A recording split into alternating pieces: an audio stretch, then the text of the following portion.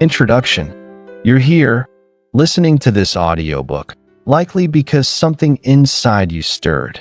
Perhaps a whisper, a nagging thought, or even a shout from a place deep within your soul has begun to ask, is this it? Is this all there is to life? Just work, save, and then what?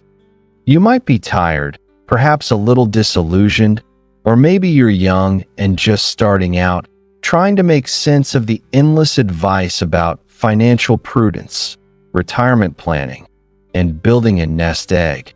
You've been told, explicitly or implicitly, to defer, to postpone, to put off living for some mythical someday that glimmers like a mirage on the horizon.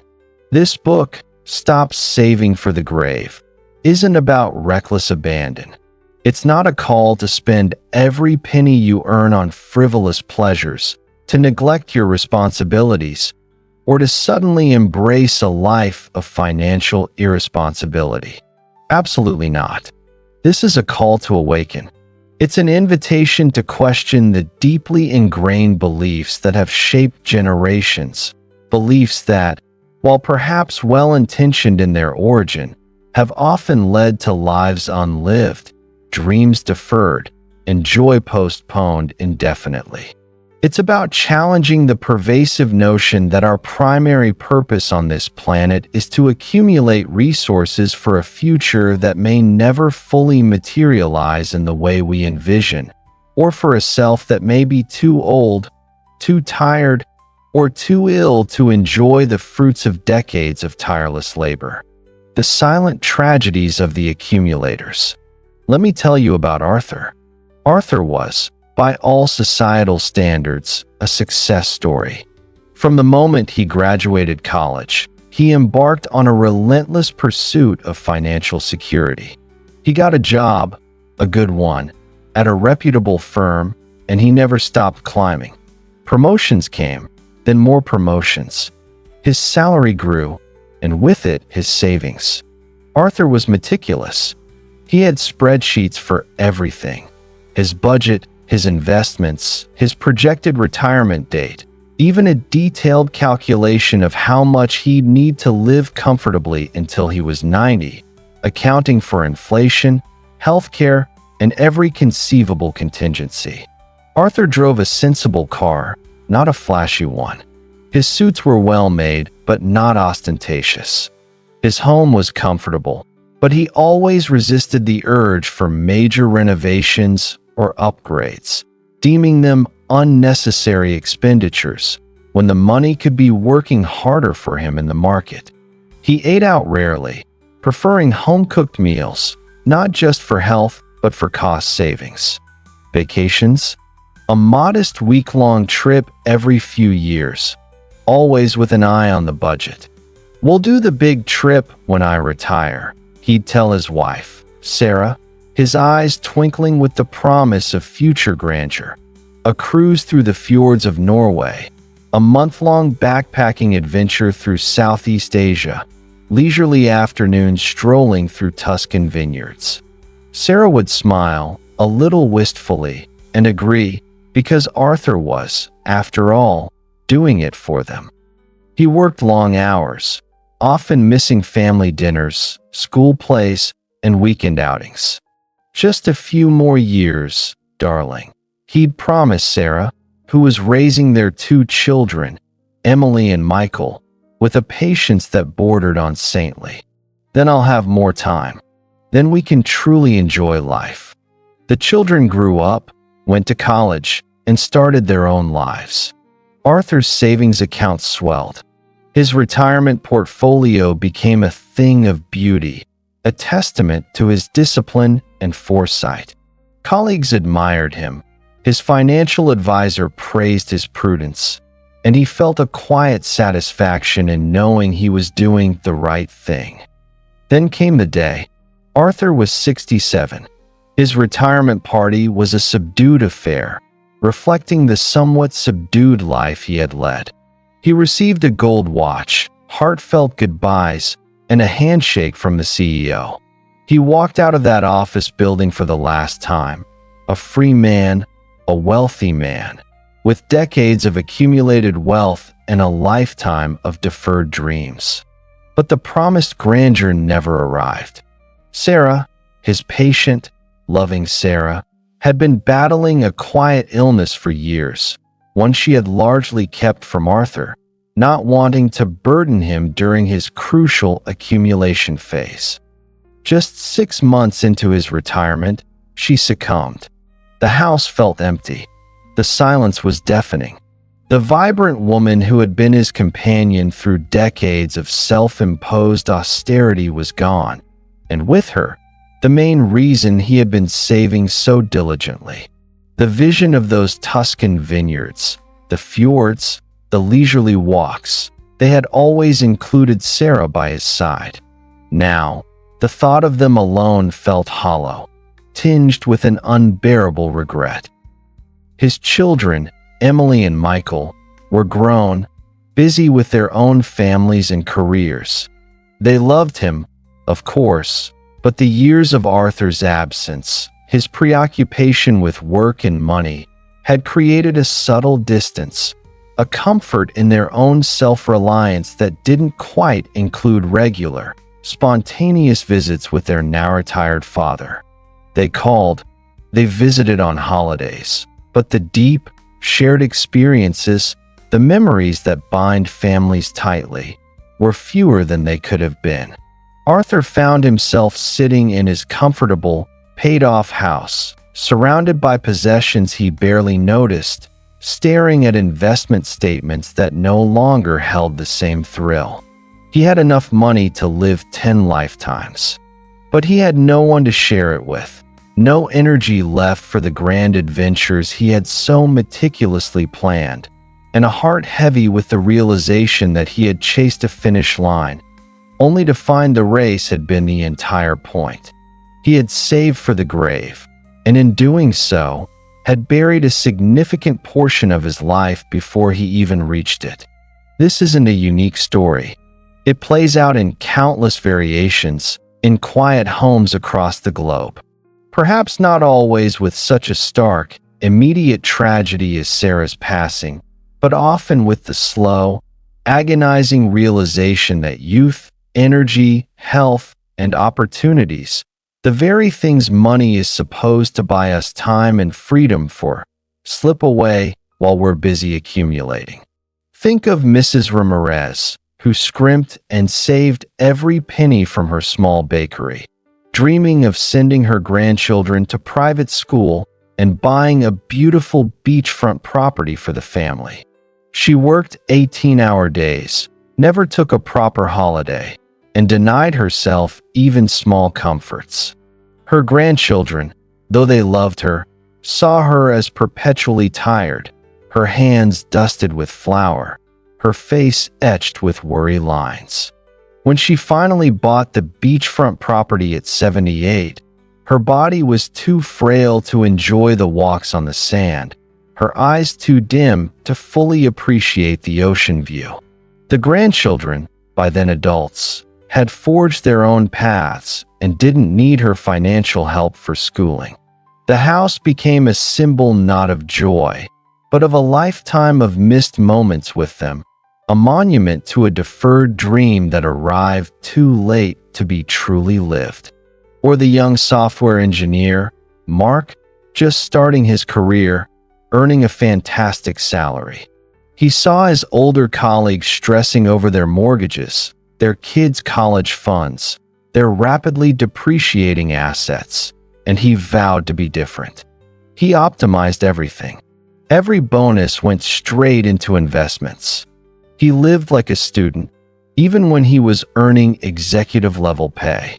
He never took a gap year, never backpacked through Europe after college, never pursued his passion for photography, telling himself he'd have plenty of time and money for all of that in his late 30s or 40s, once he hit a certain financial milestone.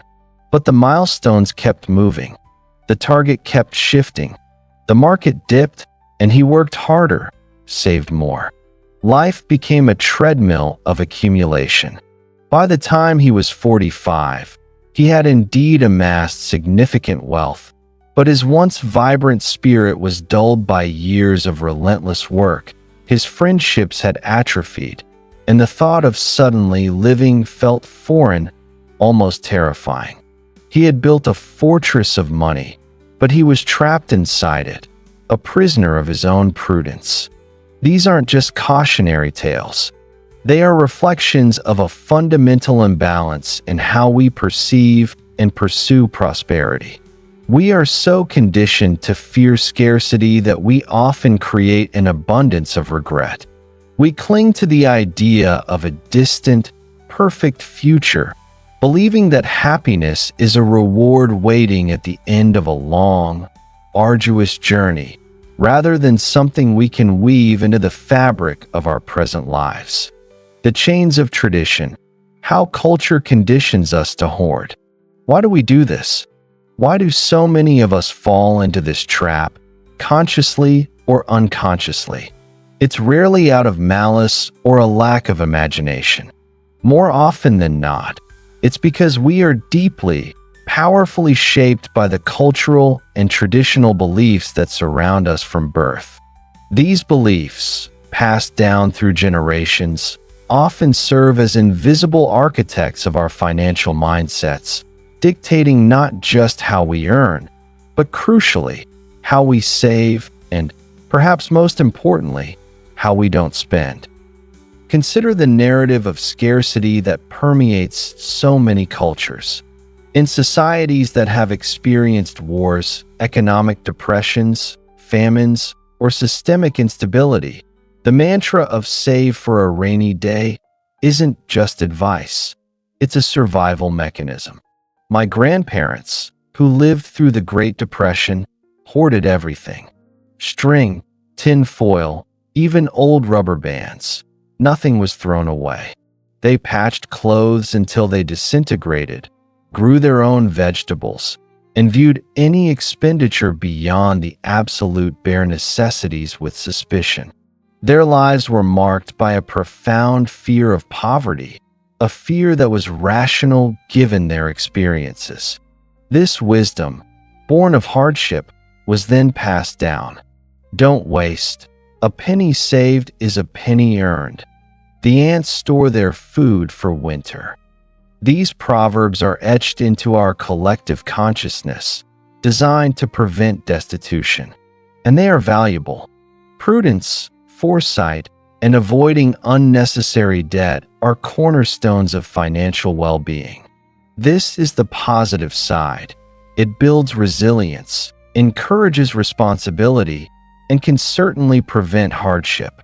However, when this rainy day philosophy becomes an absolute, when it transcends from practical wisdom to an existential dread that dictates every financial choice, it can transform into a self-imposed prison. The rain never stops, even when the sun is shining. Every day becomes a potential rainy day, demanding more saving, more sacrifice. The goal shifts from building security to simply accumulating for accumulation's sake. Think about family values. In many Asian cultures, for instance, there's a strong emphasis on filial piety and providing for one's parents and future generations. Saving is not just for yourself. It's a duty, a cornerstone of respect and obligation. Children are expected to support their aging parents, and parents feel an immense responsibility to leave a substantial inheritance for their children or to fund their education and first homes. This communal approach to wealth can be incredibly beautiful, fostering strong family bonds and collective security. It builds a safety net that individualistic societies often lack. But it also carries a heavy burden. The constant pressure to provide, to accumulate a legacy, can turn life into a relentless pursuit of money, often at the expense of personal well-being or the immediate enjoyment of one's own life. I've known individuals who, despite earning substantial incomes, lived ascetic lives, denying themselves even small pleasures, because every spare cent was earmarked for a sibling's education, a parent's medical bills, or a future inheritance for children not yet born. They were sacrificing their present, their prime years, for a future obligation that might be decades away, or for a legacy that their beneficiaries might not even value in the same way. The joy of connection with family can be overshadowed by the quiet resentment of financial obligation, and the very act of giving can feel less like love and more like a heavy chain. The someday becomes less about personal enjoyment and more about fulfilling a perceived duty, pushing one's own desires further and further down the priority list. Religious teachings also play a role. Many faiths emphasize stewardship, frugality, and avoiding excessive indulgence. The idea that material wealth is fleeting, or that true riches lie in spiritual or communal pursuits, can subtly discourage personal enjoyment of wealth. While these teachings promote virtues like generosity and moderation, a misinterpretation or an overzealous adherence can lead to a belief that any enjoyment of one's own hard-earned money is somehow sinful or morally dubious. The focus shifts from using resources wisely for a fulfilling life, including one's own, to merely holding on to them or giving them away, without ever experiencing the joy or liberation that genuine financial security could bring. Consider the powerful grip of societal expectations. We live in a world that often equates net worth with self-worth. There's an unspoken competition, a silent tallying of who has the bigger house, the fancier car, the more impressive portfolio. This pressure to keep up with the Joneses doesn't just encourage spending. Paradoxically, it also encourages excessive saving to achieve that outward display of wealth. People might deny themselves experiences, travel, or even proper self-care, all to accumulate enough money to eventually buy the symbols of success that they believe will earn them respect and admiration. It's a cruel irony. We sacrifice our present happiness to acquire things that might only impress others, rather than truly enrich our own lives. The fear of being seen as less than, of not having enough, drives an endless cycle of accumulation that rarely ends in genuine contentment. Then there's the pervasive fear of the unknown. What if I get sick? What if there's another recession? What if I live to be 100? These are legitimate concerns, and prudent planning is indeed vital. But for many, this foresight transforms into an incapacitating anxiety. Every what if becomes a reason to save more, to risk less, to delay living. The future becomes a terrifying abyss, and money, the only perceived antidote to its horrors. This fear-driven saving often paralyzes individuals, preventing them from taking calculated risks, pursuing passions that might offer less immediate financial reward, or simply enjoying the present moment without the constant shadow of impending doom. The worst-case scenario becomes the only scenario worth planning for, eclipsing all possibilities for joy and adventure. This isn't to say that all saving is bad, or that cultural traditions are inherently flawed. Far from it. Discipline, foresight, and intergenerational support are invaluable. The problem arises when these virtues morph into an unquestioning dogma, when they become an end in themselves rather than a means to a life well lived. It's when we save for the sake of saving, not for the life that saving is supposed to enable. It's when we mistake the map for the territory, the tool for the treasure, and the means for the end.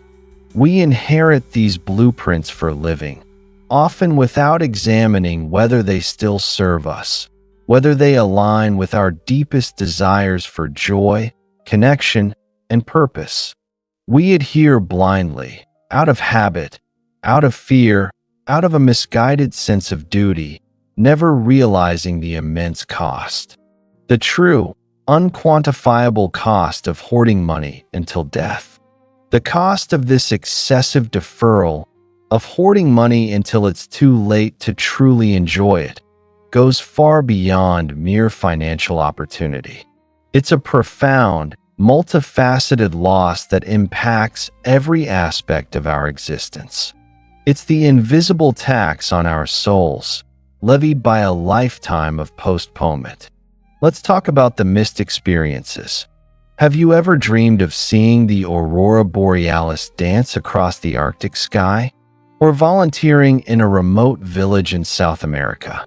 Or perhaps something simpler, like taking a cooking class you've always wanted to try, or learning to play the saxophone, or spending a leisurely summer afternoon reading books by a lake. For many, these dreams remain just that, dreams. Someday, they tell themselves, when I have more time, when I have more money, when I retire. But time doesn't wait. The body doesn't stay young forever. The energy for hiking through Patagonia or backpacking across Europe diminishes with each passing year. The wonder of learning something new is often best experienced when the mind is agile and unburdened by the stresses of a lifetime of relentless work. I recall a conversation with a man named David. He had always wanted to learn to surf. He lived just an hour from the coast, but every weekend was dedicated to working extra hours or doing odd jobs, always to pad the savings. He promised himself, once I hit $500K in the bank, I'll buy a board and take lessons. He hit $500K. Then he moved the goalpost to $750K, then $1 million. By the time he was 62 and finally retired, his knees were shot. His doctor advised against any activity that put stress on his joints. He bought the surfboard anyway, a beautiful, gleaming testament to a dream unfulfilled. It sat in his garage, a poignant reminder of what he had denied himself, not because he couldn't afford it, but because he couldn't permit himself to live. The waves still broke, the sun still shone, but David could only watch from the shore. The cost wasn't just the price of a surfboard. It was the joy of riding a wave, the feeling of the ocean beneath him, the laughter of learning, the connection to a part of himself that yearned for freedom and play. Then there are the strained relationships. How many parents, consumed by the need to provide, have missed their children's formative years? The baseball games, the school plays, the simple conversations over dinner, replaced by late nights at the office, business trips, and the constant hum of a mind preoccupied with financial targets. The irony is, children often don't want a lavish inheritance as much as they want present parents, engaged and loving. The memories of shared experiences, of laughter, of being truly seen and heard, are far more valuable than any sum of money. The golden years with a spouse can turn into a lonely existence if decades of workaholism have created a chasm of emotional distance. Friendships wither from neglect, as every social outing is weighed against its financial cost or the time it takes away from productive work. Money can't buy back lost time or mend a broken bond that has been stretched too thin by years of absence. The silence in Arthur's house after Sarah's passing was the echo of all the conversations they didn't have, the trips they didn't take, the quiet moments they postponed for someday. And what about the broken dreams? Not just the grand adventures, but the quiet passions, the creative urges, the entrepreneurial sparks that flicker and die under the weight of financial orthodoxy. How many aspiring artists became accountants just for security? How many budding writers shelved their novels to chase promotions? How many innovative ideas were never pursued because the risk felt too high, the financial safety net not thick enough. The world is poorer for these unexpressed talents, and so are the individuals who suppress them. The cost is the quiet regret, the persistent what if that haunts the soul, the feeling of never having truly expressed one's authentic self. It's the artistic soul trapped in a corporate cubicle, the adventurer tethered to a desk, the innovator stifled by caution.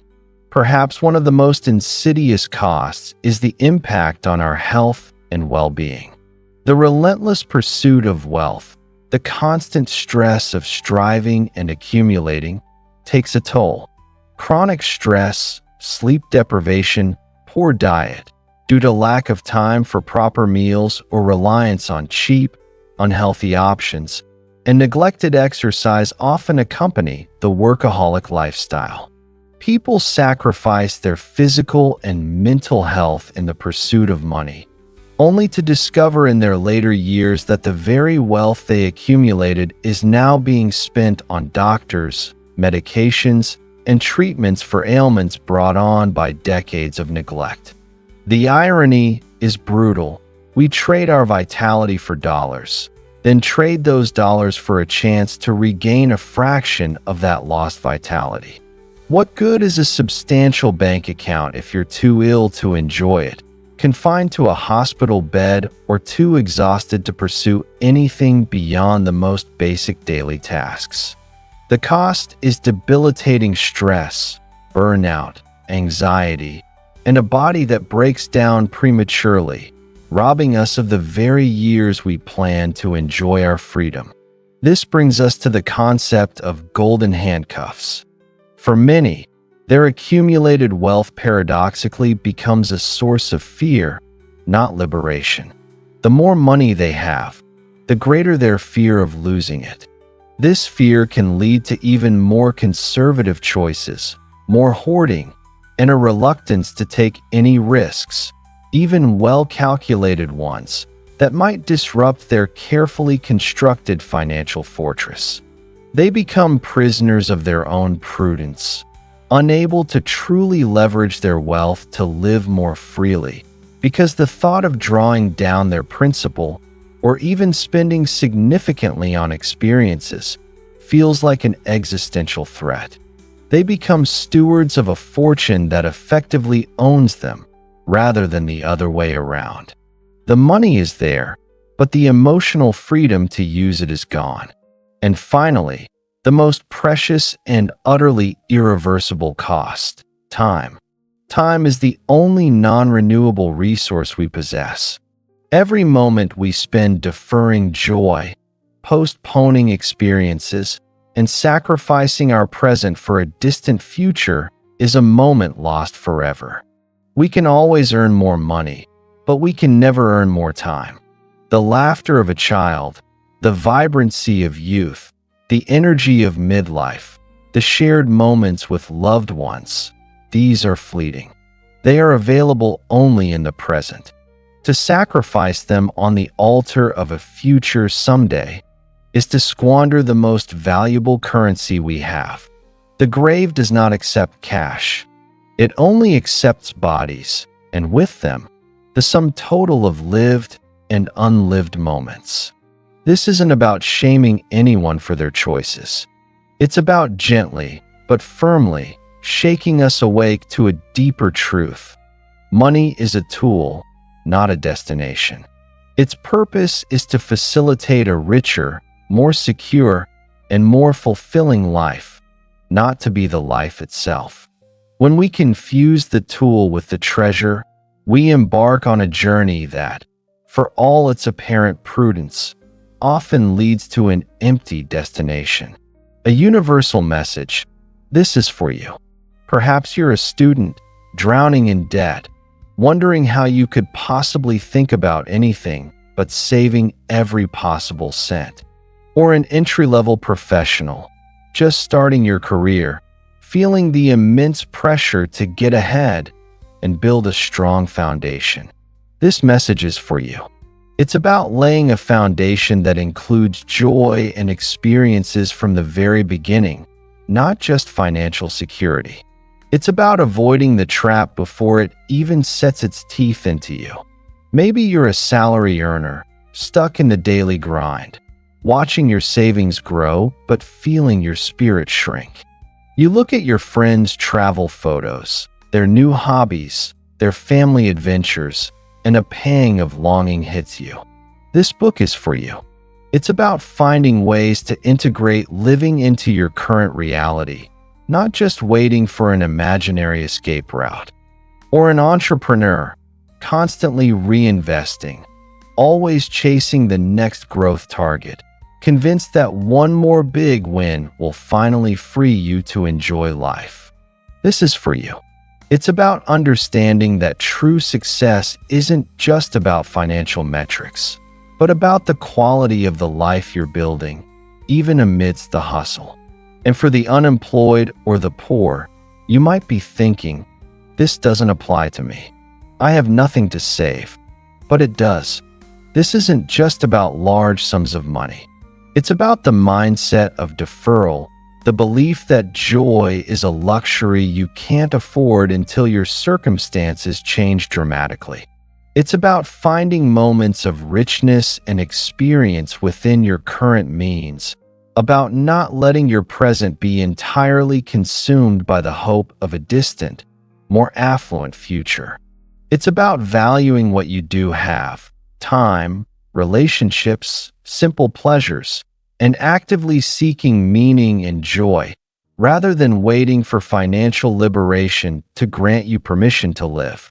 This is also for the wealthy, those who have already made it.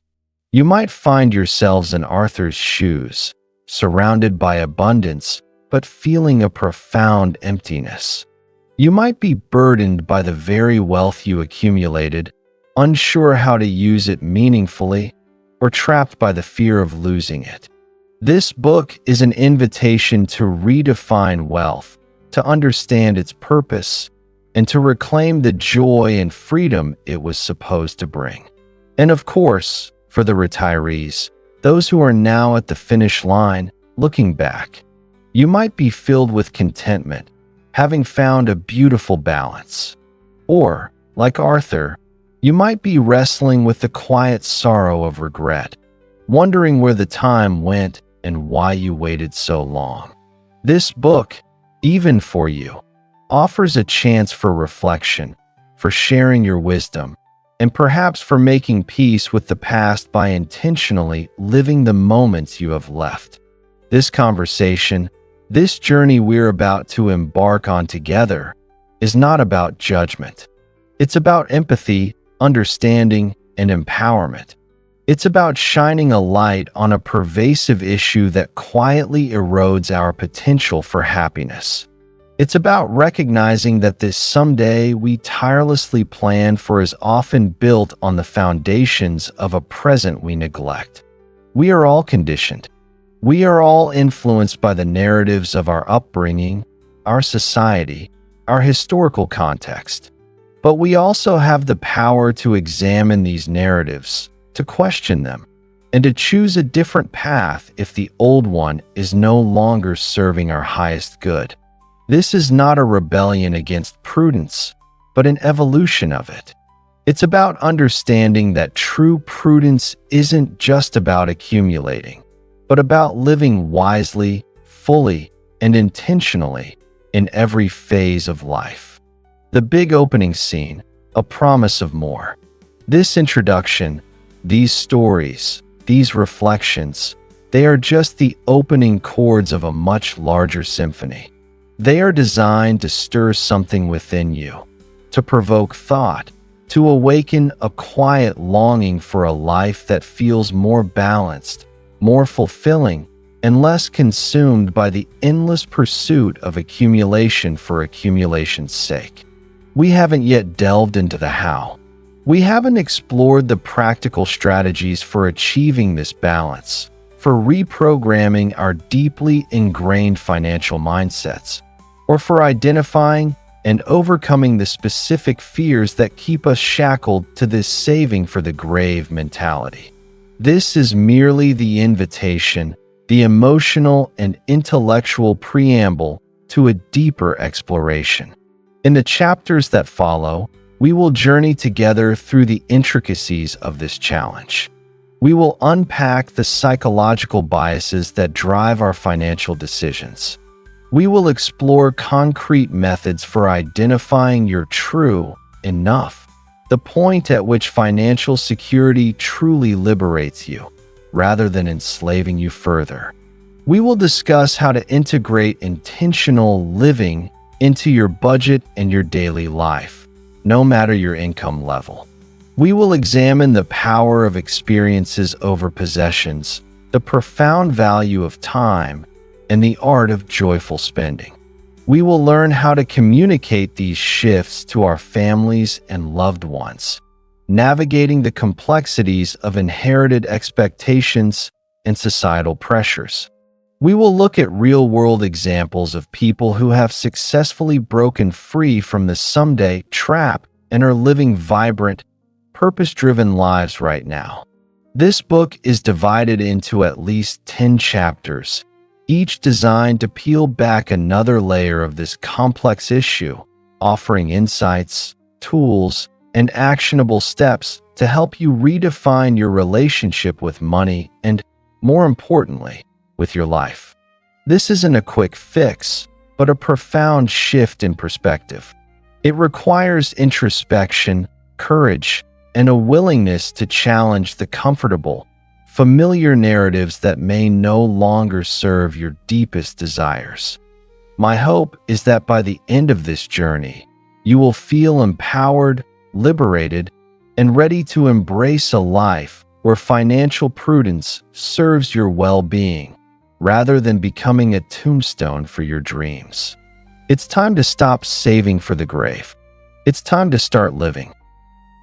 Chapter 1: The Graveyard of Unused Riches. Welcome back. If you're here, reading this, it means the introduction resonated with you, and that quiet whisper inside has grown a little louder.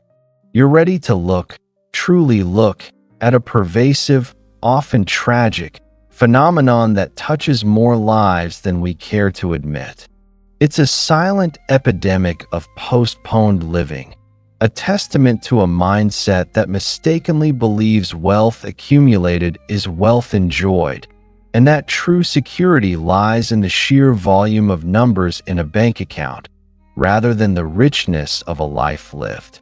In this chapter, we're going to open the gates to what I call the graveyard of unused riches. It's not a literal graveyard, of course, but a metaphorical one. It's a place where dreams were interred, experiences were buried alive, and vital years of energy and passion were laid to rest, all in the name of accumulation. Here lie the fortunes that were painstakingly built, meticulously guarded, and ultimately left behind, gathering dust in accounts while their owners, having sacrificed so much to amass them, passed on without ever truly enjoying the fruits of their labor. We'll explore real-life examples, some well-known, others drawn from the quiet corners of everyday existence, to truly grasp the profound cost of this mindset.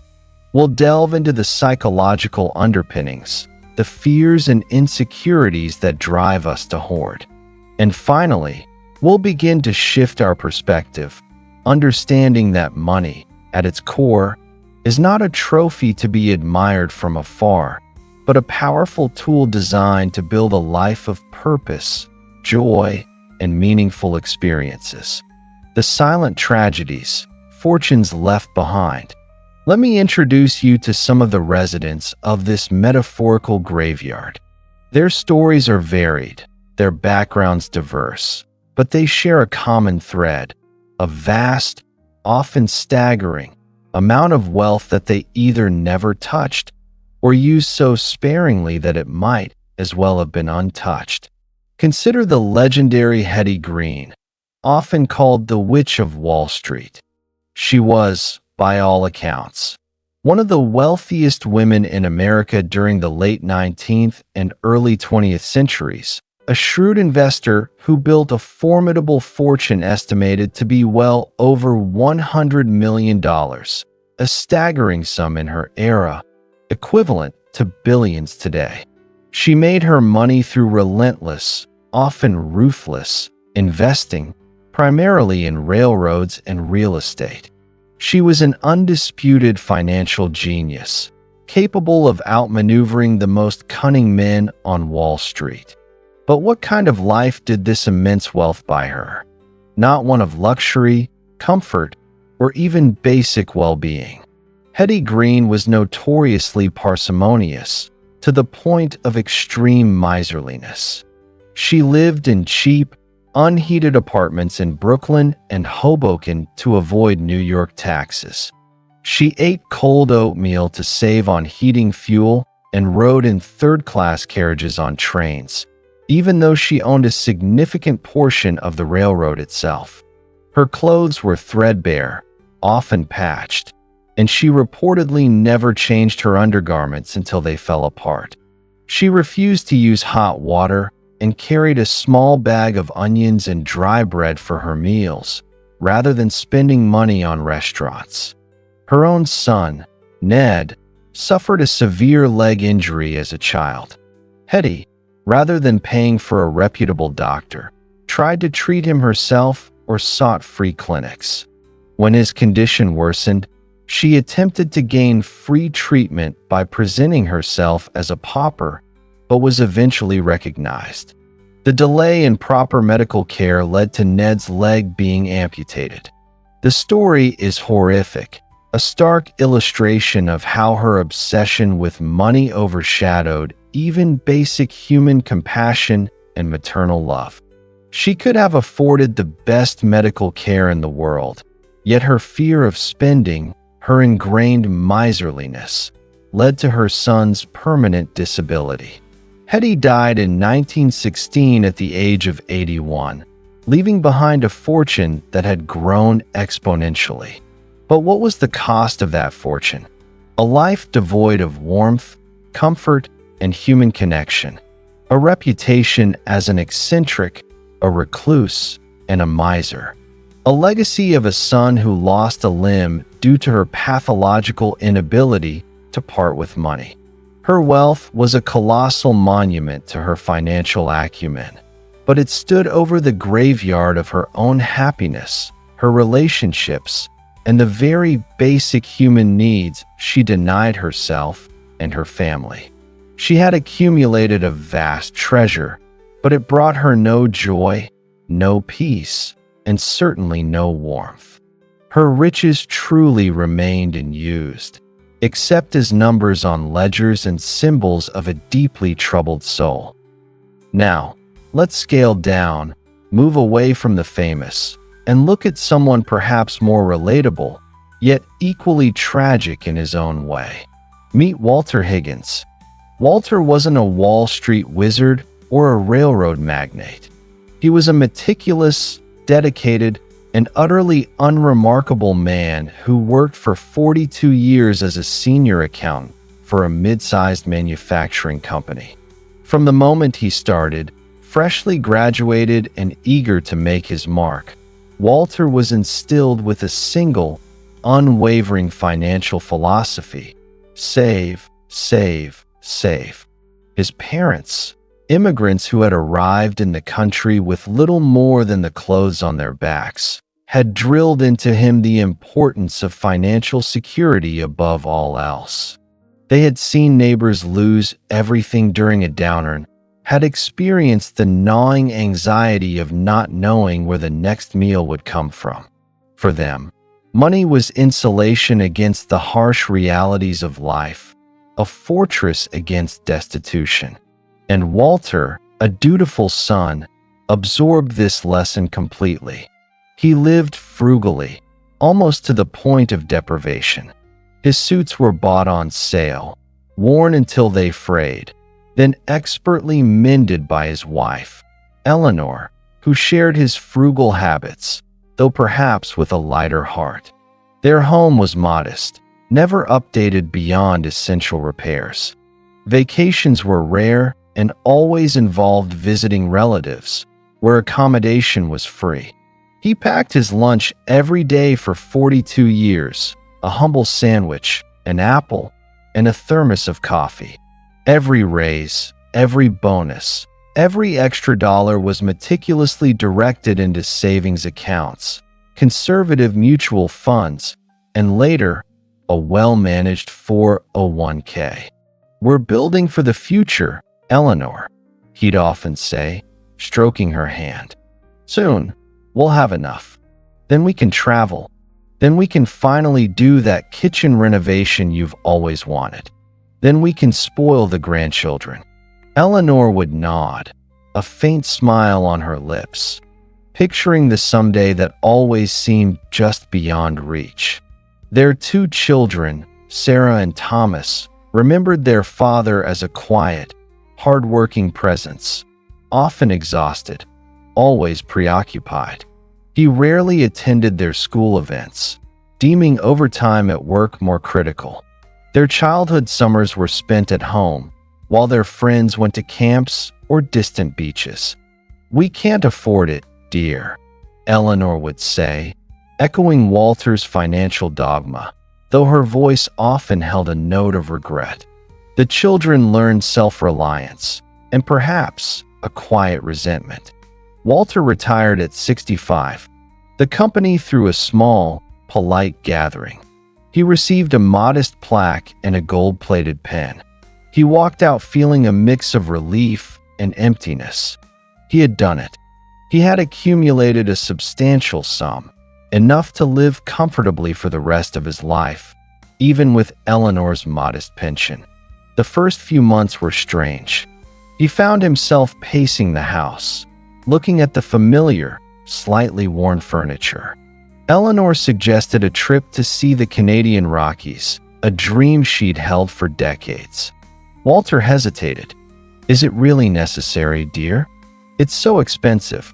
And what if?" The old fears, ingrained over more than 4 decades, still held him captive. What if something happens? What if we need that money for medical bills? Eleanor, usually so patient, finally broke. "Walter," she said, her voice trembling slightly, "we have enough. More than enough. We've been saying, what if, for 40 years? What if we don't do it now? What if there isn't a later?" They took the trip. It was beautiful, but Walter couldn't shake the underlying anxiety about the cost. He counted every penny spent, meticulously converting Canadian dollars to his home currency, calculating the impact on his nest egg. Eleanor noticed. She saw the worry in his eyes as he looked at a restaurant menu, the slight flinch when she suggested a souvenir.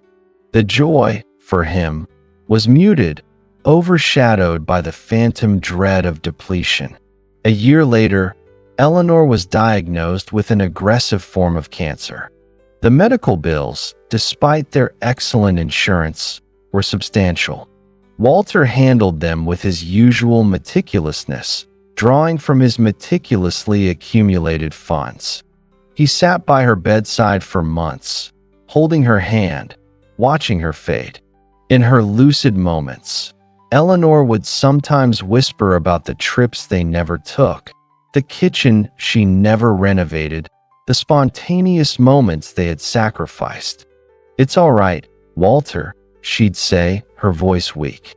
"At least you have the money now, for whatever you need."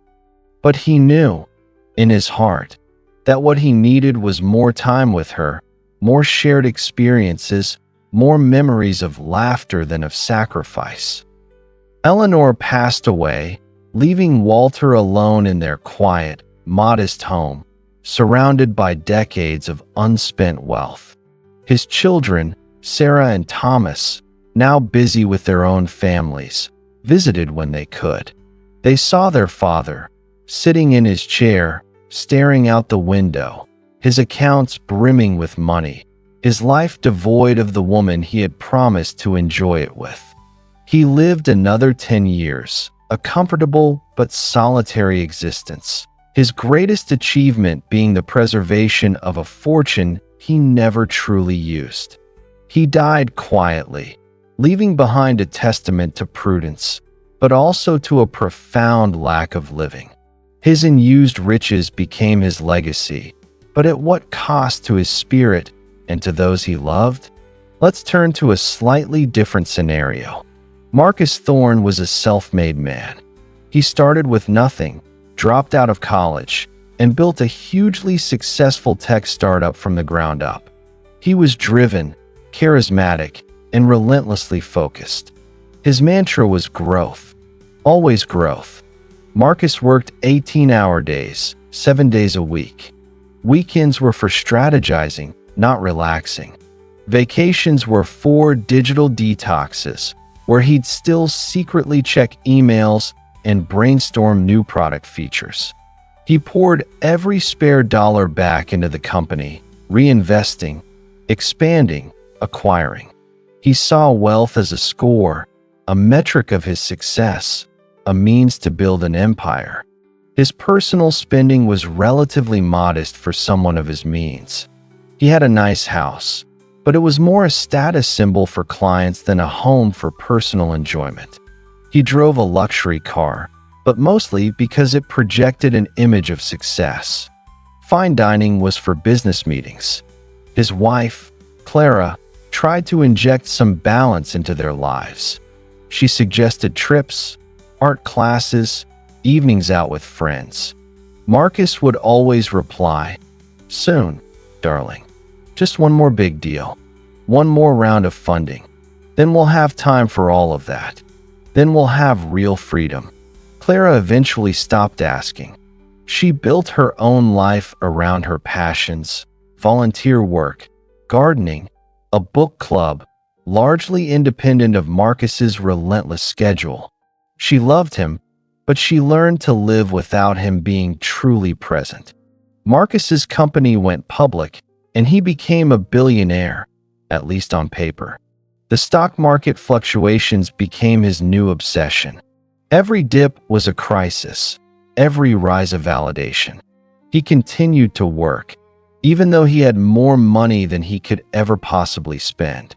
"I can't just stop," he'd tell Clara, his eyes wide with a mix of fear and exhilaration. "What if the market crashes? What if I lose it all?"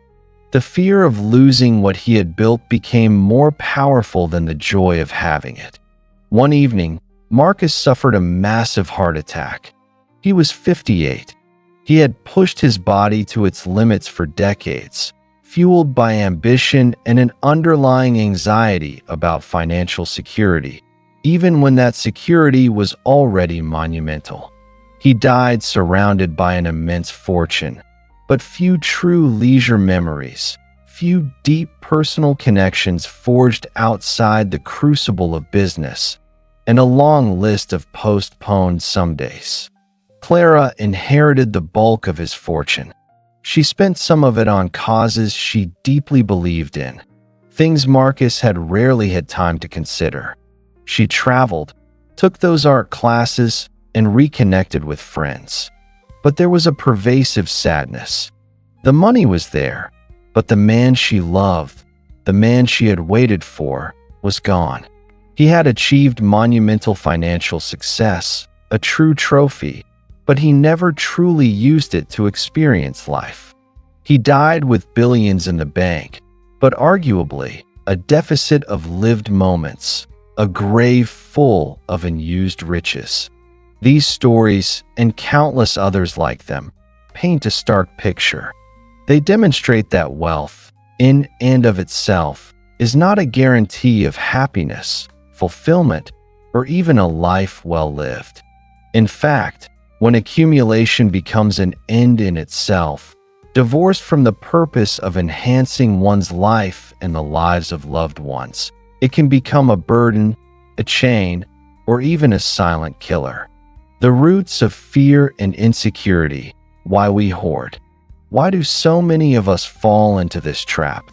Why do we, like Hetty, Walter, or Marcus, prioritize accumulation over actual living? The answer, more often than not, lies deep within our psychology, rooted in fear and insecurity. These aren't necessarily conscious decisions to save for the grave. Rather, they are often deeply ingrained responses to perceived threats, lessons learned from our past, and the subtle, yet powerful, conditioning of society around us. Let's dissect some of these psychological roots. The fear of poverty is perhaps the most fundamental. For generations, for centuries, poverty was a constant, terrifying threat. Our ancestors faced genuine scarcity, famines, wars, economic collapses that could wipe out livelihoods overnight. The memory of these hardships, whether personal or passed down through family narratives, can create an almost primal urge to hoard resources.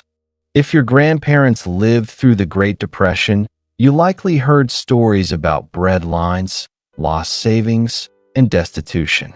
These stories, even if you never experienced such hardship yourself, can embed a deep-seated anxiety about future financial insecurity. You might become overly cautious, viewing every expense as a potential step towards ruin, even when your financial reality is vastly different. This fear can transform from a sensible caution into a pathological aversion to spending, regardless of actual need or abundance. You become an eternal ant, perpetually preparing for a winter that may never come or that you may not live to see. Related to this is the fear of economic collapse or unforeseen emergencies. What if the market crashes again? What if I lose my job? What if I get a terrible illness and need expensive treatment? These are legitimate concerns, and planning for them is indeed prudent. But for many, this foresight morphs into an incapacitating anxiety. The what-if scenarios become so overwhelming that they paralyze individuals, preventing them from enjoying the present. Every news headline about a recession or a new virus outbreak feeds this fear, reinforcing the belief that the only way to be truly safe is to have an ever-increasing buffer of cash. This leads to a constant shifting of the goalposts. You hit one savings target, and immediately, your anxious mind conjures a new, larger one. The enough point is never reached because the underlying fear is boundless. It's like trying to fill a bucket with a hole in the bottom. No matter how much you pour in, the sense of emptiness persists. Then there's the fear of what people will say. This might sound trivial, but it's incredibly powerful. We are social creatures, and our sense of self-worth is often tied to how we believe others perceive us.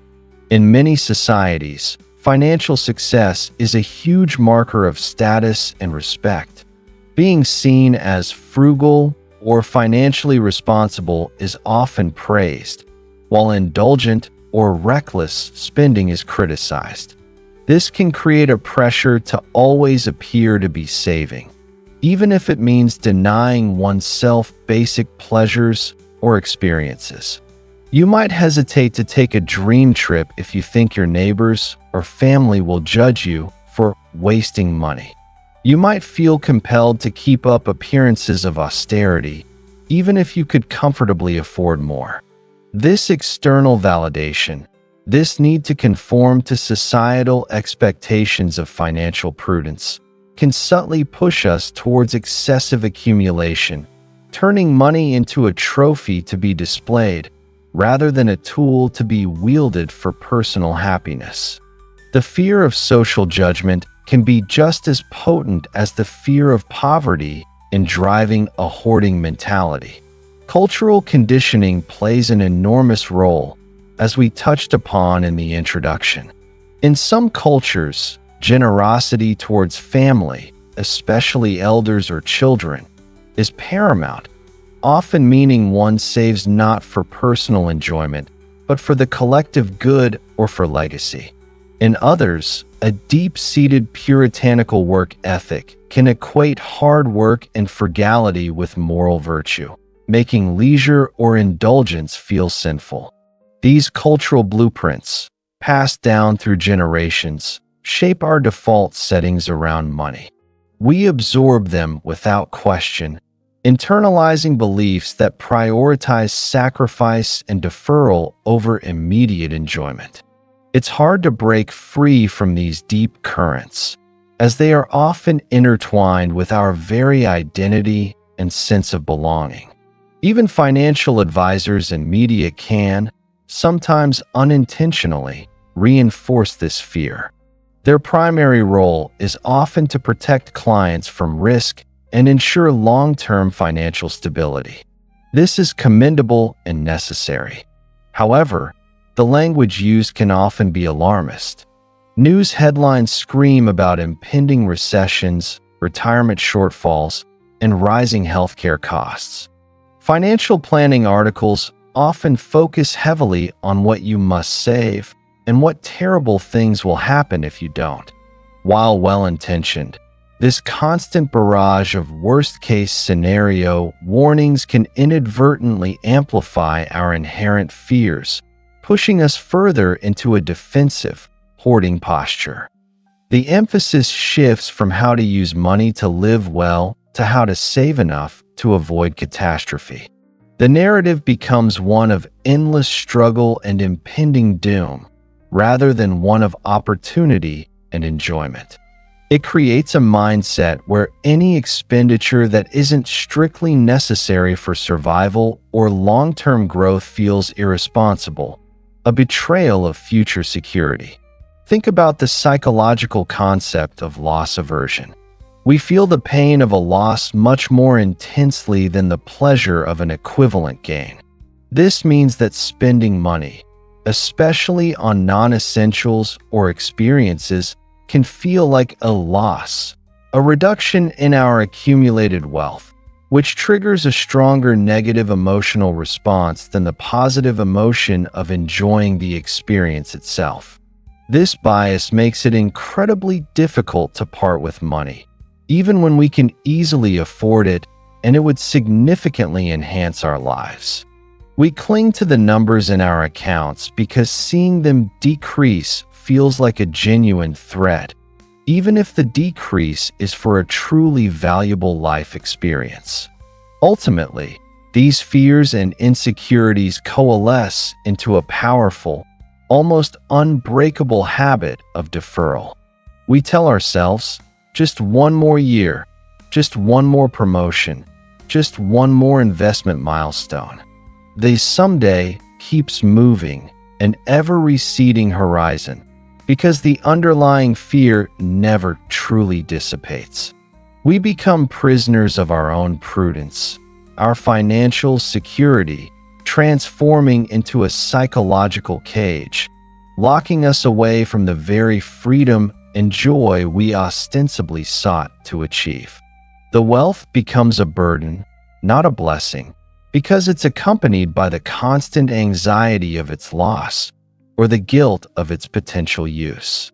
Money, a tool, not a trophy. So, if excessive saving is driven by fear and results in a graveyard of unused riches, how do we break free? The first, most crucial step is a fundamental shift in perspective. We need to stop viewing money as a trophy to be admired, amassed, and displayed, and start seeing it for what it truly is, a tool. Think about it. What is the purpose of a hammer? Is it to sit in a toolbox, sparkling and unused, a testament to its owner's foresight in acquiring it? No. A hammer's purpose is to drive nails, to build, to create. It's a means to an end. A car isn't meant to sit in a garage, accumulating dust, a symbol of its owner's ability to afford it. A car's purpose is to transport, to explore, to facilitate journeys. Its value lies in its utility, in its ability to move you from one place to another, to open up new horizons. Money is no different. It's not an end in itself. Its inherent value lies not in its quantity, but in its utility. It's a medium of exchange, a store of value, and most importantly, a catalyst for experiences, opportunities, and a better quality of life. Let's break this down. Money enables experiences. Think about the moments that truly define your life. Are they the times you watched your bank balance grow? Or are they the moments you shared laughter with loved ones on a trip, learned a new skill, pursued a passion, or helped someone in need? Money, when used intentionally, can open doors to these experiences. It can fund a transformative journey, allow you to learn a language, invest in a course that sparks a new passion, or simply enable you to take time off work to be fully present with your family. These experiences, unlike material possessions, cannot be taken away. They become part of who you are, woven into the tapestry of your memories. They enrich your life in ways that mere accumulation never can. Money creates opportunities. It can fund an education that opens new career paths. It can provide the capital to start a business, transforming an idea into a tangible reality. It can offer the freedom to pursue work that aligns with your values, even if it pays less initially, because you have a financial cushion. It can allow you to invest in your health, giving you the vitality to pursue your goals. Opportunities are not always about grand gestures. Sometimes, they're about the small choices money enables, like being able to afford a healthier diet, or a gym membership, or therapy that improves your mental well-being. These seemingly small opportunities accumulate, leading to a significantly improved quality of life. Money buys freedom when used wisely. True financial freedom isn't about having an infinite amount of money. It's about having enough money to make choices that align with your values, rather than being dictated by necessity. It's the freedom to say no to a job that drains you, to pursue a passion project, to take a sabbatical, or to retire when you're still vibrant enough to enjoy it. It's the freedom from financial anxiety, allowing you to focus your energy on what truly matters. But this freedom is only realized when you use the money to purchase it. Money hoarded, like an unused parachute, provides no freedom when you're plummeting towards the ground. Consider the analogy of seeds never planted. Imagine a farmer who diligently collects the finest, most fertile seeds. He has sacks and sacks of them, enough to plant an entire harvest. He admires them, counts them, ensures they are perfectly stored. He fears bad weather, a blight, a poor yield, so he keeps adding to his collection of seeds, convinced that sheer volume will guarantee his future. But he never plants them. The seeds remain in the sacks, dormant, their potential unrealized. What is the value of those seeds? On paper, perhaps, they represent wealth. But in reality, they produce no crop, feed no one, generate no income. They are, quite literally, unused riches. Their true value is only unlocked when they are put into the earth, exposed to the elements, and allowed to fulfill their purpose. Your money, sitting idle in an account, is like those unplanted seeds. Its true value is realized not in its mere existence, but in its utilization. The difference between having money and using money is profound. Many people have substantial sums, but their lives are no richer for it. They are perpetually anxious, denying themselves pleasures and deferring dreams. They have the trophy, but they never engage with the tool.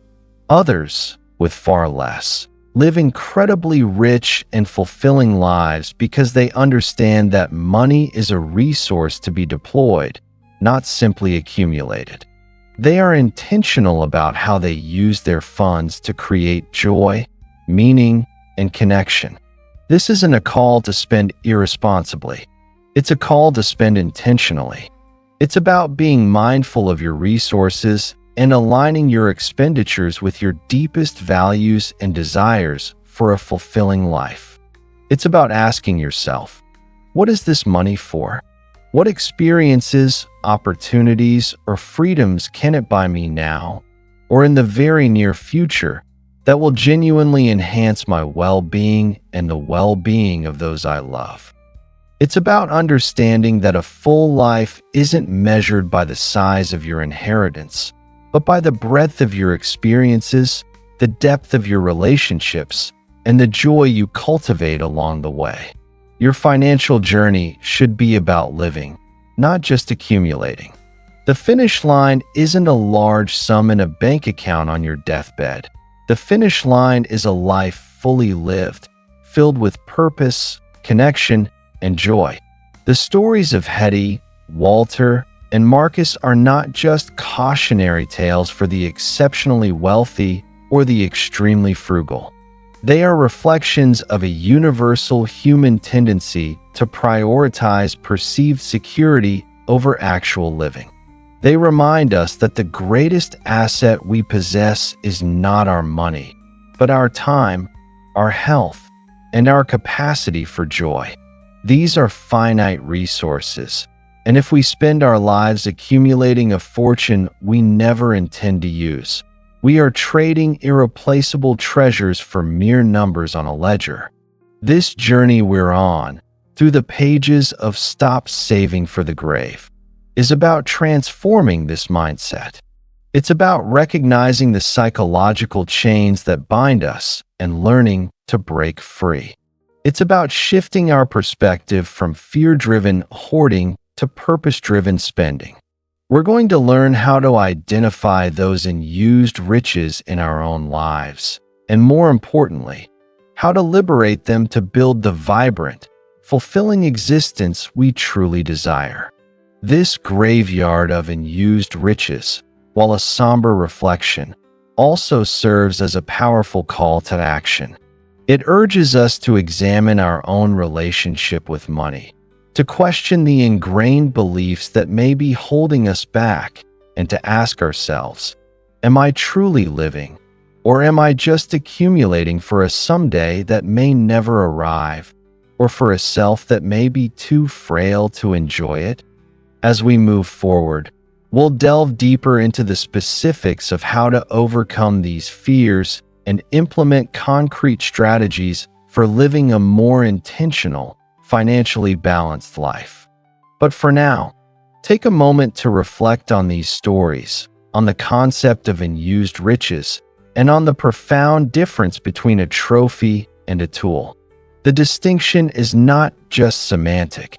It's the difference between a life merely endured and a life truly lived. Chapter 2. The Illusion of Safety. If the last chapter felt like a quiet stroll through a poignant museum of missed opportunities, this one is going to ask you to step inside a common, yet often invisible, prison. It's a prison built not of iron bars and cold stone, but of well-meaning intentions, fear, and a deeply flawed understanding of what true security really means. This prison is the illusion of safety. We're taught, from a very young age, to be safe. Look both ways before you cross the street. Save for a rainy day. Don't put all your eggs in one basket. These are undeniably prudent pieces of advice. They're designed to protect us, to ensure we navigate life's inherent uncertainties with a degree of resilience.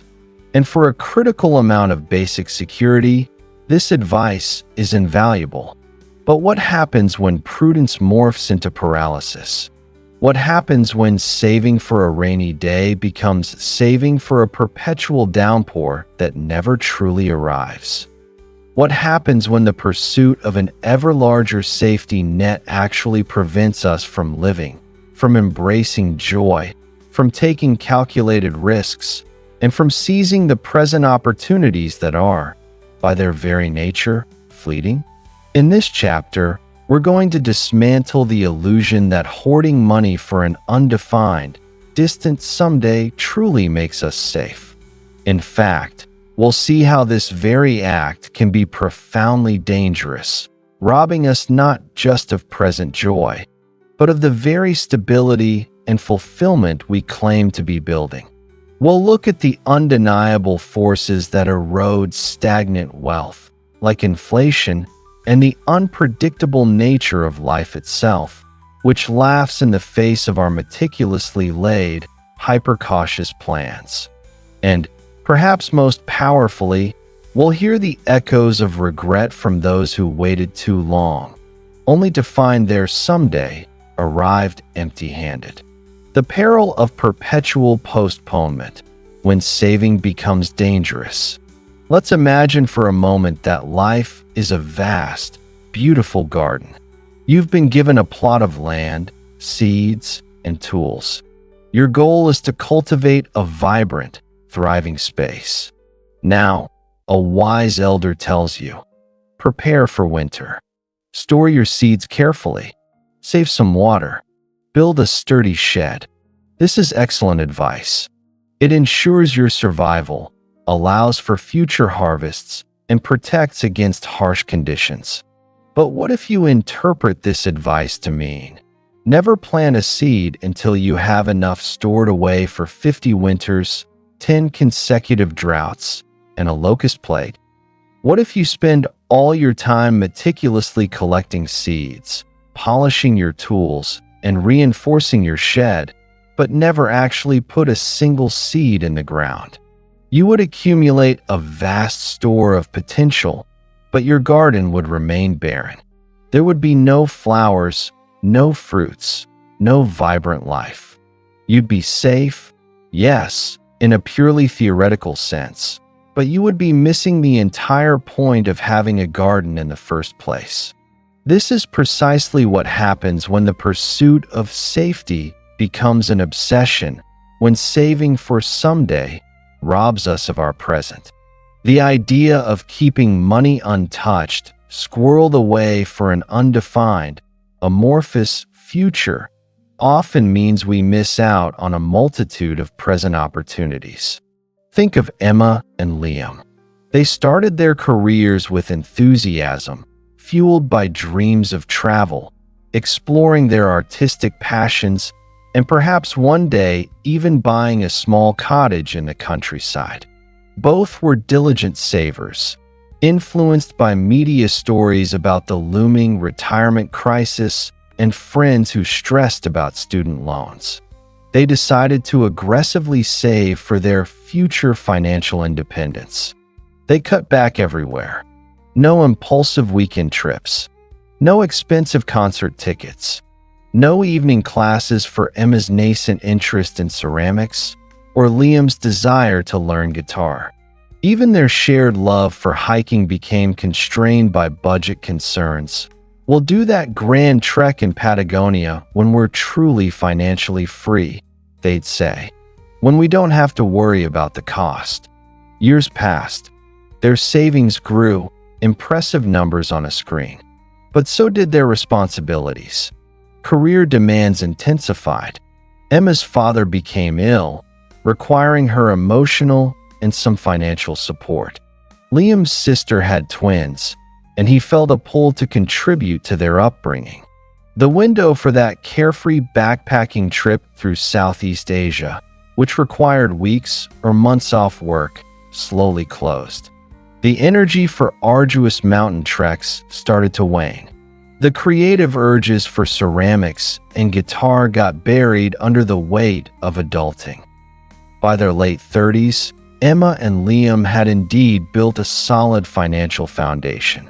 They could now afford to travel, to take classes, to buy that cottage. But the spirit for it was different. The youth, the boundless energy, the sheer unburdened joy of discovery was not the same. They had secured their future, but they had inadvertently robbed their present, making themselves emotionally and experientially poorer in the process.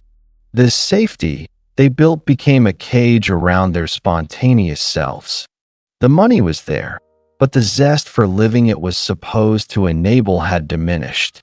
This over-preparation for the unknown often leads to missing some of life's most precious, non-repeatable moments. The fleeting magic of childhood. Parents who defer family vacations, special experiences, or even simply taking time off to be present with their young children often do so out of a belief they are providing for their future. But a child's early years are unique. The wonder in their eyes at a simple camping trip, the joy of a spontaneous day at the beach, the comfort of a parent's unwavering presence. These are not things you can buy back with a larger inheritance later. The emotional imprints of childhood are formed in the present, not in a deferred financial future. The vitality of youth. As we saw with Emma and Liam, certain experiences are best, or only, enjoyed when we have the physical and mental energy of youth. Backpacking, adventurous travel, rigorous physical pursuits, even starting a new business venture with all its inherent risks. These often require a level of resilience and energy that naturally diminishes with age. To postpone them indefinitely is to lose them entirely. The window of opportunity. Life throws open certain windows only for a brief period. It might be a unique career opportunity that requires a financial leap of faith. It might be a chance to live abroad for a few years before family obligations root you down. It might be a specific moment when friends are available for a shared adventure. Excessive caution, driven by an insatiable need for safety, often causes us to hesitate, to overthink, to wait for an imagined perfect alignment of stars that never truly arrives. By the time we feel safe enough to act, the window has slammed shut. The safety we seek often becomes a mirage, shimmering tantalizingly on the horizon, but receding as we approach. We become like the person who packs for every conceivable weather condition, every potential disaster, for a trip they never actually take. The suitcase is heavy, full of protective gear, but the journey itself, the experience of being out in the world, is perpetually deferred. The paradox is that in seeking absolute safety, we often make ourselves vulnerable to the greatest loss of all, the loss of a life truly lived. The relentless erosion, inflation, emergencies, and life's curveballs. The illusion of safety becomes even more dangerous when we consider the practical realities of money and life itself.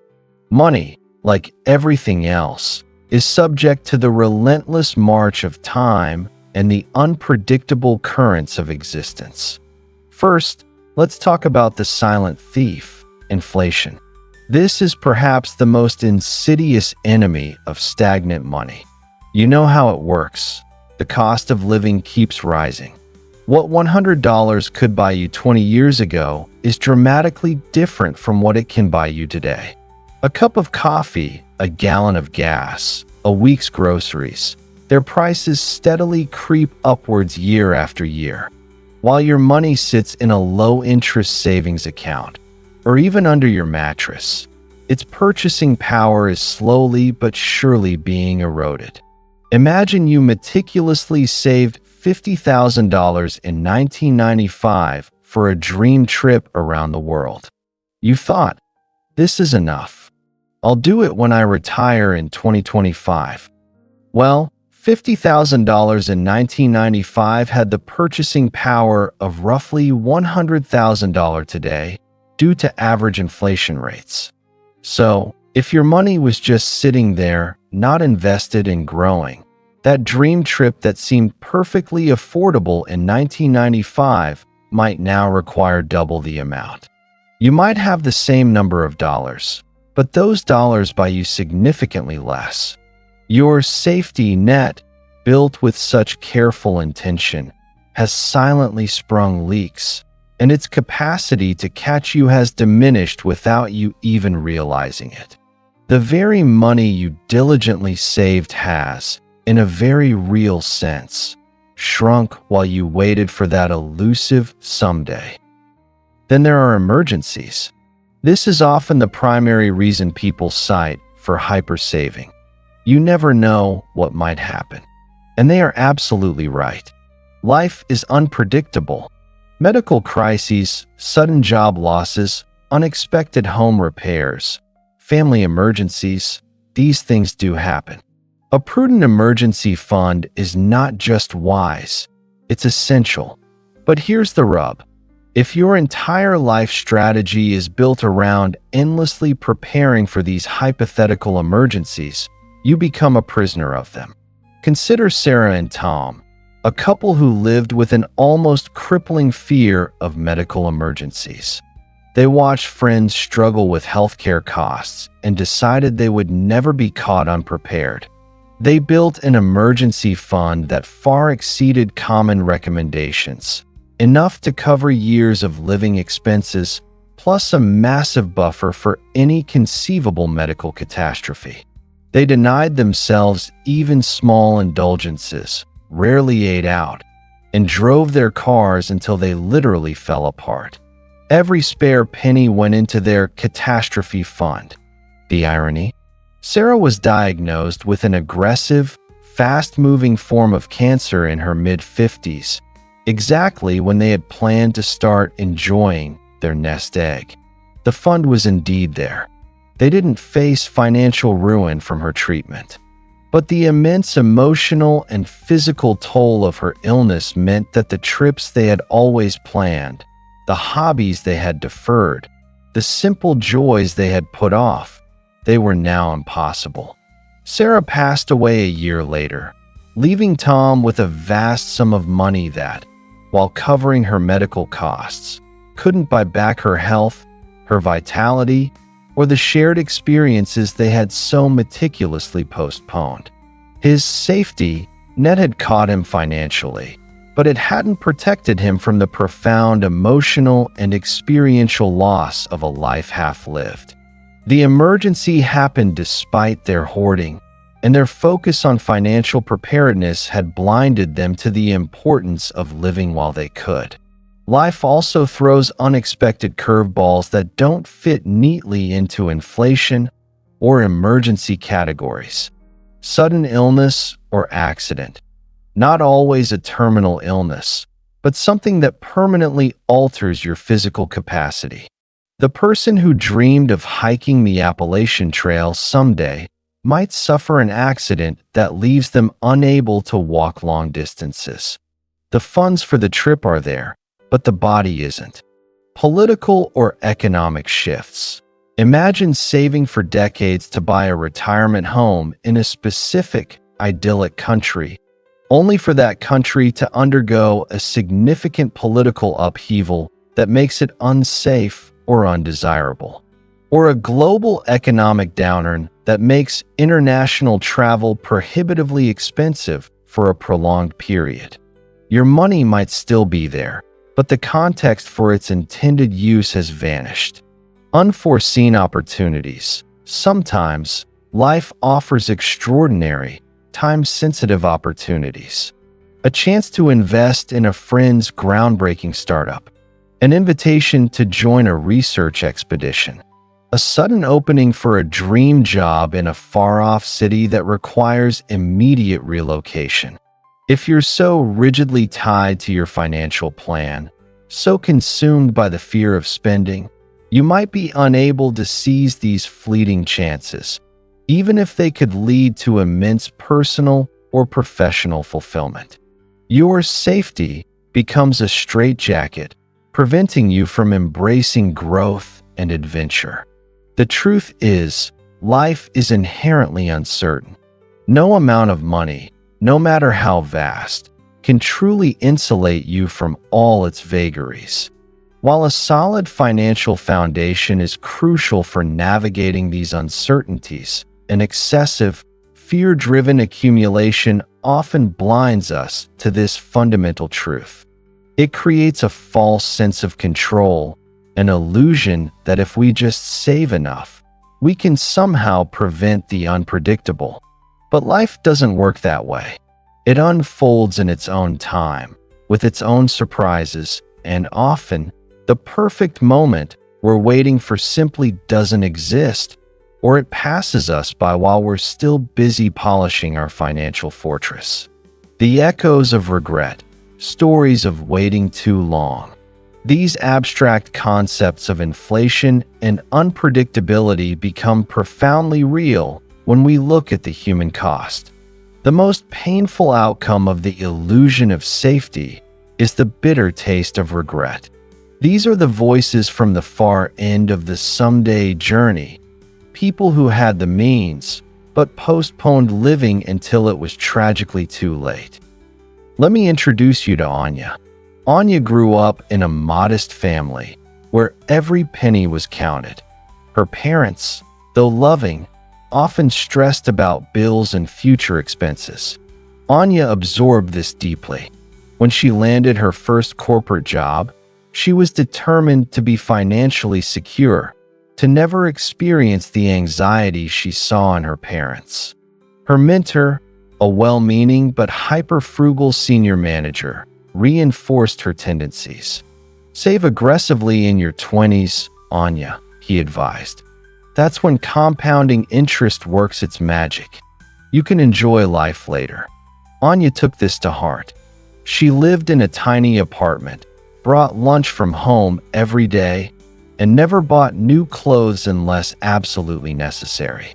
Her dream, ever since she was a teenager, was to backpack through South America, immersing herself in different cultures, learning Spanish, and hiking through ancient ruins. She meticulously calculated the cost and set it as a savings goal. "I'll do it for 3 months when I hit $50,000 in my travel fund," she told herself. She hit $50,000 within a few years. But then came the promotion and the opportunity for an even faster career trajectory. "Just a few more years, get to management," she reasoned. The $50,000 remained untouched, growing slowly. Life got busier. A relationship bloomed, leading to marriage. Then, the immense joy of becoming a parent. Her child, Leo, filled her life with purpose, but also new demands on her time and energy. The idea of leaving Leo for 3 months, even with her husband, felt impossible. The physical demands of backpacking, too, started to feel daunting as her metabolism slowed and her body carried the normal stresses of motherhood and a demanding job. Anya is now in her late 40s. Her bank account is robust, her career successful, her child growing into a fine young man. She has her safety net, but the dream of South America has faded into a wistful memory. She looks at her photos from college, pictures of her younger, more carefree self, and feels a profound ache. "I had the money then," she confided in me, her voice tinged with sorrow. "I had the time, the energy, the unburdened spirit. I waited for a perfect time that never came. And now, even if I could go, it wouldn't be the same. I missed that Anya, that window of possibility." The regret wasn't just about the trip. It was about the vibrant, adventurous young woman she had locked away for the sake of a future that demanded her present self. Then there's David. David was a brilliant, driven software engineer who, in his late 20s, saw an opportunity to build a disruptive tech product. He poured every ounce of his energy and every last penny into his startup. He lived on instant noodles, slept in his office, and worked nonstop. His initial success came quickly, but he never slowed down. Reinvest everything, he believed. Growth is paramount. I'll enjoy the fruits of my labor when I sell the company. He never took a proper vacation, rarely saw his aging parents, and neglected his hobbies, like competitive cycling, which he once loved. His friends gradually stopped inviting him to social events, knowing he'd always be too busy or too focused. He bought a large, impressive house after his company's series of funding, but it felt more like a monument to his ambition than a sanctuary. He'd barely be there, sleeping a few hours, then back to the grind. The years blurred into a relentless pursuit of the next milestone. Another funding round, another acquisition, another product launch. David was financially successful beyond his wildest dreams. He was a millionaire many times over, but his health began to suffer from the chronic stress and lack of self-care. He developed persistent back pain, his sleep was erratic, and his mental sharpness, once his greatest asset, started to fray. At 55, after decades of relentless work, David finally orchestrated a partial sale of his company, retaining a significant stake but stepping back from daily operations. He was wealthy, truly wealthy, but his body was tired, his mind was weary, and his social circle had all but dissolved. He tried to pick up cycling again, but his back pain made it agonizing.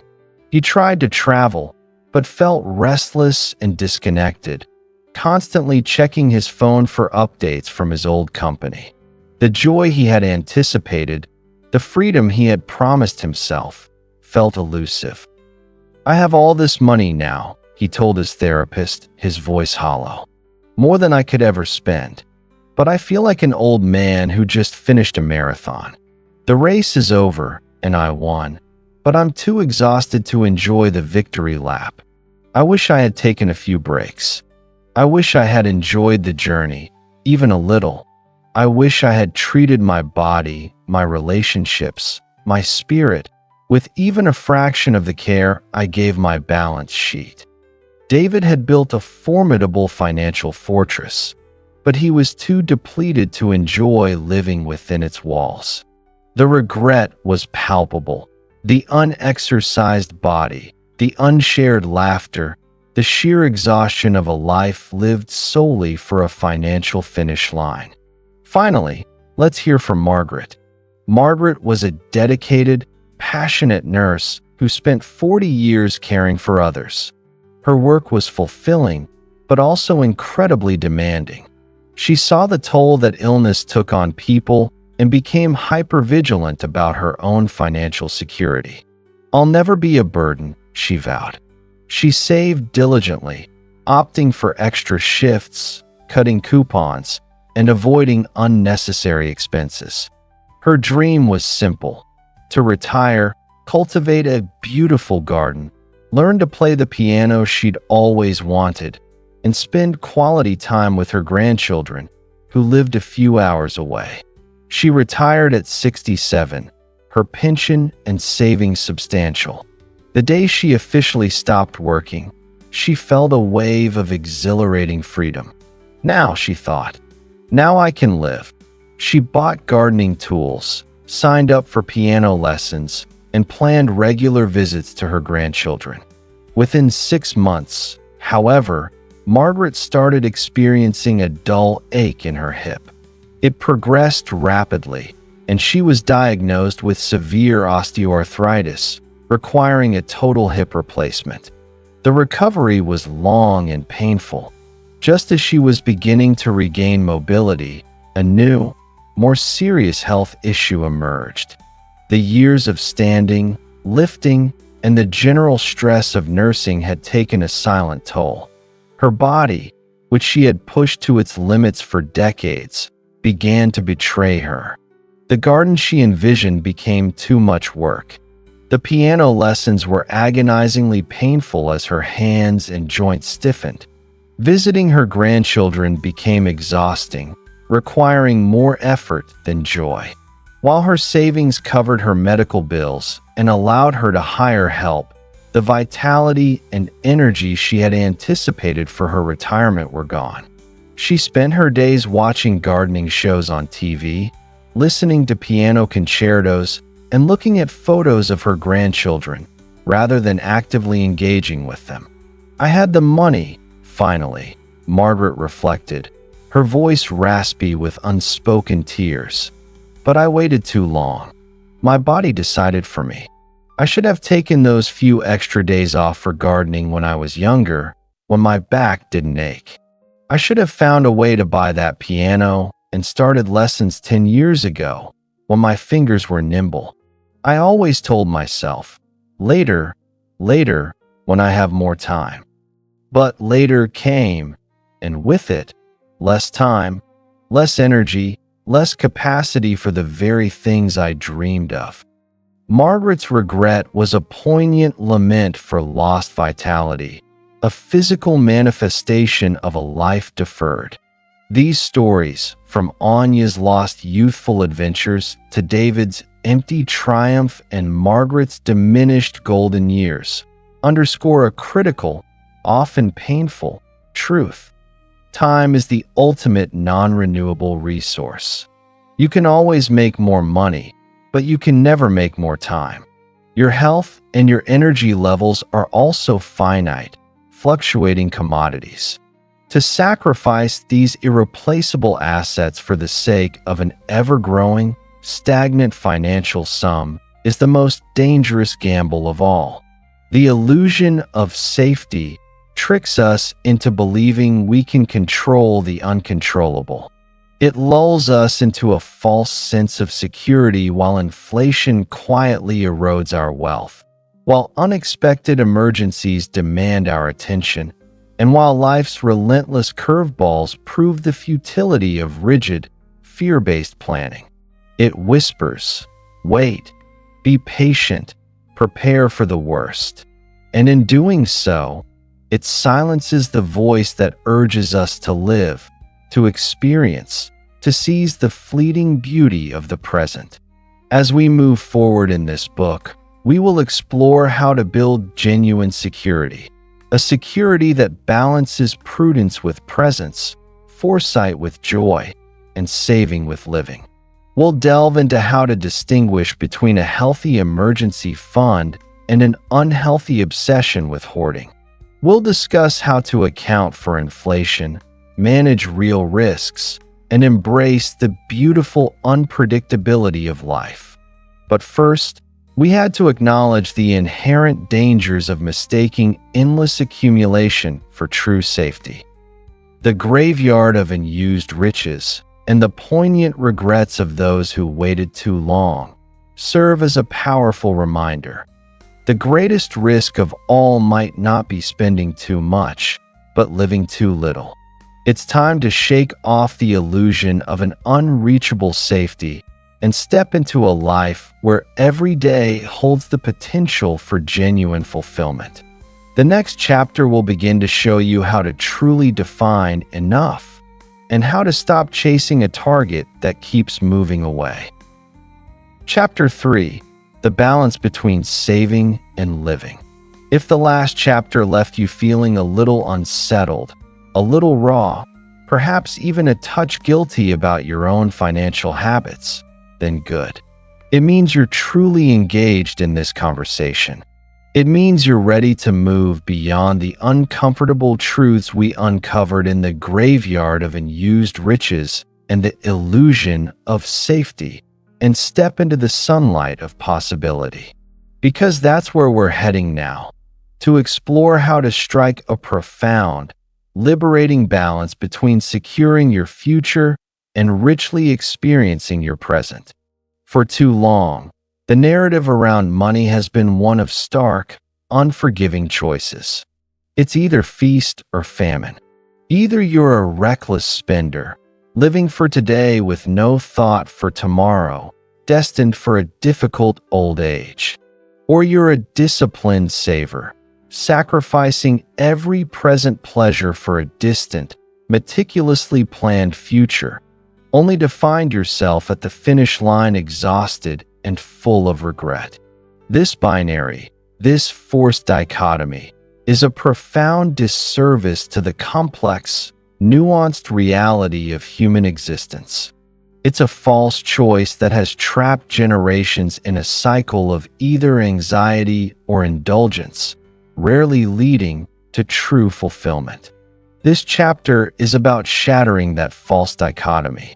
It's about understanding that money management isn't a tightrope walk between extremes, but a dynamic, ever-adjusting dance where enjoyment and security not only coexist, but actually enhance one another. We're going to learn how to weave future planning into a tapestry of present meaning, how to budget not just for bills and investments, but for profound, life-enriching joy. And perhaps most importantly, we'll internalize the vital principle of use it while you can, recognizing the unique, perishable nature of certain life opportunities. The art of coexistence, security, and joy in harmony. Imagine for a moment a master gardener. This gardener knows that to have a bountiful harvest year after year, they must do several things simultaneously. They must prepare the soil, planting seeds for future crops that will ripen months from now. This is their long-term vision, their saving. But they also understand that the garden needs immediate attention. It needs to be watered daily, tended with care, and enjoyed for the blossoms and early fruits it produces now. They don't wait until the entire harvest is complete to appreciate the beauty or taste a single berry. They celebrate the small wins, the vibrant colors, the fragrance of the flowers in bloom. This present enjoyment doesn't detract from the future harvest. In fact, tending to the garden in the present often ensures a healthier, more robust future yield. This is the essence of financial life where enjoyment and security coexist. It's about planting those seeds for your future self, your retirement, your children's education, your emergency fund, with discipline and foresight. But it's equally about watering the garden of your present life, allowing yourself to savor its beauty, to pluck its fruits, and to find joy in the here and now. The two are not mutually exclusive. They are intertwined, interdependent. Why is this balance so hard for many to grasp? Part of it stems from the very societal and cultural conditioning we discussed. We're bombarded with messages that imply a trade-off. Either you're good with money, which often means being austere and perpetually saving, or you're bad with money, implying impulsive, present-focused spending. This rigid categorization stifles creativity in financial planning and creates unnecessary guilt. I once worked with a client, Maria, a vibrant woman in her late 30s.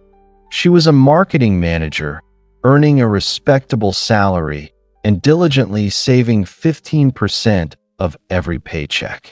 She had a robust emergency fund and was contributing well to her retirement. By all conventional measures, Maria was doing everything right. Yet, she felt a nagging sense of emptiness. She rarely traveled, always justifying it by saying, "I need to save for a bigger down payment on a house," or "I need to beef up my retirement fund." She admired friends' photos of European adventures or spontaneous weekend getaways, feeling a quiet pang of envy. One day, we were discussing her financial goals. I asked her, "Maria, what brings you profound joy, something money could facilitate right now that wouldn't jeopardize your long-term security?" She paused, then, almost hesitantly, admitted, "I've always dreamed of taking a professional photography workshop in Italy. Just 2 weeks. It's expensive, but it's been a dream since I was a teenager." Her immediate reaction was to dismiss it.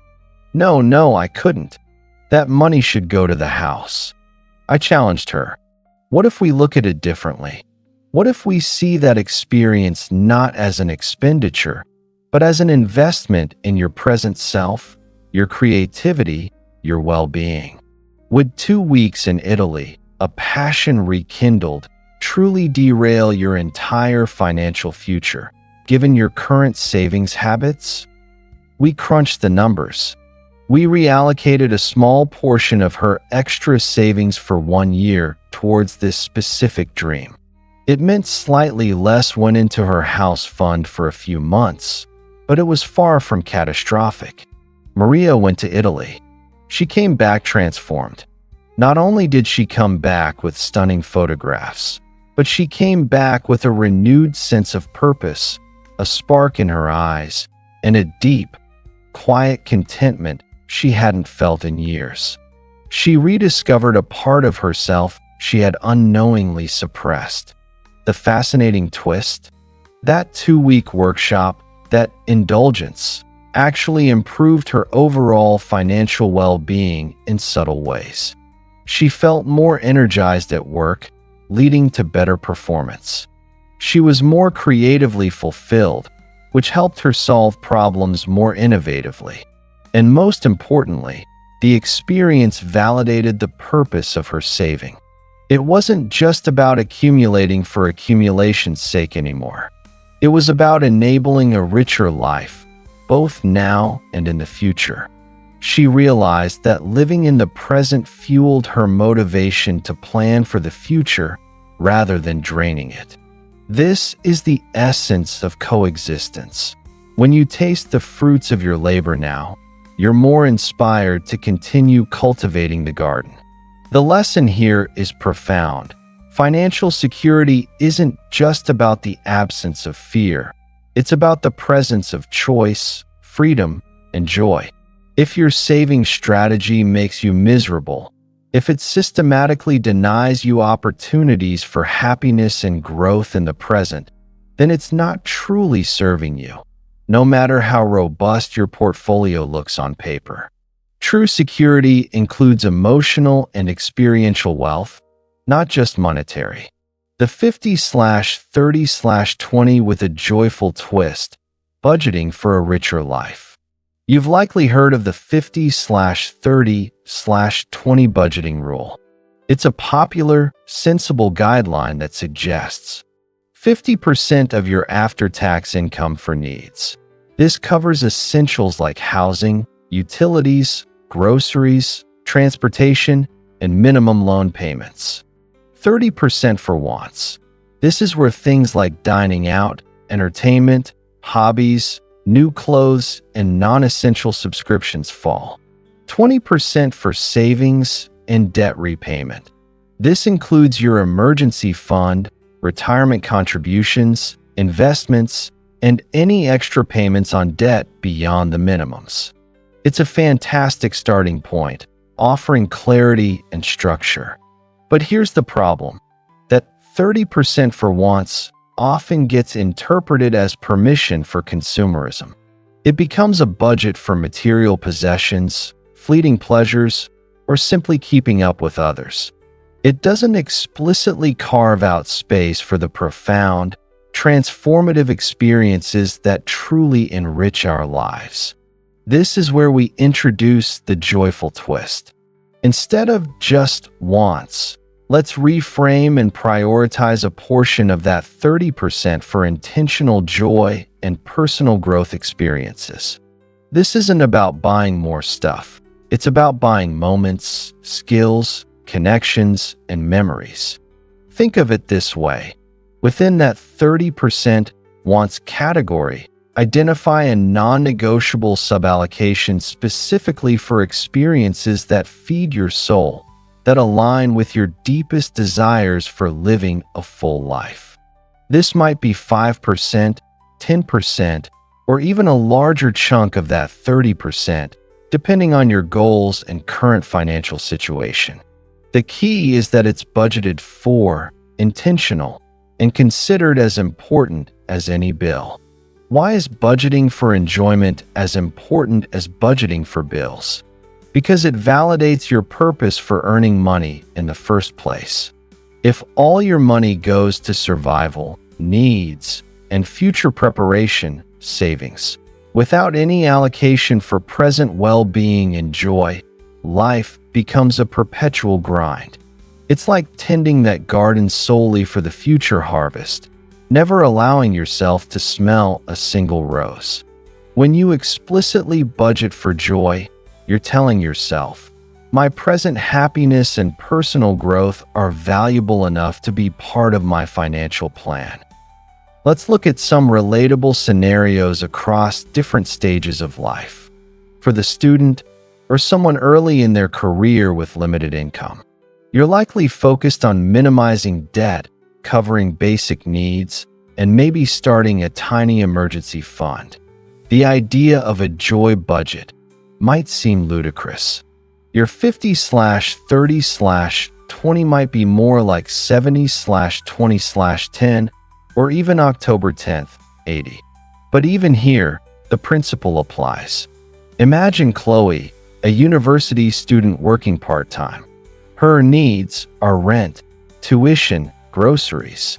Her savings might be tiny, just building an emergency buffer.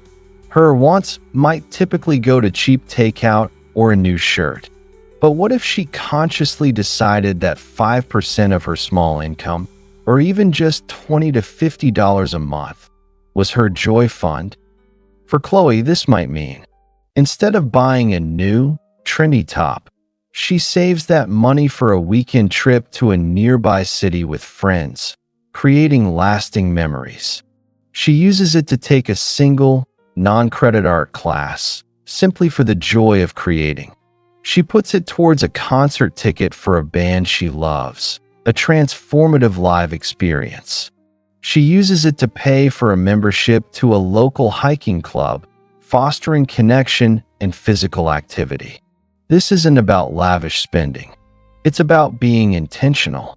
Chloe might spend less overall on wants, but derives significantly more joy and personal growth from a few carefully chosen, budgeted experiences. She's building the habit of living intentionally, not just surviving or endlessly deferring.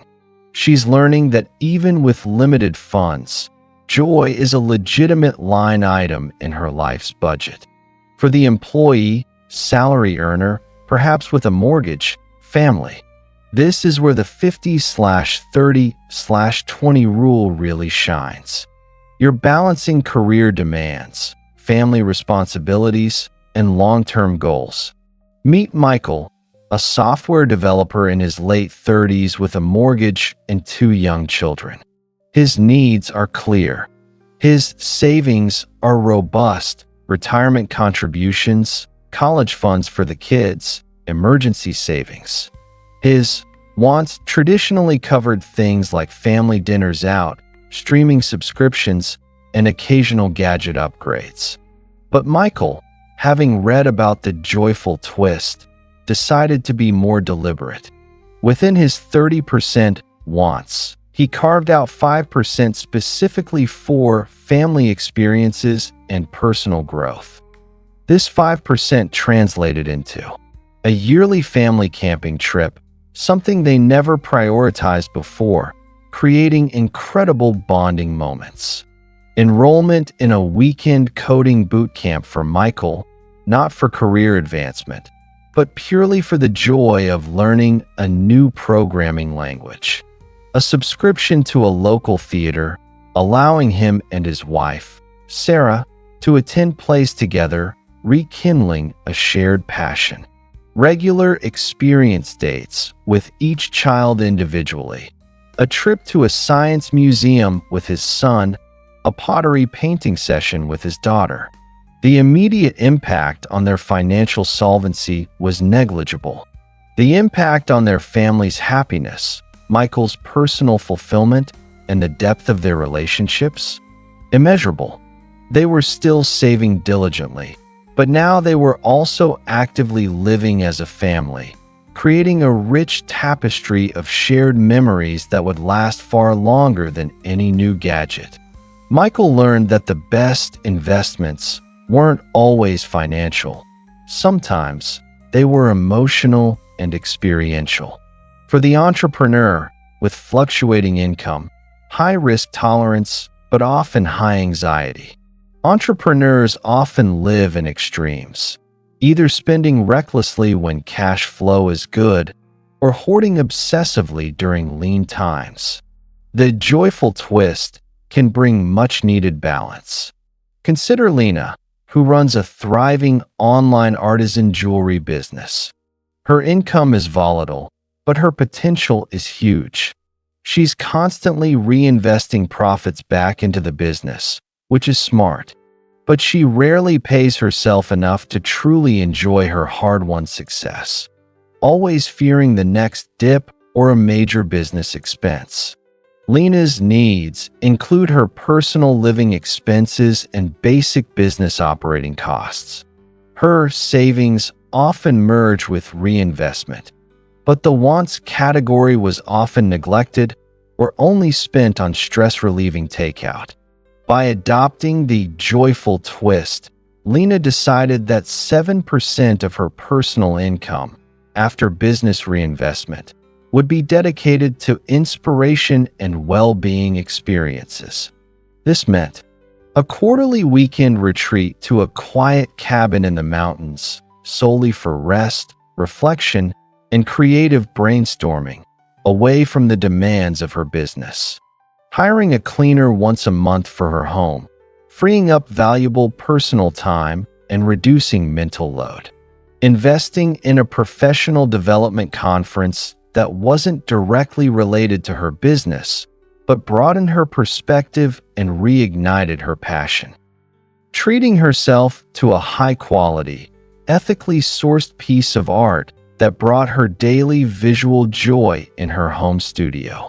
Lena found that these joy investments weren't just self-indulgent. They were vital for her sustained success and mental health. The retreat sparked new design ideas. The cleaner gave her back precious hours. The conference connected her to a wider creative community. She realized that by intentionally nurturing her own well-being and inspiration, she was actually creating a more sustainable, joyful, and ultimately more successful business life. She was using her money to fuel her passion, not just accumulate more. For the retiree, or soon-to-be retiree, this is often the demographic most susceptible to the graveyard of unused riches. They've spent decades saving, only to find themselves afraid to spend. The 50/30/20 becomes less about income allocation and more about asset distribution and spending planning. Let's look at Arthur, whom we met in the introduction. If Arthur had applied a joyful twist throughout his life, his story might have been different. But even in retirement, it's not too late to reframe. For retirees, the 50/30/20 might translate to 50% of your available retirement income /drawdown for needs. Housing, paid off or mortgage, utilities, food, essential healthcare. 30% for joyful experiences and meaningful engagement. This is where the magic happens. 20% for long-term contingency and legacy, maintaining a sufficient buffer, planning for unexpected future costs, and thoughtful legacy planning. In Arthur's case, after Sarah's passing, he was left with immense wealth but no purpose for it. If he could revisit his approach, instead of just sitting with his regret and his untouched millions, he could allocate a significant portion of his 30% joy budget to hiring a travel companion or joining a small group tour to those Norwegian fjords or Tuscan vineyards, honoring Sarah's memory and creating new connections, investing in an ongoing education program or a community volunteer role that brought him intellectual stimulation and social interaction, funding a scholarship in Sarah's name, turning his grief into a meaningful legacy that also brought him active engagement, renovating his home to be a welcoming space for his children and grandchildren, creating a hub for connection rather than a monument to solitude. The joyful twist for retirees is about actively spending down a portion of their wealth on experiences and connections that bring meaning and fight isolation, rather than simply preserving it indefinitely. It's about understanding that the purpose of that accumulated wealth was to enable a good life, and that good life includes active engagement, curiosity, and shared moments, especially in the later years. The common thread across all these scenarios is intentionality. This isn't about being frivolous. It's about being profoundly deliberate about how you use your money to shape a life that is rich in experiences, connections, and personal growth, alongside a responsible foundation of security. It acknowledges that true wealth is not just about having a lot of money, but about having a lot of life. The imperative of use it while you can. This brings us to a principle that, more than any other, challenges the very core of the save for the grave mentality. Use it while you can. It's a simple phrase, but its implications are profound because it forces us to confront the undeniable realities of time, energy, and opportunity. Some experiences are like fresh fruit. They are best enjoyed when ripe. If you wait too long, they rot on the vine. The thrill of backpacking through remote mountains, the boundless energy required for certain adventures, the ease of making new friends when you're young and unburdened, the joy of experiencing a foreign culture with wide-eyed curiosity. These often have a finite window of optimal enjoyment. They don't lose all their value if delayed, but they often lose their peak intensity, their unique flavor. Remember Anya, who dreamed of backpacking through South America. Her financial resources were there in her 20s, her physical energy was high, and she had the unburdened spirit of youth. By her late 40s, while she had the money, the physical demands felt daunting, and the idea of being away from her family for months was emotionally complex. The experience, while still possible, had lost some of its juice, its prime ripeness. Consider Liam and his father, Robert. Robert had always dreamed of taking a grand fishing trip to Alaska, just the two of them. He pictured them fly fishing in pristine rivers, surrounded by majestic wilderness. He saved meticulously for it throughout his working life, telling Liam, "Someday, son, when I retire, we'll go." Liam, then a young man, was eager. Years passed. Robert retired. He had the money, and he still had the dream. But Robert's health had begun to decline. His eyesight wasn't as sharp, his balance was a little off, and the physical exertion of standing in cold rivers for hours, casting lines, and navigating uneven terrain felt daunting. He still talked about it, but the enthusiasm in his voice was tinged with doubt. Liam, now in his late 40s, noticed his father's hesitation. He remembered his own youthful eagerness for the trip. He decided to act. He used his own joyful twist money, supplemented by some of Robert's savings, to book a shorter, less physically demanding, but equally beautiful guided fishing trip in a different part of Alaska, designed for older anglers. They went. Robert, though not as agile, still managed to cast a line and, with Liam's help, reel in a beautiful salmon. They sat by the fire each evening, sharing stories, laughter, and a warmth that transcended the Alaskan chill. Liam watched his father's face, lit by the firelight, seeing a joy and contentment he hadn't witnessed in years. It wasn't the exact trip Robert had envisioned decades ago, but it was their trip now.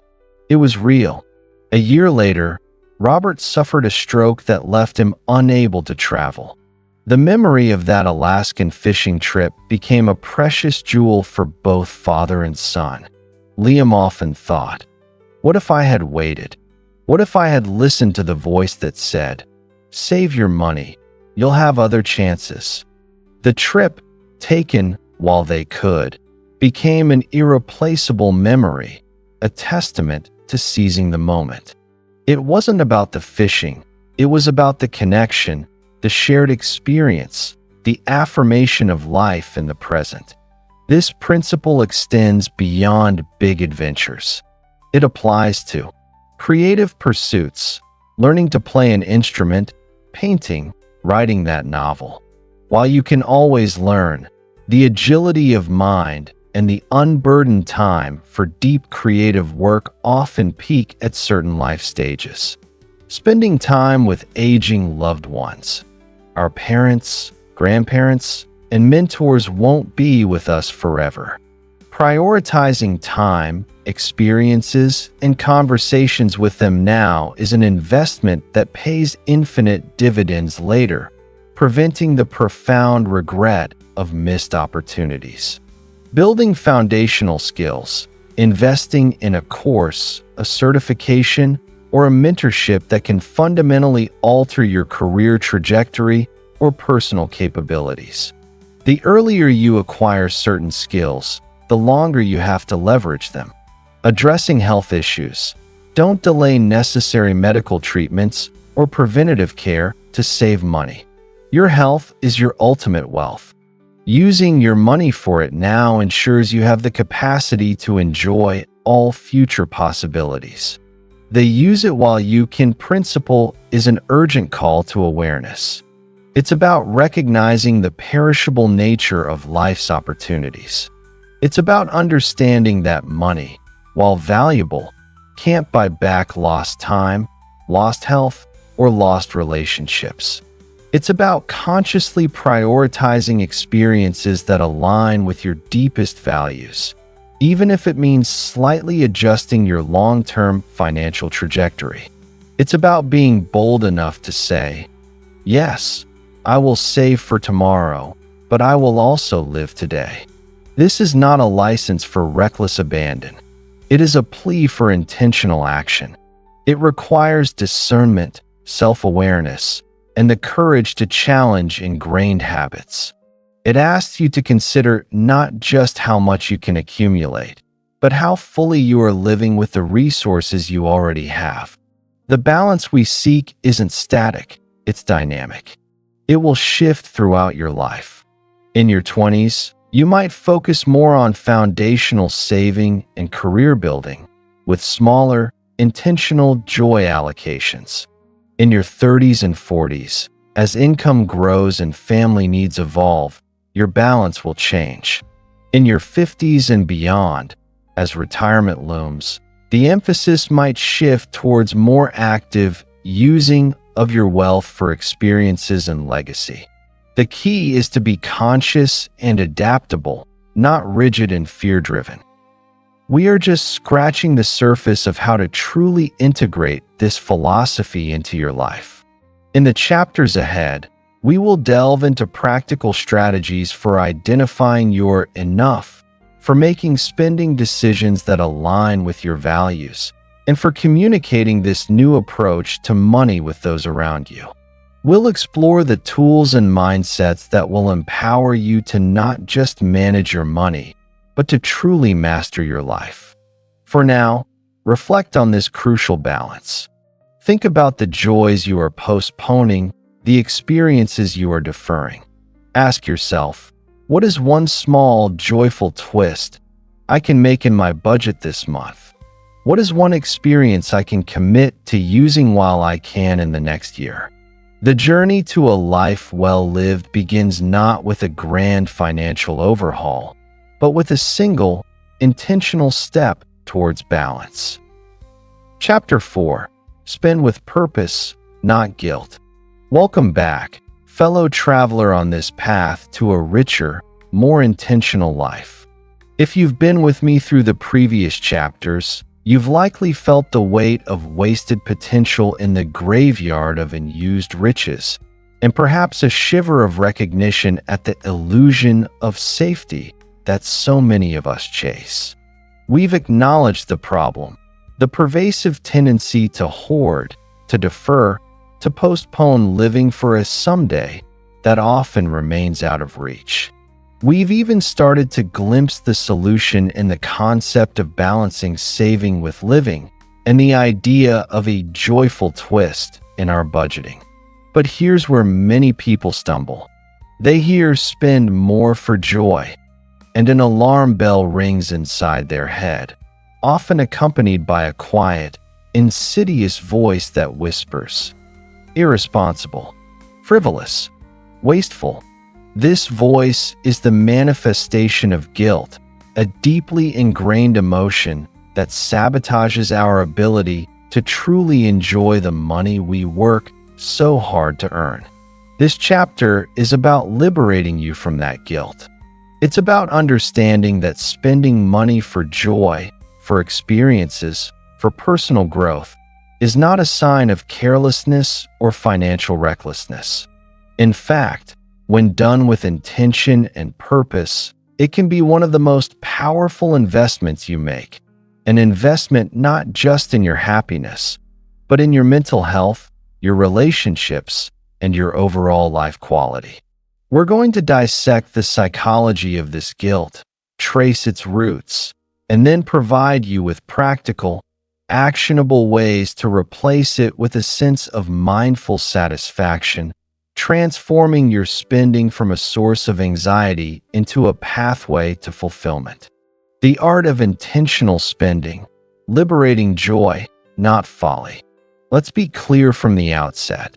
This is not an endorsement of impulsive, unchecked spending. We are not advocating for buying things you can't afford, racking up crippling debt, or neglecting your essential financial responsibilities. Far from it. This entire book is built on the premise of intentionality and balance. But within that framework, there is immense power in deliberately allocating funds for what truly brings you joy and enriches your life. This is the art of intentional spending. Think of it like tending a well-manicured garden. Yes, we're back to the garden analogy because it's so apt. You've carefully prepared the soil, your savings, planted hardy perennials for long-term beauty, your investments, and ensured you have enough water for the dry spells, your emergency fund. But a truly beautiful garden also has vibrant annuals, sweet-smelling herbs, and perhaps a comfortable bench to sit and enjoy it all. These aren't irresponsible additions. They are vital for the garden's overall aesthetic, its sensory appeal, and its capacity to bring joy. They are deliberate choices that enhance the present experience without undermining the long-term health of the garden. Similarly, intentional spending on joy and experiences doesn't mean being careless with your money. It means being caring about your life. It means recognizing that your financial resources are there to serve your well-being, not just to exist as numbers in an account. When you spend with purpose, you're not just making a transaction. You're often investing in your most precious assets. Your mental health. The chronic stress of endless saving, the constant deferral of pleasure, the feeling that life is a perpetual uphill climb. These take a toll on our mental well-being. Intentional spending on things that bring genuine joy, relaxation, or stimulation can be a powerful antidote. It can reduce stress, combat burnout, and provide much-needed moments of respite and re-energization. Think about a weekend getaway that recharges your spirit, a subscription to a mindfulness app that calms your anxiety, or a therapy session that helps you navigate life's challenges. These aren't luxuries. They're essential components of a healthy mind. Your relationships. So many of our most cherished memories are created through shared experiences. A trip with your spouse, a special meal with your parents, a concert with your best friend, a unique outing with your children. These moments are priceless. Money, when intentionally spent on these shared experiences, fosters deeper connections, strengthens bonds, and creates a rich tapestry of communal memories that last a lifetime. Contrast this with the isolation that often accompanies obsessive saving, where family outings are cut short and friendships wither due to a reluctance to spend.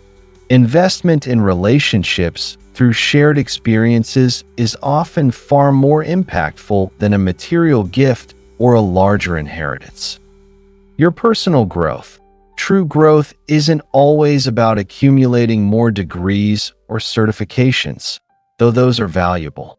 It's also about expanding your horizons, learning new skills for pure enjoyment, trying new things, and stepping outside your comfort zone. Intentional spending can facilitate this.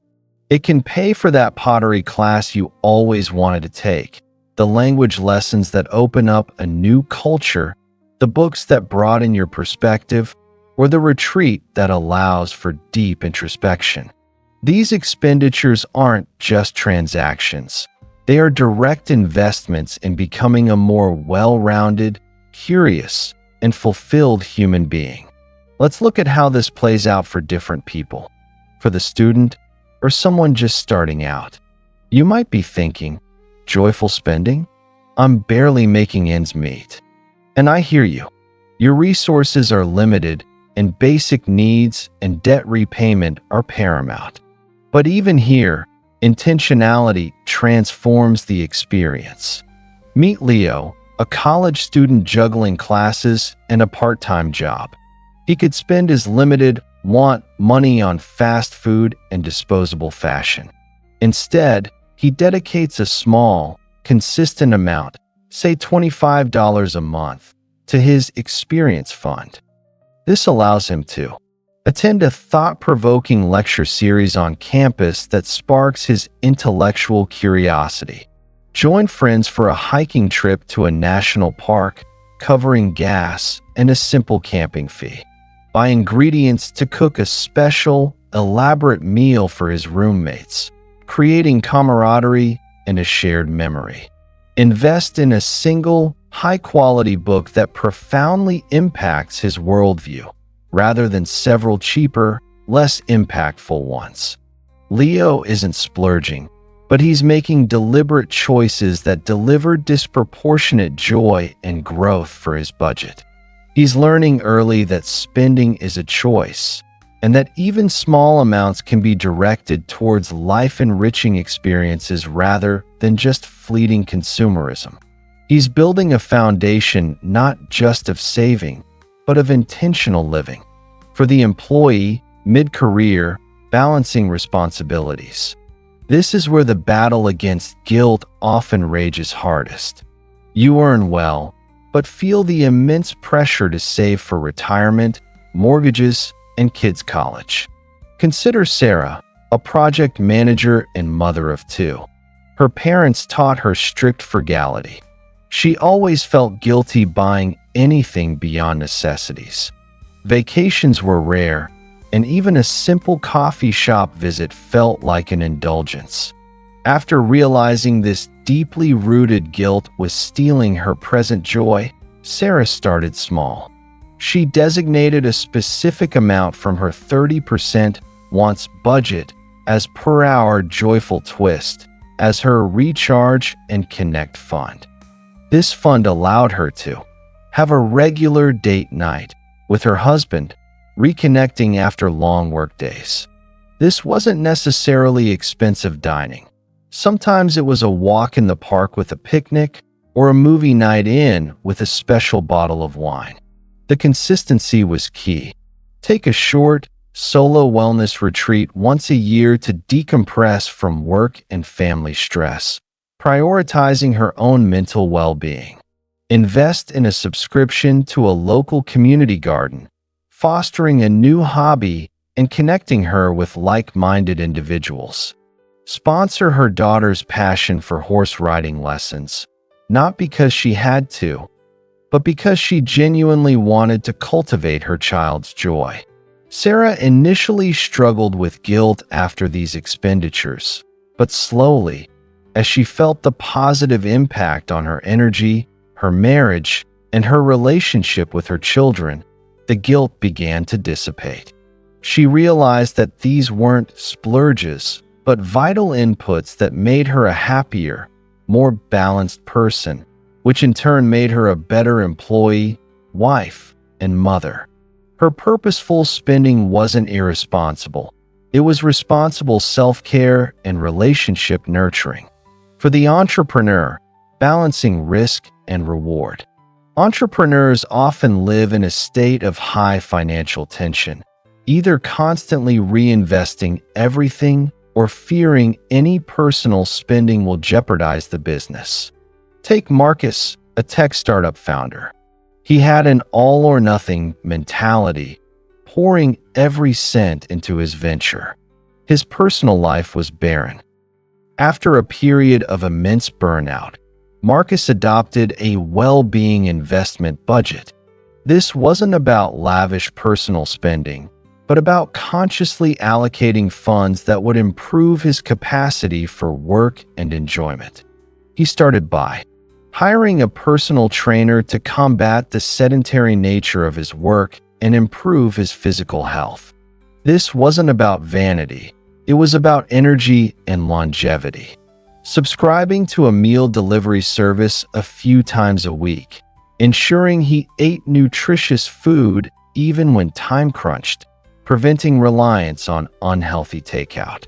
Blocking out dedicated, unplugged time each week, using that time for simple, planned activities like walking in nature or reading a non-business book, instead of feeling guilty for not working. Taking a single, short business trip that combined a necessary conference with a day or two of personal exploration in the new city, blending work and modest pleasure. Marcus found that these investments in his well-being made him more resilient, more focused, and ultimately more effective in his business. He learned that taking care of the instrument, himself, was just as important as perfecting the music, his business. His purposeful spending was an investment in his long-term capacity and sustainable success. For the retiree, or those nearing retirement, this group faces the unique challenge of having accumulated wealth but being terrified to spend it. They often feel immense guilt drawing down on their nest egg. Consider Eleanor, who, after decades of frugal living, found herself a widow with ample funds but little joy. Her guilt was about depleting what Walter had worked so hard for. Eleanor started with a legacy and living budget. She decided that a portion of her money, drawn intentionally, would be for experiences and creating a living legacy. She began by taking a cooking class, something she'd always wanted to do, and then hosting small, joyful dinners for friends and family, using her home as a hub for connection. Funding a small, annual scholarship in Walter's name at a local community college, turning a portion of his unused riches into a meaningful, living tribute. Booking train trips to visit distant friends and relatives she hadn't seen in years, prioritizing relationships over strict asset preservation. Hiring a gardener to maintain her beautiful yard, freeing her up to enjoy it without the physical burden, and allowing her to invite others over more often. Eleanor began to see her money not as a dwindling resource, but as a vibrant tool for purpose and connection in her later years. The guilt slowly faded as she witnessed the joy her spending brought to herself and others. She was using her wealth to truly live her retirement, not just sit beside it. In all these cases, the common thread is that spending with purpose transforms it from a source of anxiety into a source of empowerment. It's about being deliberate, aligning your money with your values, and seeing it as a means to enhance your life, not just accumulate for a hypothetical future. Unpacking the backpack of guilt, why we feel it. So, Why does this guilt about spending, even when we can afford it, cling to us so stubbornly? It's like a heavy backpack we carry, filled with invisible stones, each one representing a past lesson or a cultural message that tells us money is sacred, spending is bad, or you haven't earned the right to enjoy this yet. Let's unpack that backpack. The primary culprit is often our upbringing and early experiences with money. If you grew up in a household where money was a constant source of stress, where parents argued about finances, or where frugality was elevated to a moral virtue, you've likely internalized a powerful scarcity mindset. You might have heard phrases like, "Money doesn't grow on trees. We can't afford that. Save every penny for a rainy day. You're being wasteful." These messages, often well-intentioned and born of genuine hardship, become deeply embedded in our subconscious.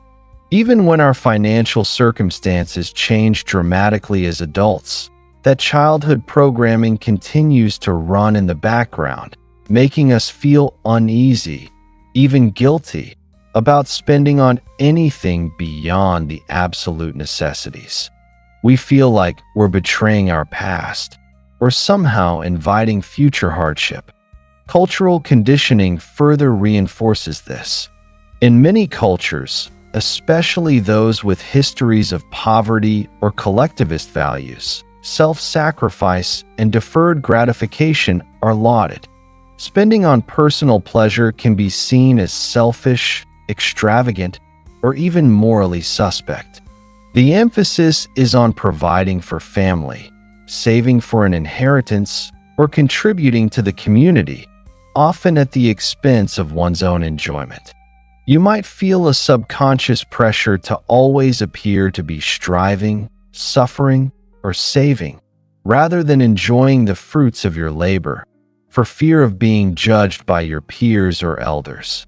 The invisible social contract often dictates, you must always be productive, always be saving, always be preparing. The scarcity mindset is a pervasive psychological trap. It's the belief that there is never enough and there will never be enough. It's distinct from being truly poor. It's a perception of scarcity, even in the face of abundance. This mindset fuels the hoarding tendency we discussed in Chapter 1. Every dollar spent feels like a dollar taken away from a perpetually insufficient pile. It creates a constant state of anxiety, where you're always trying to fill a bucket that feels bottomless. This mindset makes spending, even purposeful spending, feel like a threat to your very survival, triggering deep-seated fears and, consequently, guilt. The media and financial industries, as we touched on before, can also unknowingly contribute to this guilt. While they provide valuable information, the constant focus on potential financial catastrophes, retirement shortfalls, and the dangers of debt can create an atmosphere of pervasive anxiety. This fear-driven narrative reinforces the idea that spending money, especially on wants, is inherently risky and irresponsible, further amplifying our guilt whenever we dare to deviate from a path of extreme austerity. So, how do we replace this guilt with mindful satisfaction? It starts with awareness. Recognizing why you feel guilty is the first step towards dismantling that feeling. Is it your parents' voice? A societal expectation? A deep-seated scarcity fear? Once you identify the source, you can begin to challenge it. The next step is to align your spending with your personal values. Guilt often arises when we spend reactively or on things that don't truly resonate with our core values. If you spend money on a fancy gadget because you feel pressured to keep up, but your true value is connection, you'll likely feel guilty. But if you spend money on a meaningful experience with a loved one, and connection is a core value, that spending will feel empowering, not guilt-inducing. Here's a simple exercise. Identify your top 3 to 5 life values. Are they connection, creativity, adventure, learning, health, freedom, peace of mind, contribution? Write them down. Look at your joyful twist spending budget. Is what you plan to spend money on truly aligned with these values? Before you spend, ask yourself, does this purchase or experience genuinely support one of my core values? Will it bring me lasting satisfaction or meaningful growth/connection? Or is it a fleeting pleasure driven by external pressure? When your spending is a deliberate reflection of what truly matters to you, the act of spending transforms from a potential source of guilt into an act of self-affirmation and purposeful living. It becomes a conscious decision to invest in the quality of your life, rather than a careless indulgence. The feeling shifts from, "I shouldn't have spent that," to, "I am so glad I invested in this experience/opportunity." This mindful satisfaction is the antidote to financial guilt. Practical ways to spend that create memories and value. Okay, you're ready to shed the guilt. You understand the why. Now let's talk about the what and the how. What kind of spending truly adds long-term happiness and value, creating memories that nourish your soul rather than just fleeting pleasure? And how can we view spending not just as a transaction, but as an investment in life quality? The key here is to prioritize experiences over possessions and investments in yourself/relationships over material accumulation. While there's nothing wrong with owning things that bring you joy or utility, experiences and growth tend to yield far greater returns in terms of long-term happiness and fulfillment. Here are some practical categories and ideas for spending that generate true value and memories. 1. Travel and exploration. Not just lavish trips. This doesn't mean you have to book a luxury cruise. It can be a weekend road trip to a national park, camping with friends, exploring a nearby town you've never visited, or even a day trip to a local museum or historical site. Immersive cultural experiences. Taking a cooking class in a foreign country, attending a local festival, learning a few phrases of a new language before you go. Adventure travel. Hiking, kayaking, climbing, even if it's a local day hike. Why it adds value. Travel broadens your perspective, challenges your assumptions, creates vivid memories, fosters resilience, and often leads to profound personal insights. Shared travel experiences create incredibly strong bonds with loved ones.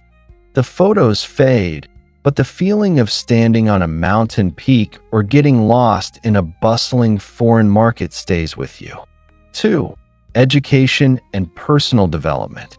Lifelong learning, not just formal degrees. This includes online courses in a passion area, e.g., coding, creative writing, gardening, workshops, pottery, woodworking, photography, or simply investing in books that expand your mind. Skill acquisition for joy, learning a musical instrument, a new language, a craft. These aren't always about career advancement, but about the sheer joy of mastery and creativity. Wellness and mindfulness. Investing in yoga classes, meditation retreats, a quality therapist, or coaching that supports your mental and emotional well-being. These are often seen as luxuries, but are fundamental investments in your capacity to handle life and find peace. Why it adds value. It expands your capabilities, sparks new interests, connects you with new communities, and fosters continuous growth. It prevents mental stagnation and adds layers of richness to your inner life. 3. Experiences with loved ones. Prioritize shared time. This is arguably the most impactful category. It includes regular date nights with a partner, even simple ones like a walk and coffee, special outings with children, theme parks, zoos, plays, nature walks, or planning consistent gatherings with extended family and friends, potlucks, game nights, annual traditions. Creating family traditions, deliberately budgeting for annual events, a family beach trip, a holiday baking day, a specific hike. These become the bedrock of shared memory. Meaningful celebrations. Rather than focusing solely on expensive gifts, invest in experiences for birthdays or anniversaries, a special dinner, a weekend getaway, a joint activity. Why it adds value. These expenditures directly strengthen your most important relationships. They create emotional capital, a deep well of shared memories and bonds that are truly priceless and last longer than any material possession. The quiet regret of missed time with loved ones, as we saw with Arthur, is often the most profound. 4. Investing in health and well-being. Beyond medical emergencies. While emergency funds are crucial, this category is about proactive, preventative care that enhances daily living. This could be a gym membership, ergonomic office equipment, a high-quality mattress, or healthy meal preparation services. Stress reduction, massages, spa days, or even simply paying for services that free up your time, like a cleaner or a laundry service, if the stress of those chores weighs heavily on you. Why it adds value. Your health is the foundation of your ability to enjoy any aspect of life. Investing in it proactively ensures you have the energy, vitality, and physical capacity to pursue your passions and connect with loved ones for years to come. It's about protecting your most fundamental asset. And 5. Passions and hobbies. Equipping your interests. If you love to cook, investing in a high-quality cooking tool or a specialty ingredient that elevates your culinary experience. If you love music, a better pair of headphones or a subscription to a high-fidelity streaming service. Participation over consumption. Buying tickets to a concert or a sporting event rather than just streaming it. Joining a club or league related to your hobby. Why it adds value. Hobbies bring joy, reduce stress, provide a sense of accomplishment, and can connect you with like-minded individuals. Investing in them is investing in your personal fulfillment and mental respite. The common thread through all these examples is that the spending isn't about an object, but about the experience it facilitates, the growth it enables, the connection it fosters, or the well-being it provides. When you reframe your mindset to view these expenditures as investments in your life quality, the guilt begins to fade, replaced by a deep, mindful satisfaction. You're not just spending money, you're buying moments, memories, and a richer version of yourself. This is a profound shift from a scarcity mindset to an abundance mindset, not an abundance of material possessions, but an abundance of lived experiences. It's about leveraging your money, that powerful tool we discussed, to sculpt a life that feels vibrant and meaningful, rather than simply safe and stagnant. As we move into the next chapter, we'll delve even deeper into the practicalities of making this shift.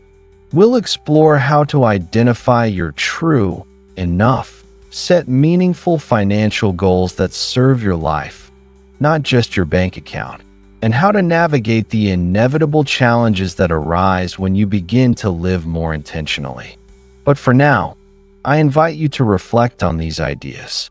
What are the experiences, the connections, the aspects of personal growth that you have been postponing out of guilt or fear?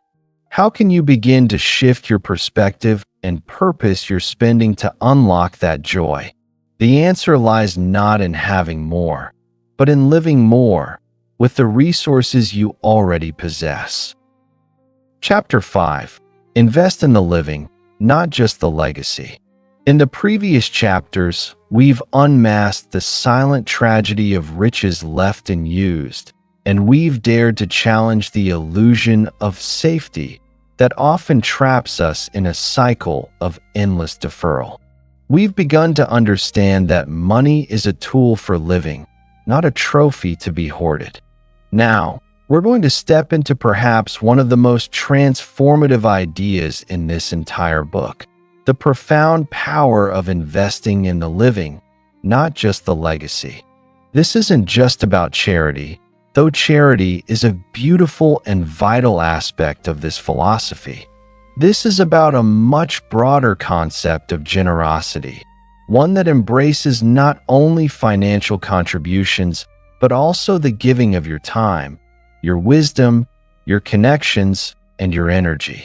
It's about recognizing that the greatest impact, the deepest joy, and the most enduring form of security often come not from accumulating every last penny to leave behind, but from actively deploying your resources to enrich lives, including your own, while you are still here to witness and participate in that transformation.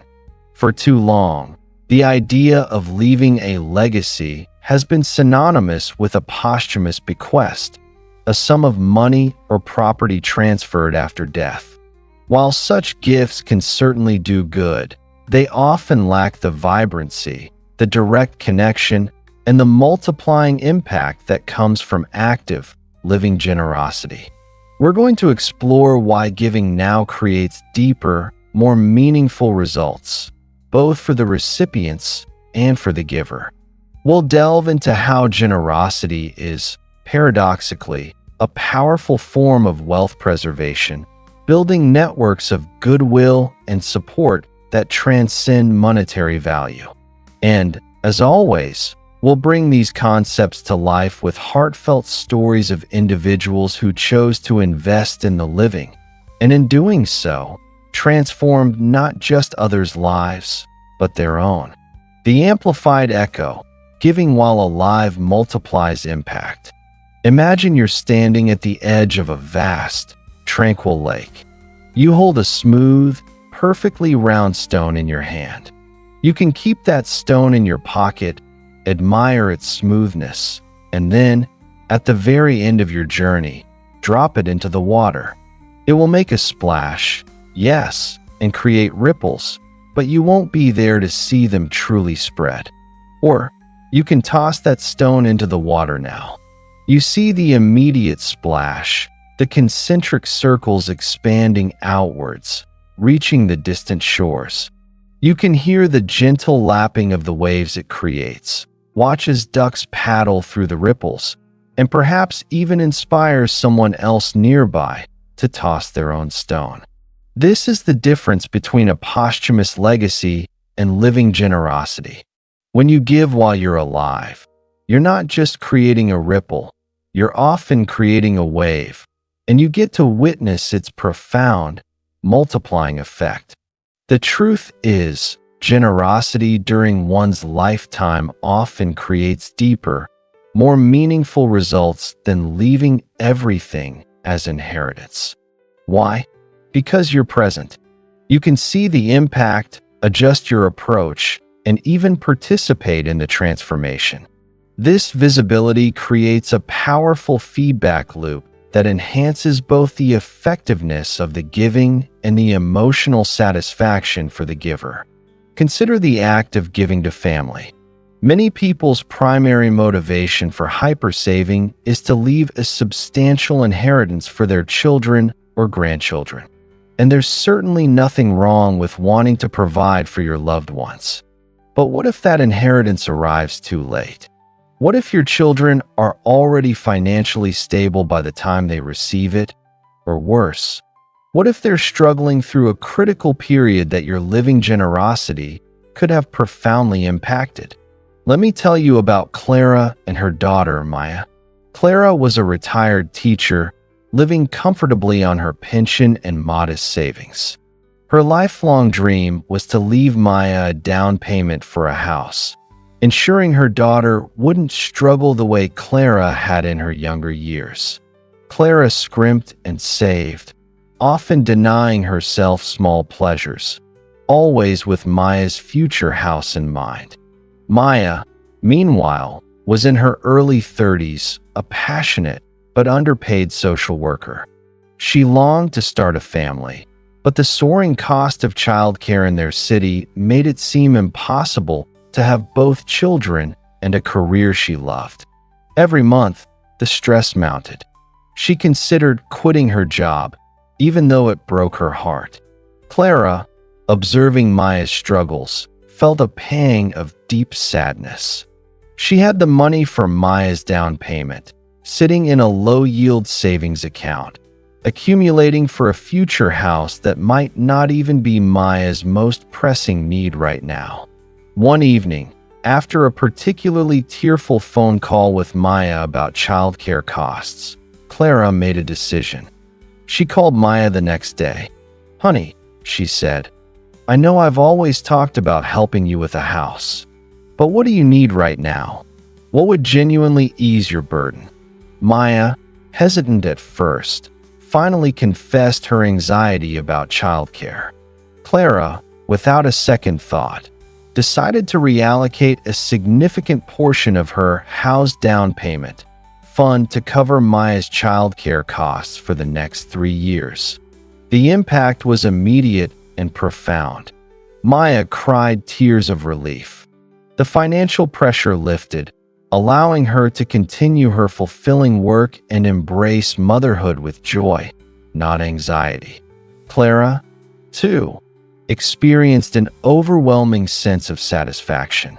She saw the relief in Maya's eyes, heard the renewed energy in her voice, and watched her grandchildren thrive under quality care.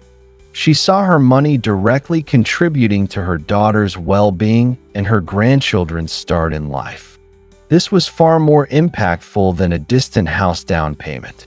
It was a lifeline, a tangible expression of love, witnessed and felt by both giver and receiver. Clara realized that seeing her daughter flourish now was the greatest return on investment she could ever ask for. Her money, used in the living, multiplied into peace of mind, strong relationships, and active participation in her family's joy.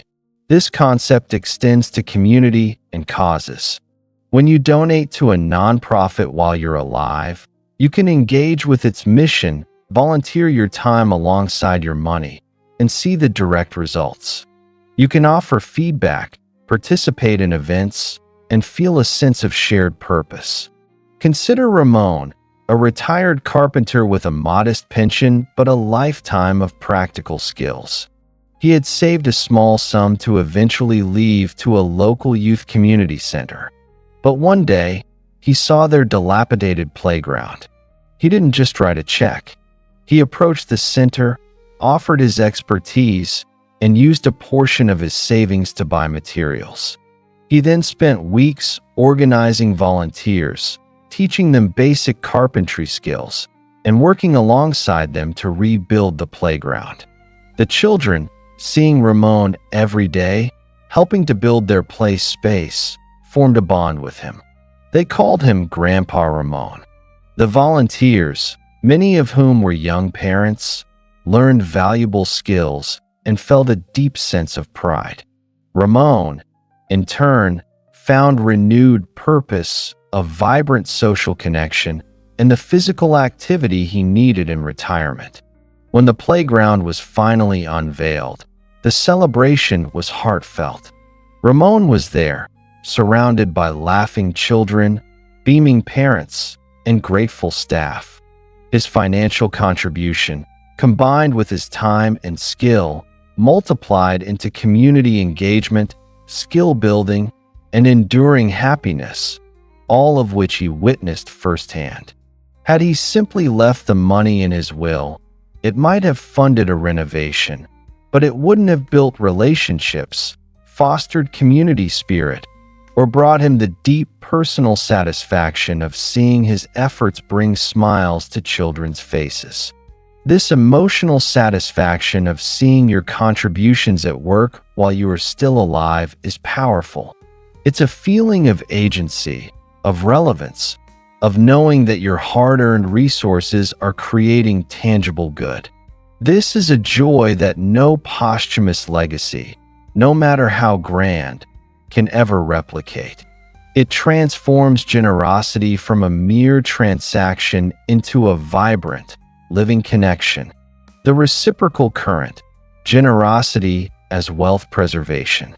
Now, let's explore a seemingly paradoxical idea, that generosity is, in itself, a form of wealth preservation.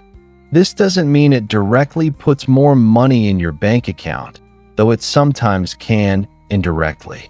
Instead, it preserves and enhances your overall well-being, your social, emotional, and even practical wealth, in ways that purely financial accumulation cannot.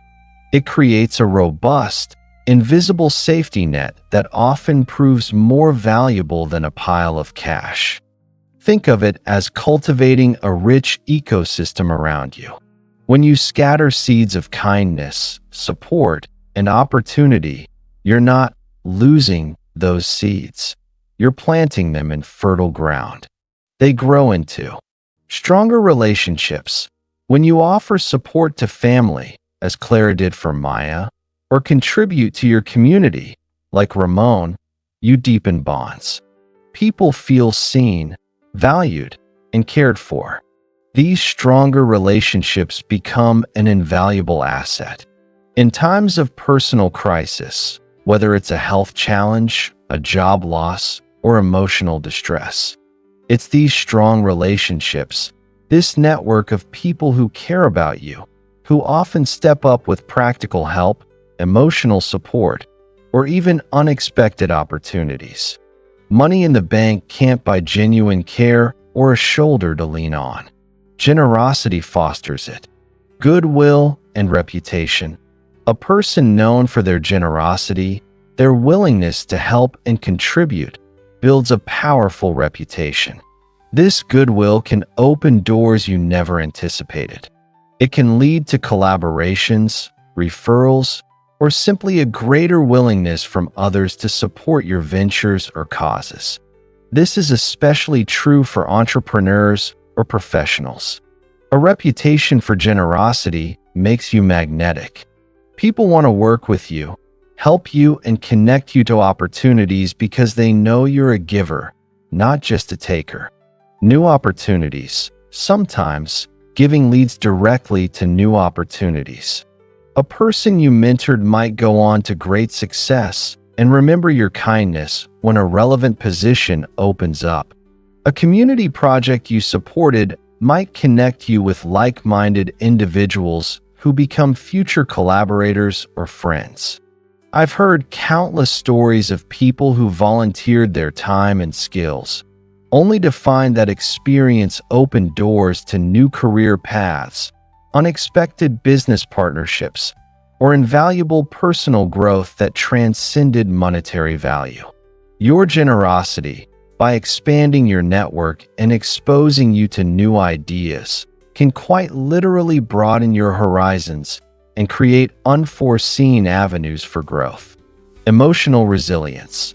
The act of giving is scientifically proven to boost happiness, reduce stress, and even improve physical health. When you contribute meaningfully to others, you experience a helper's high, a sense of purpose and fulfillment that is incredibly protective for your mental and emotional well-being. This emotional resilience is a profound form of wealth preservation. It helps you navigate life's challenges with greater strength and optimism, reducing the need for costly external coping mechanisms. When you feel connected and purposeful, you are less susceptible to the anxieties that often drive excessive hoarding. So, when we talk about wealth preservation, we need to expand our definition beyond just financial assets. Your social capital, your emotional well-being, your sense of purpose, your community connections. These are all forms of wealth, and they are actively preserved and enhanced through generosity. Giving is not a loss. It's an investment in a richer, more resilient, and more connected life. It's about multiplying value in non-monetary forms, creating a security that is far deeper and more robust than any bank account balance alone. Ripple effects, stories of living generosity. Let's dive into more stories, because it's in the narratives of real people that these principles truly come alive. These are individuals who chose to give while they lived, and in doing so, not only changed lives around them, but profoundly transformed their own sense of purpose and happiness. Consider Elena, a vibrant woman who, after a successful career in publishing, retired in her early 60s with a comfortable but not extravagant nest egg. Her children were grown, independent, and she had no desire to leave them a massive inheritance. Instead, she chose to become an active angel investor in her community, not with huge sums of money, but with what she called micro-grants of opportunity. One day, she met Jamal, a talented young chef struggling to open his first small restaurant.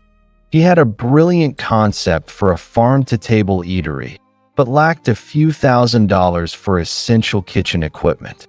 Elena, instead of giving a large lump sum, offered Jamal a no-interest loan for the equipment, with a flexible repayment plan based on his restaurant's initial profits. Crucially, she also offered her time. She helped him fine-tune his marketing message, connected him with her network of local food writers, and even spent hours helping him set up his social media. Jamal's restaurant thrived. He repaid Elena's loan in full, and then some, always sending her a special dish from the menu whenever she visited. Elena's initial financial investment, coupled with her active mentorship, had transformed a young man's dream into a successful reality. But the impact on Elena herself was enormous.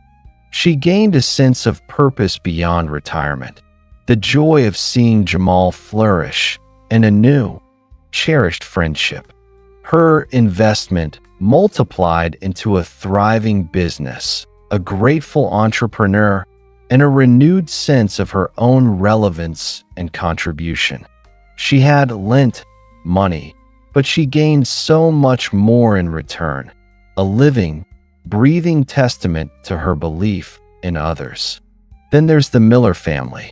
John and Susan Miller, a middle-class couple with 2 teenagers, had always lived frugally, focusing on saving for their retirement and the kids' college funds. They rarely indulged in luxuries. Their neighbors, the Rodriguez family, faced an unforeseen crisis when Mr. Rodriguez suffered a serious accident that left him unable to work for several months. Their income plummeted, and medical bills quickly piled up. John and Susan had a healthy emergency fund, far exceeding what they typically needed.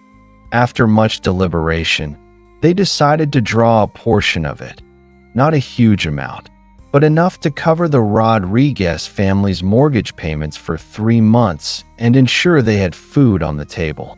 They didn't announce it publicly. They simply approached the Rodriguezes quietly, offering their support as friends and neighbors. The Rodriguez family was overwhelmed with gratitude. That act of generosity, at their most vulnerable time, pulled them back from the brink of financial collapse and emotional despair. They were able to focus on Mr. Rodriguez's recovery without the added burden of losing their home. For the Millers, the experience was profoundly impactful. John and Susan saw the immediate relief in their neighbors' eyes. They saw the family's resilience strengthen. They felt a deep sense of connection to their community. And in a surprising turn, When John later faced a challenging period at work, Mr. Rodriguez, now recovered, went out of his way to help him, connecting him with new opportunities and offering unwavering moral support. The Millers' initial financial generosity had multiplied into a powerful bond of friendship, a reciprocal safety net that proved more valuable than the temporarily reduced number in their savings account. They realized that their security wasn't just in their money, but in the strength of their human connections. Finally, let me share a story that highlights the beauty of giving one's time and passion, even with limited financial resources. This is about Ms. Anya Sharma, a quiet, unassuming woman who lived alone in a small apartment. She didn't have a large fortune, but she had a deep love for reading and a passion for helping children. She had always planned to donate a small sum to the local library in her will to purchase new books. However, as she approached her 70s, Ms. Sharma started feeling isolated. She saw an advertisement for a Reading Buddies program at the library, looking for volunteers to read with children who needed extra support. She hesitated, thinking her time would be better spent preserving her energy and finances. But something shifted within her. She decided to invest in the living. Ms. Sharma began volunteering twice a week. She read stories to children, helped them with their homework, and simply listened to their dreams and worries. Her quiet presence became a source of comfort and inspiration for many young minds. One child, a shy boy named Ben, struggled with reading. Ms. Sharma patiently worked with him week after week, celebrating every small victory. She used her own modest funds to buy him a special dictionary and a beautifully illustrated copy of his favorite book. Slowly, Ben's reading improved. His confidence blossomed. Ms. Sharma witnessed this transformation firsthand. She saw the light in his eyes when he finally read a full paragraph without stumbling, the pride on his face when he understood a complex word. This direct impact brought her a joy she hadn't known was possible. Her life, which had felt increasingly small and solitary, expanded to include the vibrant world of the children she served. She forged connections with their parents and with the library staff. When Ms. Sharma fell ill a few years later, Ben's family, who had never forgotten her kindness, organized a roster of volunteers to bring her meals, clean her apartment, and drive her to appointments. The library staff and other parents visited her regularly. The community she had invested in, with her time, her wisdom, and her small financial gestures, rallied around her. Her wealth of goodwill, cultivated through living generosity, became her greatest support system when she needed it most. She had invested in the living, and the living, in turn, invested in her. These stories are not just heartwarming. They are powerful examples of a fundamental truth. The purpose of wealth is not simply to be accumulated, but to be activated. When we activate our resources, financial, temporal, or intellectual, to uplift others, to build community, and to foster connection, we are not diminishing our own security. We are, in fact, creating a different, often more profound, form of security. This isn't about emptying your accounts or sacrificing your future entirely. It's about balance, as we discussed in Chapter 3. It's about recognizing that a truly rich life isn't just about what you keep, but what you give, and how that giving can create ripples of positive impact that you get to witness and participate in. It's about realizing that the legacy you leave behind is often less about the money in your will and more about the lives you touched, the relationships you nurtured, and the good you brought into the world while you were still here, breathing, living, and capable of making a difference. As we move forward, we'll continue to unpack these transformative ideas. In the next chapter, we'll delve into how to actively define your enough, that crucial point where accumulation can shift to confident deployment for living and giving. We'll empower you to move beyond fear-driven saving to a life where generosity is a natural, joyful extension of your financial well-being. The journey continues, and with each step, we move further away from saving for the grave and closer to truly investing in the living. Chapter 6: Escaping the Poverty Mindset. If you've been with me through the graveyard of unused riches, the illusion of safety, and the art of spending with purpose, not guilt, you might be asking yourself, why is this so hard? Why do I still feel that nagging reluctance, that fear, even when I understand these concepts logically? The truth is, the deepest roots of our financial behaviors often lie not in the numbers in our bank account, but in the unseen landscape of our minds. This chapter is about unearthing one of the most powerful, yet often invisible, saboteurs of a full life: the poverty mindset. It's a mindset that can plague individuals regardless of their current income or net worth, whispering doubts, fostering fear, and preventing them from truly embracing the abundance available to them. We're going to explore why even genuinely wealthy people can think, behave, and feel as if they are poor, trapped by invisible chains forged in their past. We'll then learn how to distinguish between scarcity thinking and abundance thinking, and, most importantly, begin the crucial work of retraining our minds to see possibilities instead of limitations, to embrace value creation over fear-driven hoarding. Because ultimately, how we think about money dictates how we use it, and thus, how we live our lives. The silent imprisonment: why wealthy people can think like the poor. It might seem illogical, even absurd. How can someone with millions in the bank, or a thriving business, or a substantial pension, still live with the constant anxiety and restrictive habits typically associated with poverty? Yet, this is a pervasive reality, a silent imprisonment where the bars are psychological, not financial. Let me tell you about Eleanor Vance.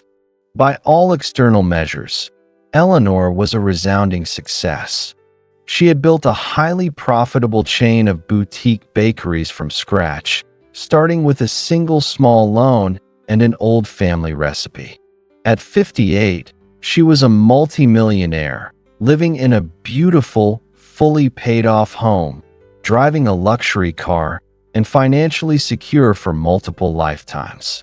She could have retired comfortably years ago, traveled the world, or indulged in any passion she desired. But Eleanor lived as if disaster was perpetually around the corner. She haggled fiercely over small vendor invoices, often to the point of straining relationships. She ate the same simple, inexpensive meals every day, even though she could afford a private chef. She wore clothes until they were threadbare, meticulously patching them.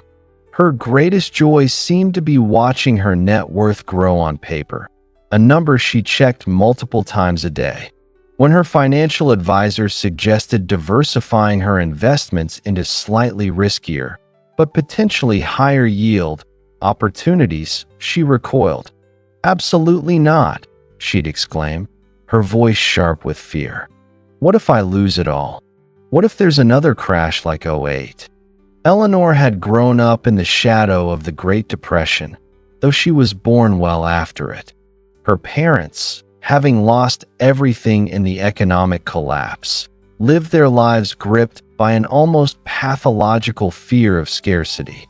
They saved every scrap, wasted nothing, and preached constant vigilance against unseen financial threats. "Never trust anything that promises easy money," her father would warn. "Always keep enough hidden away for the worst." Eleanor, a bright and impressionable child, absorbed these lessons into her very bones. She saw her parents' constant anxiety, their relentless frugality, as the key to survival. Even when her bakeries flourished and her fortune swelled, that deeply ingrained fear never left her. The millions in her bank account didn't erase the feeling that scarcity was still lurking, just waiting to snatch it all away. She rarely took a vacation, citing too much to do, or it's an unnecessary expense. Her relationships suffered. Friends found her difficult, constantly worrying about money, even when they knew she was wealthy. She never allowed herself to experience genuine financial freedom because her mind was still operating from a place of deep-seated historical poverty. Her wealth was a shield, not a tool for living, and she was still fighting a battle that had ended decades ago in her parents' generation. Eleanor's story is far from unique. Many individuals who achieved significant wealth, especially those who came from humble beginnings or experienced severe financial hardship in their formative years, can remain trapped in a poverty mindset. This isn't about their current financial reality. It's about their ingrained beliefs, their emotional programming around money. This mindset stems from several powerful sources: upbringing and early conditioning. The financial narratives we hear as children form the bedrock of our adult money beliefs. If your parents struggled, or preached extreme frugality, or lived in constant fear of debt, these lessons can become deeply embedded. Even if you later become financially secure, that early programming continues to run like a background application, dictating your emotional responses to spending, saving, and risk. You might feel guilty for enjoying luxuries, even small ones, or believe that any form of comfort is a slippery slope to financial ruin. Past financial traumas. Experiencing a significant financial setback, a job loss, a market crash, a business failure, a devastating medical bill, can leave deep psychological scars.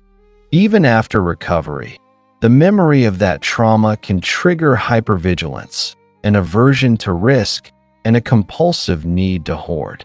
You might interpret every economic downturn as a precursor to disaster, every unexpected expense as a sign of impending doom, regardless of your actual financial resilience. Your mind remains stuck in a survival mode, even when your current situation is one of thriving. Cultural narratives. As we discussed in previous chapters, many cultures emphasize extreme thrift, self-sacrifice, and deferral.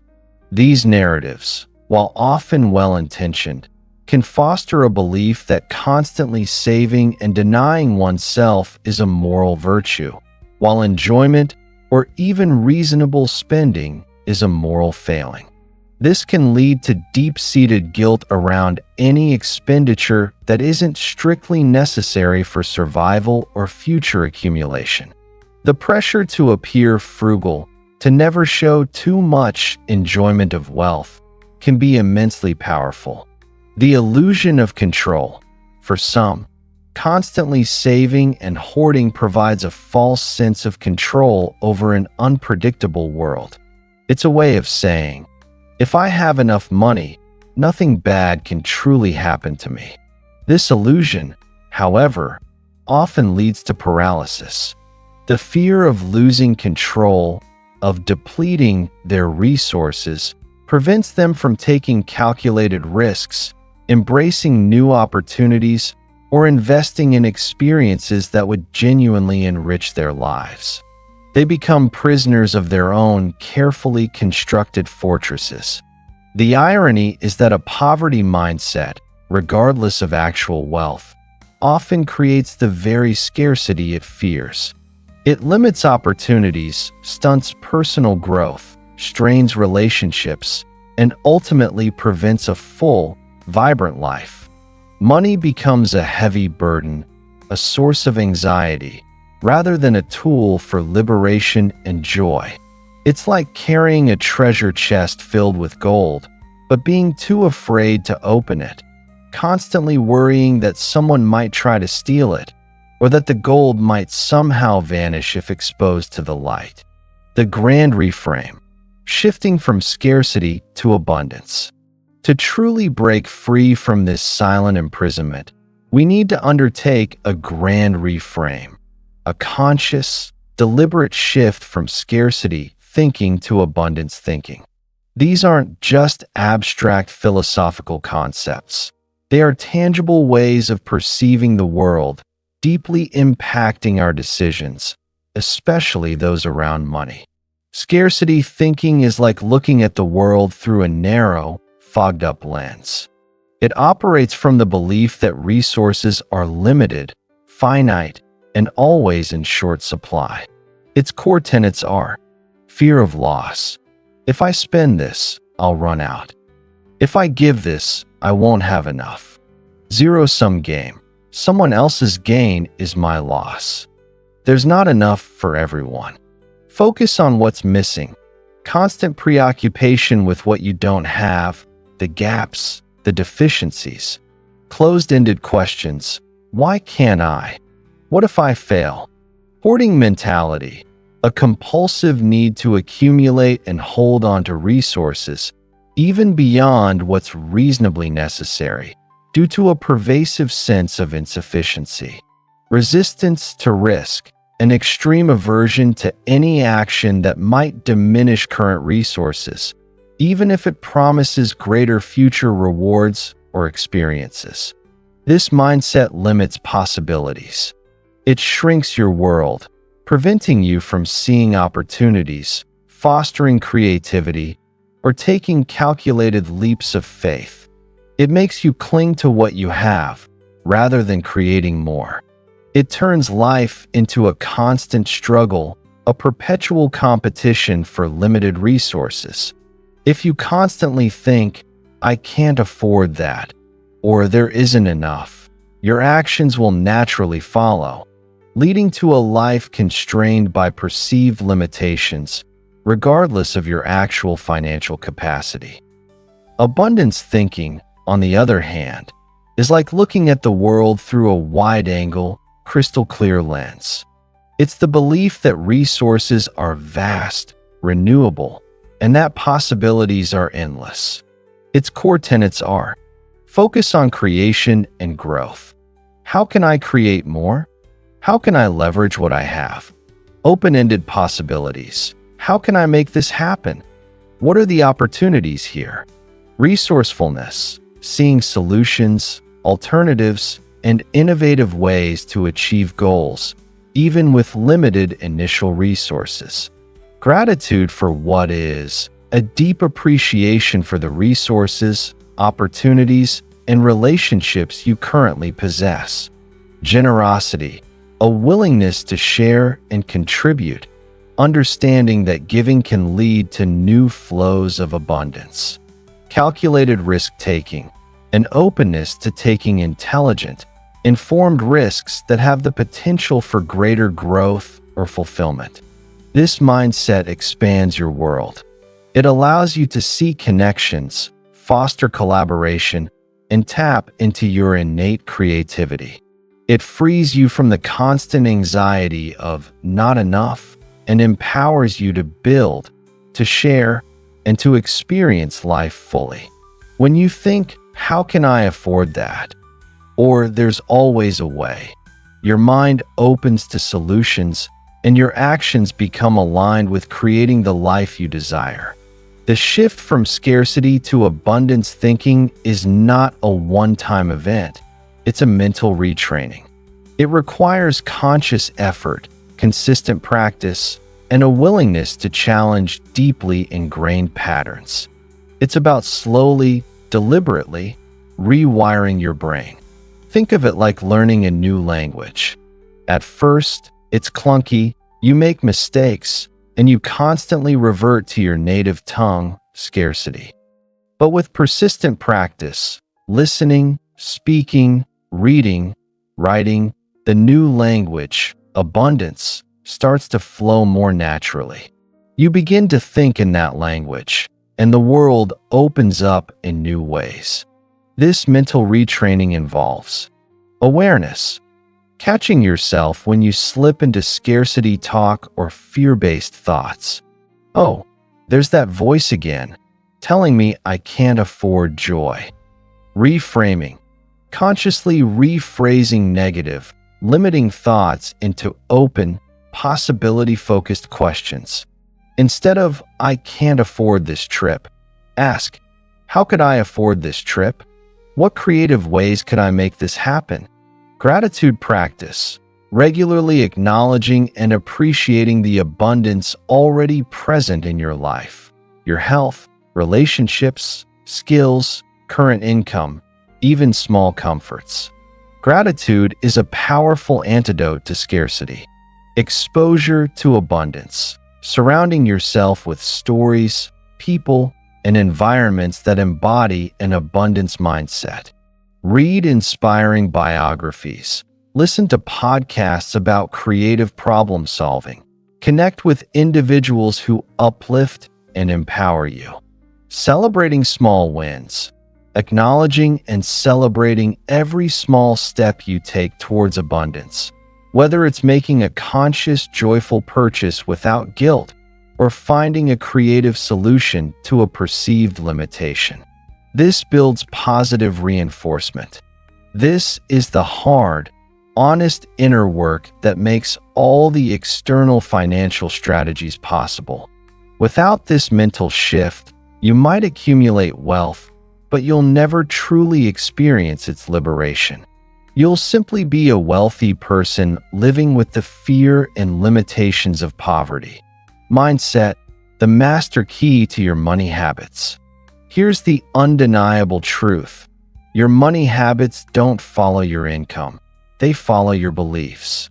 If your beliefs about money are rooted in fear, scarcity, and a constant anticipation of disaster, then your spending, investing, and generosity will inevitably be restricted, guarded, and anxiety-ridden, regardless of how much money you actually possess.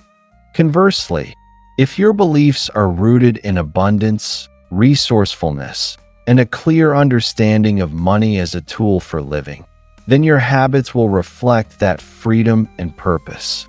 Let's illustrate this with a tale of two individuals, both financially identical, yet living vastly different lives because of their mindsets. Meet Arthur, not our initial Arthur, but a new one for this illustration, and Beatrice. Both are 45 years old, single, earn the exact same salary, have the same amount saved in their 401(k)s, and the same amount in their emergency funds. On paper, their financial lives are identical. Arthur, the scarcity thinker. Arthur grew up in a family that had to pinch every penny. He heard constant warnings about recessions and the importance of keeping your head down and saving. He is deeply afraid of job loss or a sudden illness. Even though he has a secure job and a substantial emergency fund, he lives as if he's on the brink of financial ruin. Spending.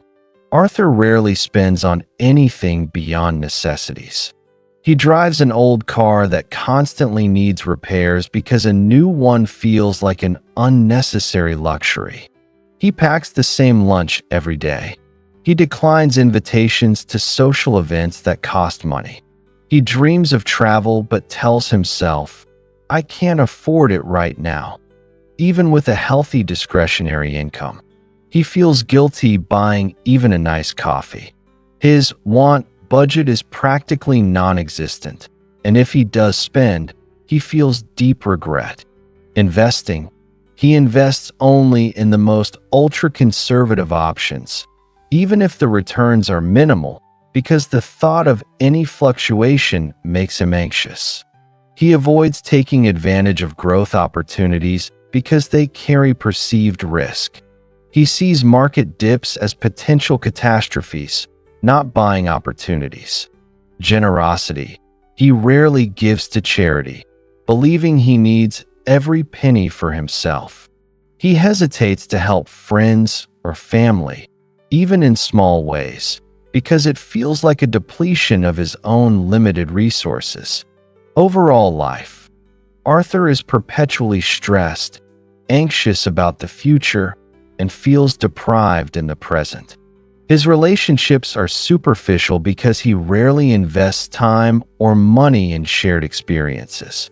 He has money, but he lives a small, fearful, and often lonely life. Beatrice, the abundance thinker. Beatrice also comes from a modest background, but her parents instilled in her a sense of resourcefulness and optimism. They taught her to make the most of what she had and to believe in possibilities. She understands the importance of security but views money as a tool to create a fulfilling life. Spending. Beatrice maintains a sensible budget, but she intentionally allocates a portion of her income to her experience fund. She takes a meaningful trip every year, not necessarily extravagant, but purposeful. She invests in classes that interest her, like pottery or a foreign language. She joyfully buys gifts for loved ones and values experiences over possessions. She doesn't feel guilty about these choices because they align with her values of growth, connection, and adventure. Investing. She has a diversified portfolio that includes both conservative and growth-oriented investments. She understands that market fluctuations are normal and views dips as opportunities, not just threats. She's educated herself on smart financial strategies and feels confident in her long-term plan. Generosity. Beatrice regularly contributes to causes she believes in and is quick to offer practical help or small financial gestures to friends and family in need, seeing it as an act of connection and shared humanity, not a loss. Overall life.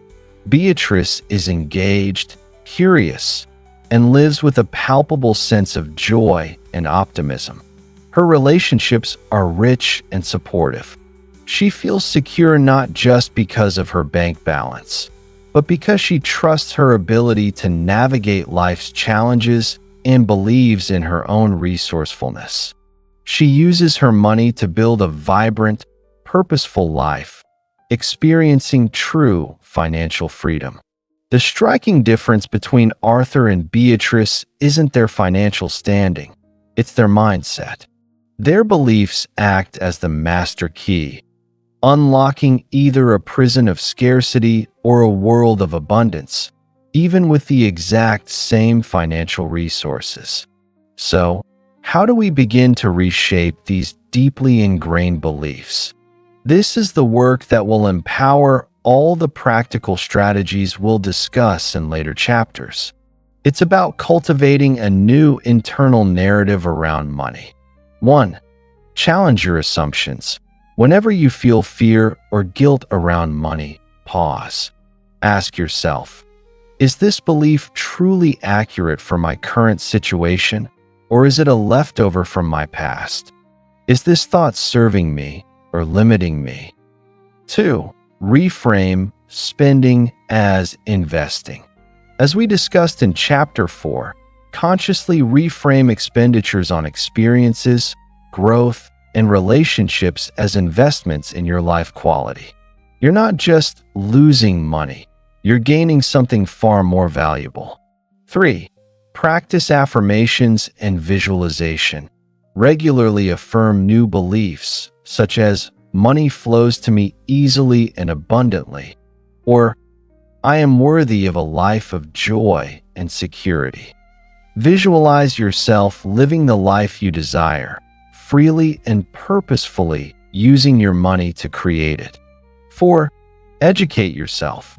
Learn about sound financial principles, not just from alarmist headlines, but from reputable sources that emphasize balance and responsible growth. Understanding how money truly works can dispel many fears rooted in ignorance. 5. Connect with like-minded individuals. Seek out communities or individuals who embody an abundance mindset and a balanced approach to money. Their perspective can be contagious and supportive. And 6. Focus on contribution and value creation. Shift your energy from simply accumulating to creating value, whether through your work, your skills, or your generosity.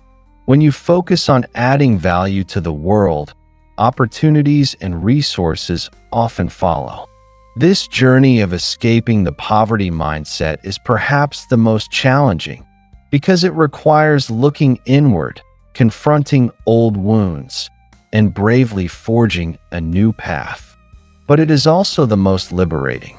When you genuinely shift your beliefs about money, when you understand that it is a tool for building a better life rather than just a symbol of survival, then the entire landscape of your financial future transforms. You move from being a prisoner of fear to a master of your own financial destiny, empowered to live a life rich in experiences, connections, and purpose. This mental groundwork is foundational. In the next chapter, we will delve into the practical strategies and tools that empower you to enact these mindset shifts in your daily financial life. We'll talk about how to define your personal enough and how to build a flexible, dynamic financial plan that truly serves your quest for a life well lived, here and now, not just in some distant, uncertain future. The work continues and the freedom awaits. Chapter 7. Building a life fund, not just a retirement fund. If you've walked with me through the previous chapters, you've hopefully started to feel a shift. We've unmasked the illusion of safety and explored the profound power of spending with purpose and investing in the living. We've even begun to untangle the stubborn roots of the poverty mindset. Now, it's time to translate these powerful insights into tangible action to build the very financial structures that will support a life rich in both security and joy. For most of us, when we hear the word saving, our minds immediately jump to retirement. We picture a distant age, perhaps 65 or 70, when we'll finally be free from the daily grind, able to travel, pursue hobbies, or simply relax. And saving for retirement is, without question, a vital component of a responsible financial life. It is the cornerstone of long-term security and freedom from future financial anxiety. But here's the crucial question. What about all the years before retirement? What about the adventures you dream of taking in your 30s? The skills you want to learn in your 40s? The sabbatical you yearn for in your 50s? The memory-making trips with your children while they're still young enough to be captivated by them? For too long, traditional financial planning has either overlooked these near-term and mid-term desires or relegated them to the realm of wants that are easily sacrificed on the altar of distant future security. This chapter is about challenging that narrow perspective. It's about introducing you to the concept of building a life fund, not just a retirement fund. It's about creating a financial life where you actively save for and anticipate joy and experiences in the short term, 1 to 3 years, and midterm, 3 to 10 years, not just for the far-off future. We'll explore practical ways to set aside money specifically for these adventures, hobbies, and meaningful experiences. We'll introduce the idea of a life dividend, making your investments work for you now, not just in old age. And most importantly, we'll learn how to treat these life-enriching experiences as planned investments in happiness, understanding that their emotional return far outweighs the monetary cost. The two-tiered approach, saving for now and later. Imagine you're planning a grand journey across different continents. You know you'll need a significant sum for the final, longest leg of the trip, perhaps a year-long world tour when you're older. This is your retirement fund. But what about the smaller, equally vital journeys you want to take along the way? The week-long trek in Nepal next year? The cooking course in Italy in 5 years? The family safari in 10? If you only save for the grand finale, you miss all the incredible, life-shaping experiences that could be had on the way. Traditional saving often pushes us towards an all-or-nothing approach. Funnel every spare penny into retirement accounts and deny yourself any significant pleasures until that distant future arrives. This leads to the someday trap we've discussed. The alternative, however, isn't reckless spending. It's a two-tiered approach to saving.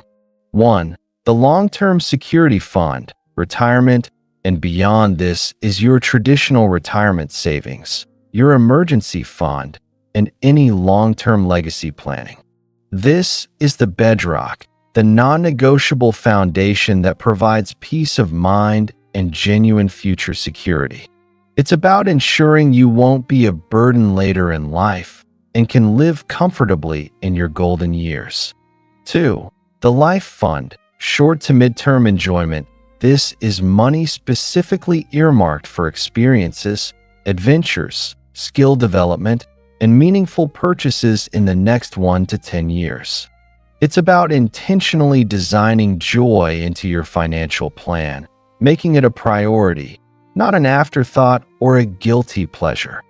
The key distinction is that the life fund isn't about dipping into your retirement savings early.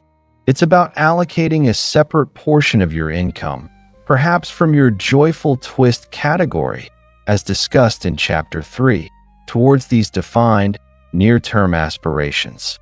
It's about moving from abstract someday dreams to concrete, achievable next year or in 5 years goals.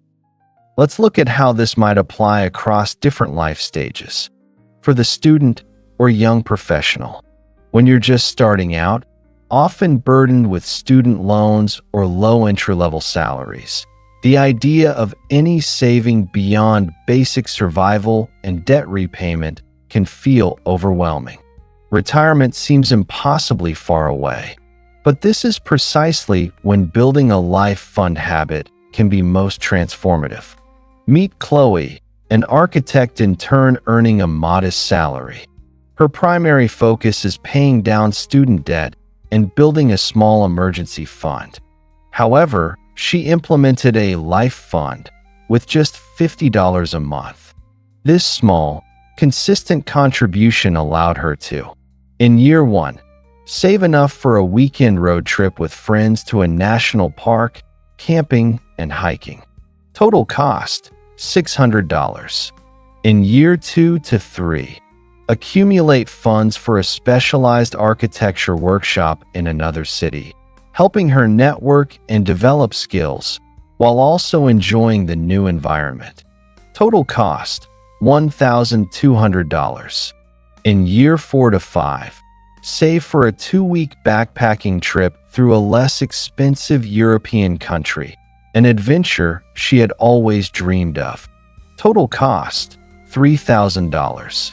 Chloe wasn't delaying her student loan payments or neglecting her emergency fund. She was simply making a conscious choice to prioritize small, yet meaningful, life experiences alongside her financial responsibilities. She learned early that joy wasn't just for later. It could be woven into the fabric of her present, even on a tight budget. This habit of intentional saving for specific experiences cemented her belief that money was a tool for living, not just for surviving. For the mid-career professional, this is often the period of peak earning potential, but also peak responsibilities, mortgages, children, career progression. The pressure to optimize for retirement can be immense, often leading to neglect of current well-being. Consider David and Maria, a couple in their late 40s with two teenagers. They had robust retirement accounts and a comfortable income. Their focus had always been solely on their long-term financial independence. But they noticed their teens were growing up fast, and family time felt increasingly squeezed. They also longed for a meaningful adventure together before their energy levels dipped. They decided to consciously implement a life fund alongside their existing retirement contributions. They allocated an extra 5% of their net income specifically for family experiences and milestone adventures. This allowed them to, in year 1 to 2, take a memorable family trip to a theme park, giving their teens a last hurrah of childhood fun before they truly became independent. Cost for $1,000. In year 3 to 5, fund a shared passion project, an intensive language immersion course in Spain for David, and a creative writing retreat for Maria, both done in sequential years to allow for presence at home. Cost $7,000. In years 6 to 8, save for a once-in-a-lifetime sabbatical, allowing them to travel through New Zealand, fulfilling a lifelong dream, while their now adult children were launching their own lives. Cost $20,000.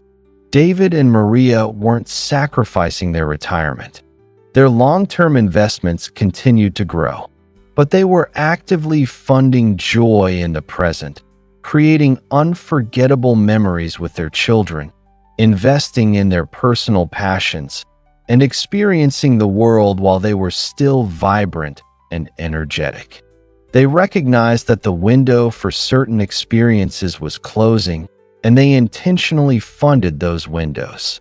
For the business owner, entrepreneurs often face highly variable incomes and a tendency to reinvest every spare penny back into the business, delaying personal enjoyment. A life fund can provide a crucial psychological and practical balance. Meet Lena, who runs a successful online business. Her income fluctuates, and she's constantly thinking about growth.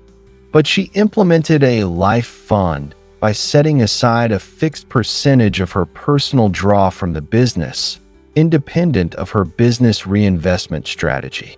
Her life fund goals included, in year 1, funding a solo hiking trip to Patagonia, a challenging physical adventure she had dreamed of for years. Cost $3,500. In year 2 to 3, investing in a high-level coaching program that focused on personal leadership and well-being rather than just business strategy. Cost $5,000. In year 4 to 5, purchasing a small plot of land for a personal garden oasis, a tranquil escape from the demands of her work, something she could cultivate for years to come. Cost $10,000. Lena found that building this life fund, separate from her business finances, gave her a profound sense of personal agency and control over her own well-being. It ensured that her hard-won success translated into real-life experiences and personal growth, not just abstract numbers in a business account. It fueled her entrepreneurial spirit by ensuring she was regularly recharging and investing in herself. For retirees, the life fund concept shifts from saving to allocating from accumulated wealth. The guilt of drawing down funds can be immense. A life fund framework helps manage this emotionally. Consider Eleanor, whom we've met before, now retired and grappling with the guilt of spending. By creating a defined life fund within her overall retirement budget, she gained clarity and permission. She allocated a specific amount annually from her overall retirement draw for active living and connection. This allowed her to regularly visit her grandchildren across the country, prioritizing those precious connections. join a local art class, pursuing a lifelong creative interest she had deferred, contribute to a community project she cared deeply about, seeing her money and time make an immediate difference. Take short, accessible trips to explore nearby historical sites and natural parks, maintaining her curiosity and engagement. Eleanor found that by having a designated life fund within her retirement plan, she wasn't just spending down her nest egg aimlessly. She was purposefully deploying it for the very joy and connection it was meant to provide. It transformed the act of spending from a source of guilt into an act of empowered, intentional living. The beauty of the Life Fund is its flexibility and its focus on defined goals.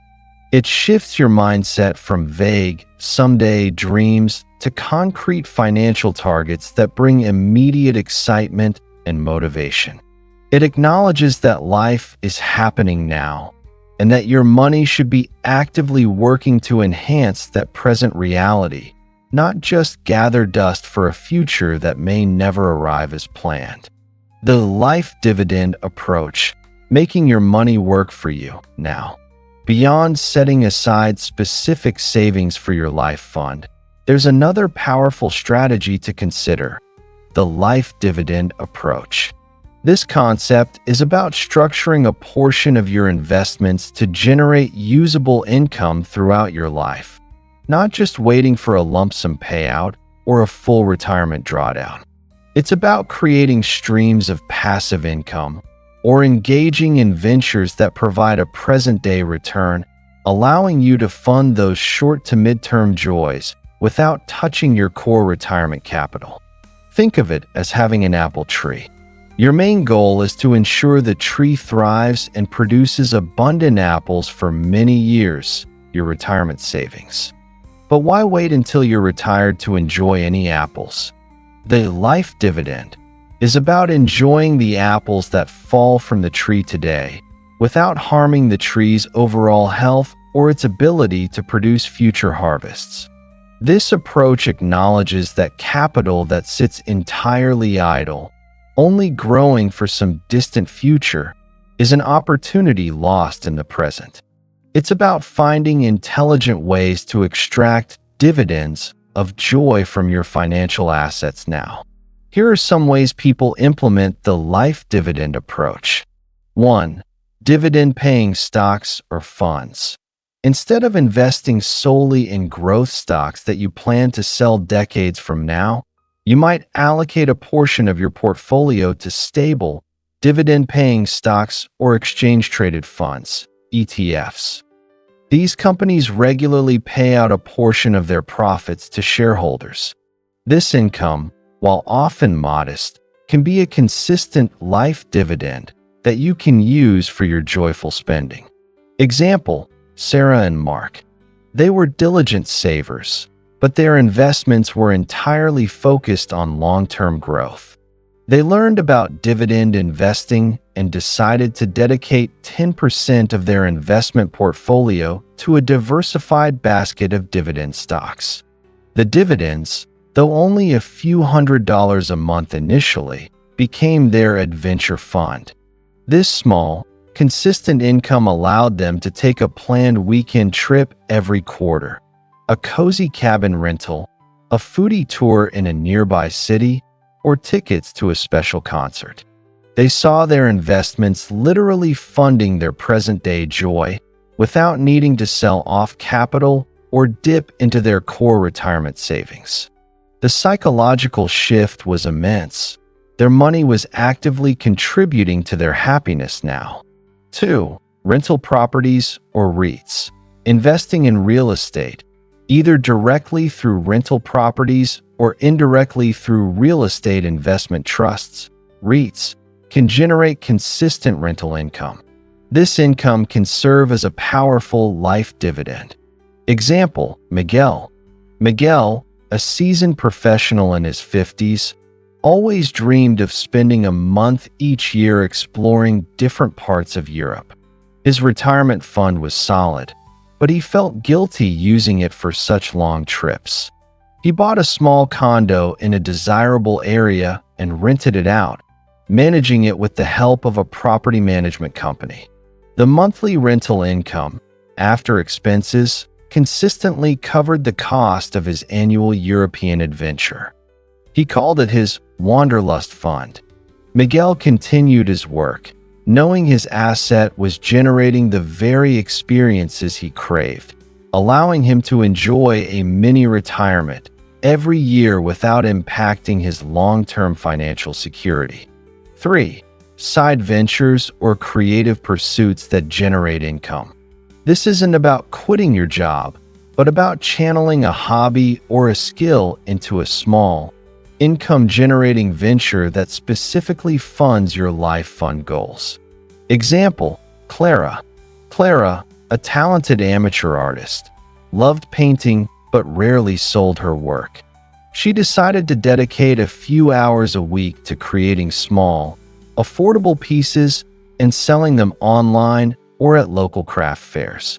The modest income she generated, typically $200 to $300 a month, wasn't life-changing, but it became her Creative Experiences Fund. This fund paid for her art supplies, workshops with renowned artists, and even a week-long painting retreat in a scenic location. Her passion was self-funding, providing her with a joyful life dividend that constantly renewed her artistic spirit. 4. Certificates of deposit, CD, ladders, or high-yield savings accounts. For those more risk-averse, staggering CDs with different maturity dates, or simply keeping a portion of your life fund in a high-yield savings account can provide predictable, albeit lower, interest income. This can be directly allocated to smaller, regular joyful spending. Example, the Martins. This retired couple was very cautious with their money. They kept a large sum in cash, fearing market fluctuations. After learning about life dividends, they allocated a portion of their cash to a CD ladder, with maturities staggered every 6 months. The interest payments, modest as they were designated as their date night and grandchildren fund. Every month, they used this income for a nice dinner out, or to take their grandchildren to the zoo, or to buy them a special treat. It gave them permission to spend because the money was earned interest, a dividend from their prudence, rather than a depletion of their capital. The life dividend approach is about smart money management that focuses on cash flow for present enjoyment, while still allowing your core capital to grow for the long term. It requires careful planning and a deep understanding of your risk tolerance, but it fundamentally shifts the perception of your money from a static accumulation to a dynamic generator of joy. It allows you to taste the fruit of your labor now, without jeopardizing the entire orchard. Experiences as investments. Quantifying happiness. We've talked about spending with purpose, and now about building a life fund and generating life dividends. But here's the mental leap that truly transforms your financial planning. Treat life experiences as investments in happiness, with a quantifiable, though not monetary, return. Think about it. When you invest in a stock, you expect a financial return. When you invest in a home, you expect shelter and potential appreciation. What return do you expect from investing in a life experience? A rich tapestry of memories. These memories are yours forever. They cannot be lost, stolen, or devalued by inflation. They are a wellspring of joy, comfort, and storytelling for decades to come. Personal growth and new skills. Experiences challenge you, broaden your perspective, and often teach you invaluable skills, from navigating a foreign country to mastering a new craft. This makes you a more capable, resilient, and interesting person. Stronger relationships. Shared experiences create unbreakable bonds with loved ones. laughter, challenges overcome together, and moments of profound connection become the bedrock of enduring relationships. Reduced stress and increased well-being. Taking time for joy, adventure, and self-care actively combats burnout, improves mental health, and boosts overall life satisfaction. Inspiration and creativity. New experiences spark new ideas, ignite passions, and provide fresh perspectives that can ripple into every area of your life, including your work. These are incredibly valuable returns, arguably more valuable than an extra percentage point on a stock portfolio. Money sitting idle in a bank account cannot provide these returns.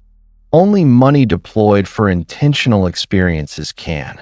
Let's look at some examples of people who budgeted for experiences as planned investments in happiness without sabotaging their long-term security.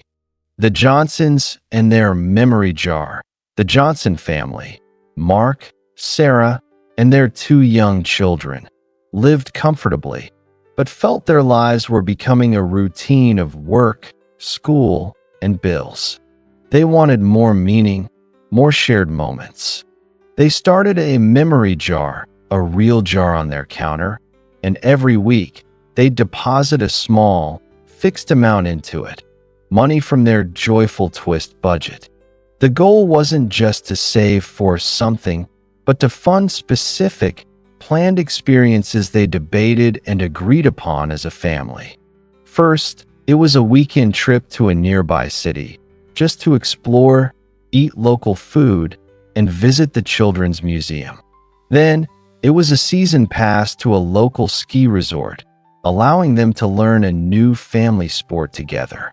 Later, it was a week-long rental of an RV to drive along the coast, creating a true family adventure. Each time they invested from their memory jar, they felt a profound sense of satisfaction.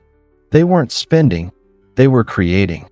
They saw their children's eyes light up, their laughter echoing through new environments. They were actively building a shared history, a bank of joyful memories that would far outlast any material purchase. Their long-term savings remained untouched, but their lives became infinitely richer. Mr. Chun and his Wisdom Fund.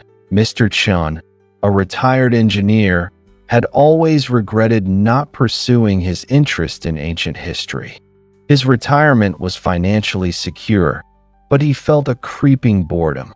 He decided to create a wisdom fund within his retirement drawdown.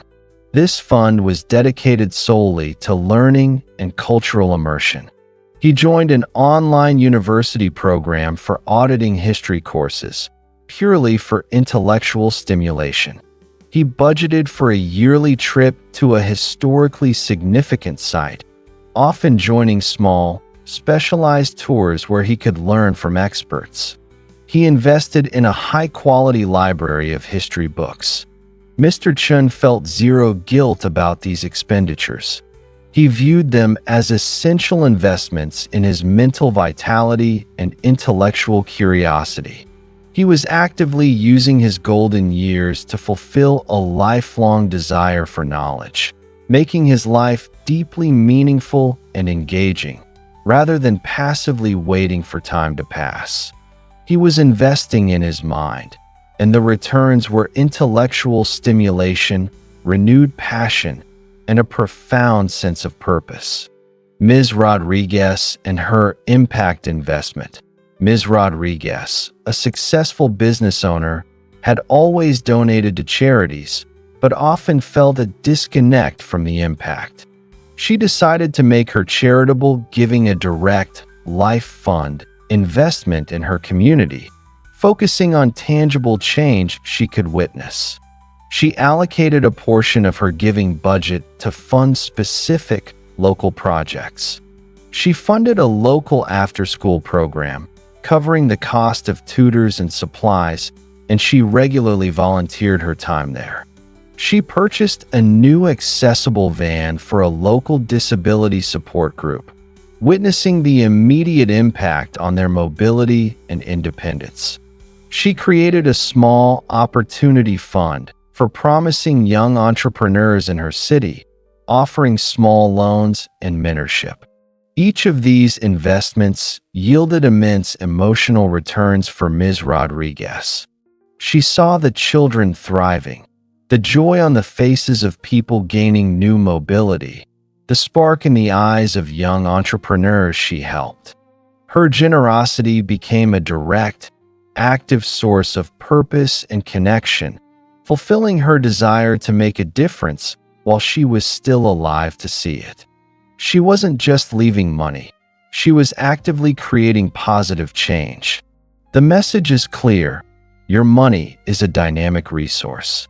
It has the power to not only secure your future, but also to infuse your present with unparalleled joy, growth, and meaning. By building a life fund, seeking life dividends, and consciously treating experiences as valuable investments, you transform your relationship with money. You move beyond merely accumulating for the grave and step fully into the vibrant reality of living a rich, intentional life every single day. This approach is not about perfection, it's about progress. It's about gradually shifting your habits and beliefs. It's about recognizing that this someday you've been tirelessly saving for is actually a series of todays that are unfolding right now.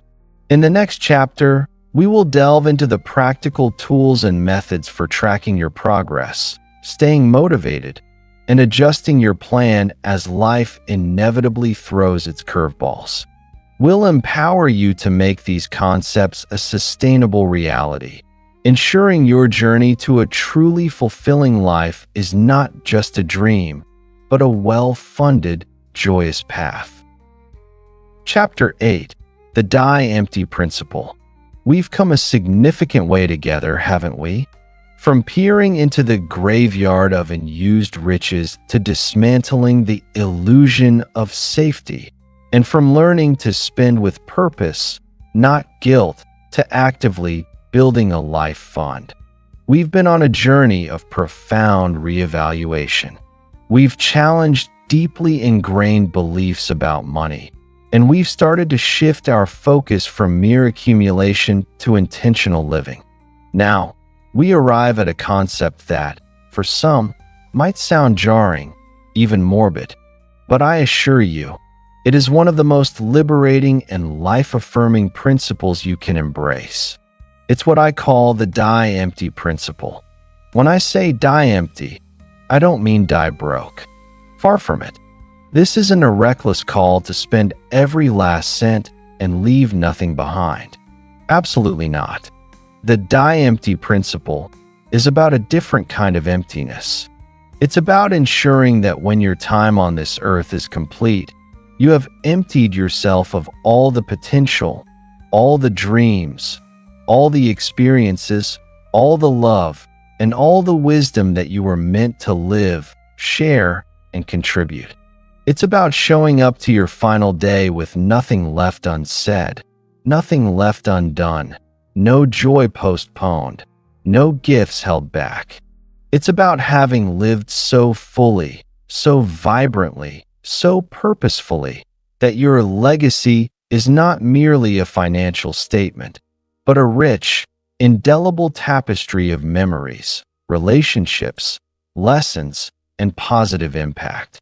This chapter will challenge the widespread misconception that wealth saved and passed on is automatically a meaningful legacy. We'll explore how true legacy encompasses far more than just dollars and cents. We'll delve into how you can thoughtfully plan your financial life so that your last day is not just financially secure for your heirs, but also your richest in memories, fulfillment, and shared experiences. And finally, we'll navigate the delicate, often emotionally charged, balance between leaving an inheritance and ensuring you live your own dreams to their fullest. The myth of the monetary legacy, more than just dollars. For generations, the ultimate measure of success, and indeed of a good life, has often been tied to the size of the fortune one leaves behind. We admire the titans of industry who accumulate vast wealth, believing that their financial legacy is synonymous with their overall impact. We see individuals who painstakingly save every penny, denying themselves pleasures, all with the unspoken goal of leaving a substantial inheritance for their children. Believing this is the ultimate act of love and provision. But is it? Is wealth saved and passed on automatically a meaningful legacy? The answer, as we've seen throughout this book, is often a resounding no. While a financial inheritance can certainly be beneficial, providing opportunities or security for future generations, it is by no means the sole, or even the most profound, component of a truly rich legacy. Think back to the graveyard of unused riches. We spoke of Hetty Green, the Witch of Wall Street, who left billions in today's terms, but little warmth, comfort, or human connection, causing her son a permanent disability due to her pathological miserliness. Her financial legacy was undeniable, but her human legacy was one of eccentricity, detachment, and profound regret. Was her immense fortune truly a meaningful legacy when it was accumulated at such a high cost to her own life and the well-being of those closest to her? Now, contrast this with the true, multifaceted nature of legacy. A meaningful legacy is a vibrant, living thing. It includes memories, the laughter shared, the lessons learned, the adventures experienced, the quiet moments of connection. These are etched not in bank statements, but in the hearts and minds of those you touch. Lessons learned and wisdom shared, the values you embodied, the resilience you demonstrated, the guidance you offered, the principles you lived by. This wisdom, passed down through stories and example, is far more enduring than any material possession. Relationships forged and nurtured, the deep bonds with family, friends, and community. The emotional capital you built through presence, kindness, and genuine connection. These relationships are an invaluable form of wealth that no money can buy. Impact on others, the lives you touched, the problems you helped solve, the communities you strengthened, the opportunities you created for others, as we saw with Clara, Ramon, and Elena in Chapter 5. This impact is a living ripple effect that continues long after you are gone. A life fully lived. The example you set by pursuing your passions, embracing challenges, and living authentically. This inspires others to live their own lives more fully. Consider Mr. Davies, a man who passed away recently in his early 70s. He had worked tirelessly his whole life as a mid-level manager, saving diligently. He managed to accumulate a comfortable nest egg and a sizable home, all with the express purpose of leaving everything to his 2 children. He rarely splurged, denied himself hobbies and travel, and always told his kids, "It's all for you. I'm building a future for you." When Mr. Davies passed, his children inherited a good sum of money and a well-maintained house. They were grateful, of course, but at his funeral, the eulogies mostly centered on his work ethic and his financial prudence. There were few stories of shared adventures, of deep conversations, of passions pursued, or of lives profoundly impacted beyond his immediate family. His children remembered him as a hard-working, somewhat distant man who was always concerned about money. They received a financial inheritance, yes, but the emotional legacy, the wealth of shared memories and experiences, felt thin. His wealth was amassed, but his life felt, in many ways, unlived. The money was simply passed on, a silent testament to accumulation, rather than a vibrant echo of a life fully engaged. Now, imagine Alara, a woman who chose a different path. Alara also worked hard, built a modest but secure financial foundation, but she embraced the die empty principle from her 40s onwards. She strategically used a portion of her resources, as per our life fund and joyful twist concepts, to invest in experiences. She learned to sail, took annual trips with her closest friends to places she'd always dreamed of seeing, and dedicated a consistent portion of her time and resources to mentoring young women in her industry. She wasn't a millionaire, but she ensured her financial plans included active living and giving. When Alara passed away in her early 80s, she left behind a respectable, but not immense, sum of money for her nieces and nephews, along with a modest home. But her funeral was a celebration of a life exuberantly lived. People shared stories of her adventurous spirit, her infectious laughter, her unwavering support, and the profound impact she had had on their careers and lives through her mentorship. Her nieces and nephews spoke of the inspiring example she set and the wonderful memories of shared holidays, sailing trips, and deep conversations. Alara may not have left a massive monetary inheritance, but her legacy was a rich tapestry of memories, wisdom, and lives transformed. She had emptied herself of her potential, lived her dreams, and shared her gifts.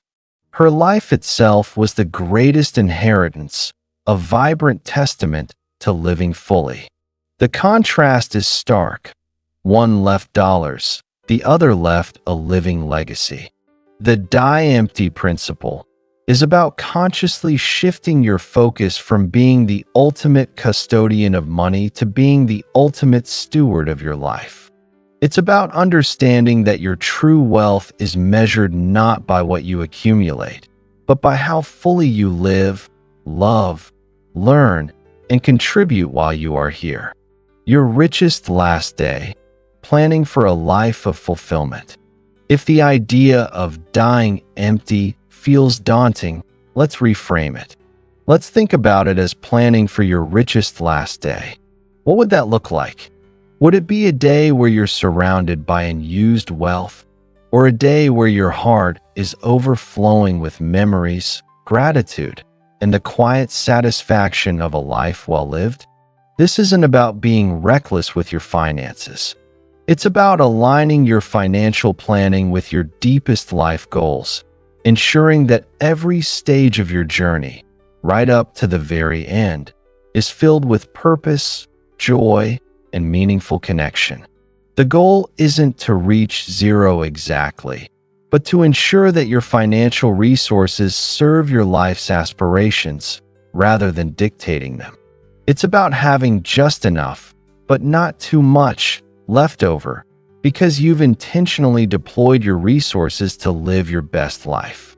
Consider the Changs, Maria and Ben, a couple who retired in their early 60s. They had saved diligently, but they were determined not to fall into the hoarding trap.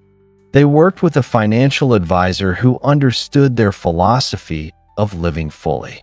Together, they designed a financial plan that budgeted not just for their ongoing needs and medical contingencies, but for a proactive experience and contribution fund that they planned to deplete strategically over the next 2 decades.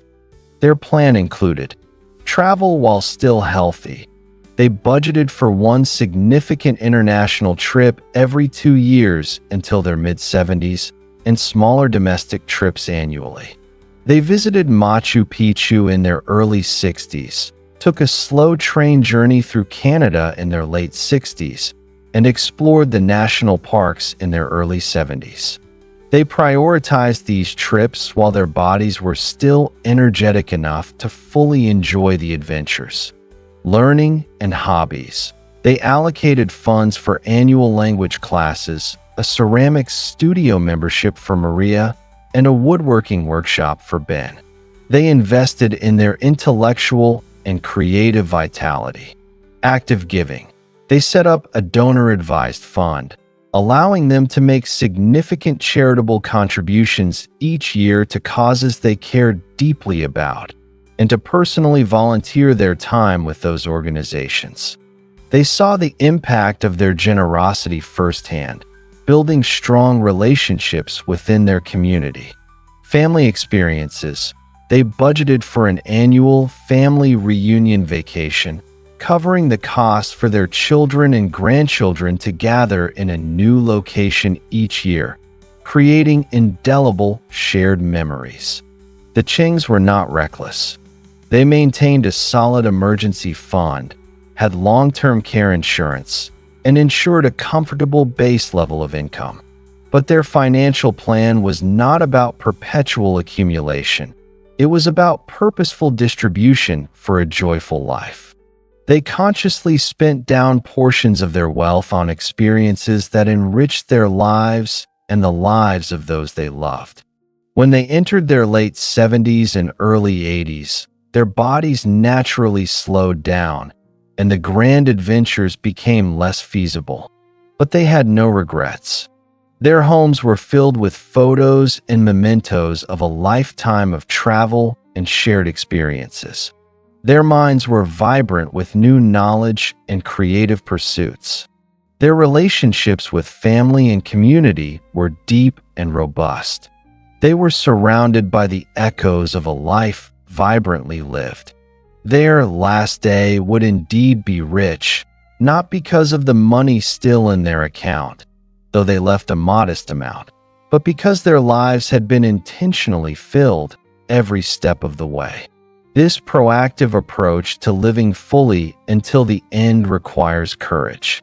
It requires trusting your plan, understanding your enough, as we will explore further in the next chapter, and actively resisting the ingrained urge to hoard.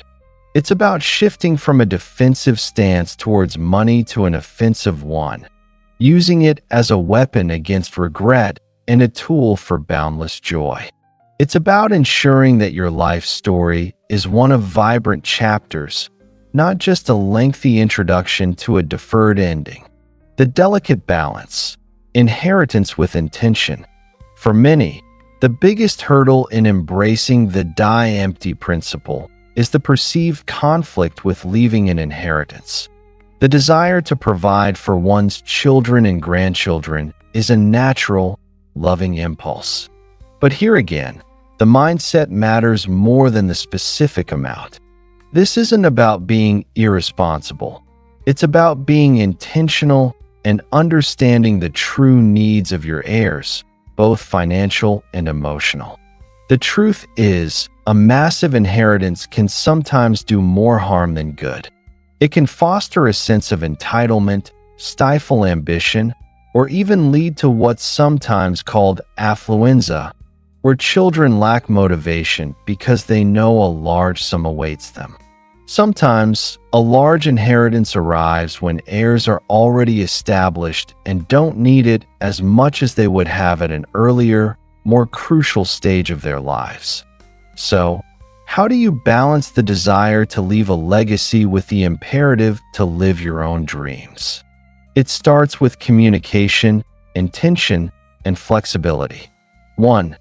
Open communication with heirs. This is perhaps the most crucial step.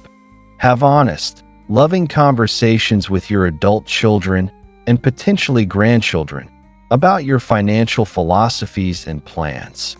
Explain that your goal is to live a fulfilling life while also providing for them responsibly. Talk about your values. Our goal is not to leave you an overwhelming fortune, but to leave you with the tools to live your own fulfilling lives and to share invaluable memories and lessons. Discuss their needs and dreams. What would truly make a difference in your lives now? A down payment on a first home? Funding for an education? Capital for a business venture? Manage expectations. Be transparent about your approach to spending for your own life experiences. This can alleviate potential future resentment or unrealistic expectations. 2. Intentional gifting while alive. Instead of waiting to leave everything in your will, consider making meaningful financial gifts to your heirs at strategic points in their lives when it can have the most impact. Education, funding a college degree, a specialized training program, or even contributing to student loan repayment. First home, helping with a down payment, which can be life-changing for young families struggling with housing costs. Entrepreneurship, providing seed money for a child's business venture, offering them a chance to pursue their dreams with less financial risk. Experiences, funding a life-enriching trip, a sabbatical, or a personal development course for them. Why this works? You get to see the impact of your generosity firsthand. You participate in their joy and success. The money often has a much greater leverage and impact earlier in their lives, rather than as a windfall when they're already established. These are living legacies that build stronger relationships and shared experiences. 3. Thoughtful philanthropy. Balance your family inheritance with charitable giving that aligns with your values. As we saw in Chapter 5, giving while alive can provide immense personal satisfaction and create a powerful impact. Consider establishing a donor-advised fund that your children can also participate in, teaching them about responsible giving and involving them in your philanthropic legacy. 4. Define enough for your heirs and yourself. It's not about leaving the biggest sum. It's about leaving what is appropriate and beneficial. For some, this might be enough to give them a comfortable start. For others, it might be a small, symbolic amount, combined with the vast legacy of your lived experiences and shared wisdom. The goal is to provide a springboard, not a hammock. And crucially, ensure that your definition of enough for your heirs doesn't come at the expense of your own ability to live fully and joyfully until the end. 5. Flexibility in your plan. Life is unpredictable, and so are the needs and desires of your heirs. Build flexibility into your estate plan. You might set up trusts that distribute funds at certain life milestones, or allow for discretionary distributions for specific needs, like health or education. This ensures your money continues to serve purpose beyond your lifetime, aligned with your values. The die empty principle isn't an act of selfishness. It's an act of profound wisdom and generosity. It's a recognition that your greatest gift to your loved ones isn't just a financial inheritance, but the inspiring example of a life well lived, a life emptied of all its potential, brimming with memories, purpose, and impact. It's about leaving a legacy that compels them not to simply hoard, but to live their own lives with passion, intention, and joy. This is a powerful concept, one that can transform not only your financial behaviors, but your entire approach to living. It asks you to be brave, to challenge convention, and to prioritize the richness of your life over the sheer size of your financial statements. In the next chapter, we will bring all these threads together, providing actionable steps and a framework for creating your own personalized life map, a blueprint for a life where saving and living are not in conflict, but in perfect harmony. The journey continues towards a life truly, vibrantly, and purposefully lived. Chapter 9. Breaking Free from Cultural Expectations. We've delved deep into the individual psyche, explored the nuances of our personal financial choices, and even grappled with the profound idea of the die empty principle. We've come to understand that living a full, joyful life, one that balances security with immediate experience, requires more than just financial acumen. It demands a fundamental shift in mindset. But here's the truth. As much as we are individuals, we are also profoundly shaped by the world around us. We are sons and daughters, brothers and sisters, members of communities, and inheritors of traditions. And often, it is the invisible, yet incredibly powerful, hand of cultural expectations that exerts the greatest pressure on our financial decisions, subtly steering us back towards the very saving for the grave mentality we are trying to escape. This chapter is about shining a light on those invisible hands. It's about recognizing how family, tradition, and broader societal norms often pressure us to prioritize saving, sacrifice, and delayed gratification to an extent that suffocates present enjoyment. We'll explore the common cultural beliefs that, while often born of good intentions, can inadvertently trap us.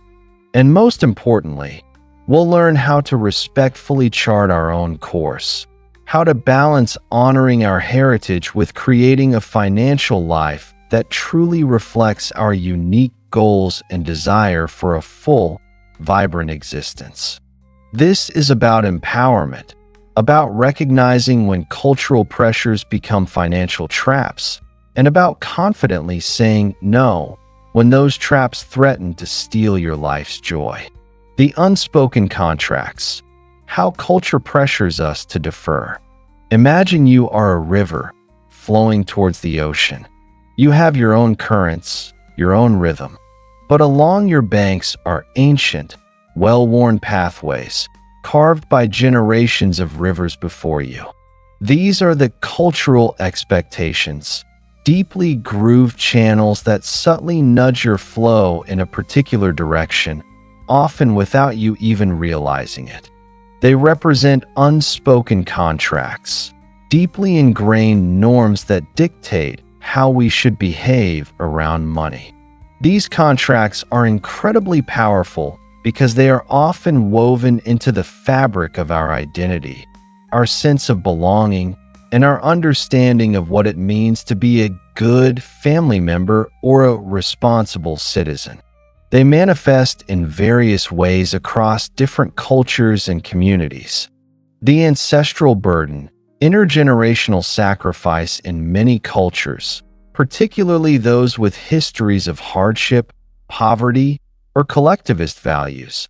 There is an immense pressure to save not just for yourself, but for future generations or to support older generations. The idea of leaving a significant inheritance, funding multiple children's educations, or providing lifelong care for aging parents is paramount. While this fosters strong family bonds and social safety nets, it can also lead to extreme self-denial. Individuals may work multiple jobs, deny themselves basic comforts, and postpone personal dreams indefinitely, feeling it is their sacred duty to accumulate for others. The someday they are saving for is not their own retirement, but the someday of a child's first home, a parent's medical needs, or a distant grandchild's education. Example: Mei Lin, a driven software engineer, lived an austere life despite a high income. Her parents, who had immigrated from a war-torn country, instilled in her the absolute importance of providing for family. Every bonus, every spare dollar, was earmarked not for her dream of traveling the world, but for her younger brother's university tuition, her parents' eventual retirement home, and a family safety net for future crises. While she loved her family fiercely, she felt an immense, unspoken burden. She rarely took a vacation, dressed plainly, and lived in a modest apartment. The idea of spending significantly on herself felt like a betrayal of her family duty. She was building a financial fortress for her lineage, but felt emotionally depleted herself, living a life of perpetual self-sacrifice that she believed was her cultural obligation. The virtue of frugality, moral superiority of austerity in some communities, often rooted in specific religious or philosophical traditions, extreme frugality is elevated to a moral virtue. Spending on anything beyond the absolute necessities is viewed with suspicion as frivolous, indulgent, or even sinful. Leisure, luxury, or personal enjoyment of wealth can be seen as signs of spiritual weakness or moral decay. This creates immense internal and external pressure to constantly save, to demonstrate humility through austerity, and to prove one's worth through diligent accumulation rather than joyful living. Example: Thomas, a successful small business owner from a deeply conservative religious background, struggled deeply with spending with purpose. His upbringing taught him that true piety meant denying worldly pleasures and saving for God's work or for the future of the church. Even when his business flourished, he felt immense guilt buying a comfortable car for himself or taking his wife on a well-deserved vacation. He saw his wealth as something to be managed for a higher purpose, but rarely for his own joy.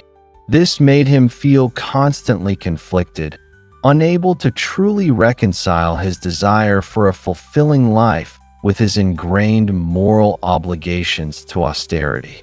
The keeping up with the Joneses pressure, conspicuous accumulation paradoxically. In highly consumerist societies, the pressure to keep up with the Joneses can also drive excessive saving. It's not always about immediate consumption, but about accumulating enough wealth to eventually afford the status symbols, the bigger house, the fancier car, the designer clothes, that signal success and command respect. People deny themselves experiences and present joy to fund a future display of wealth, believing that this outward show is essential for social acceptance and validation. Example: David, a young professional in a competitive urban environment, felt constant pressure to demonstrate his rising status. His friends were buying expensive gadgets, going on lavish trips, and driving luxury cars. David didn't want to be left behind.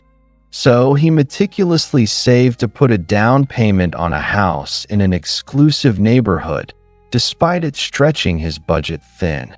He postponed taking an exhilarating sabbatical he dreamed of, telling himself he needed to accumulate the right kind of assets first. His desire for external validation drove him to hoard for future displays, rather than living meaningfully in the present.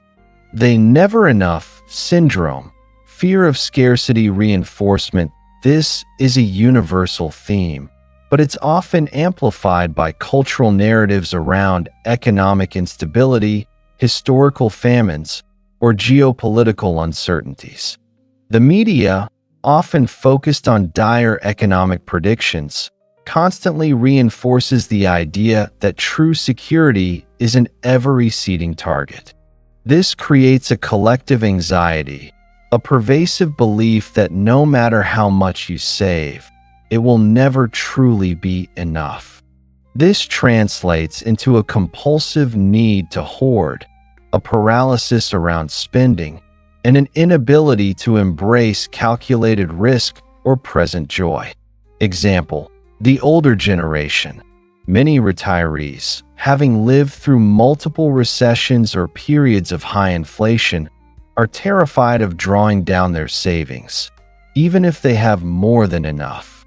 Their adult children, raised on stories of their parents' struggles, often subtly reinforce this by saying things like, "Don't spend too much, you might need it later," perpetuating the cycle of fear, even when the economic climate is stable.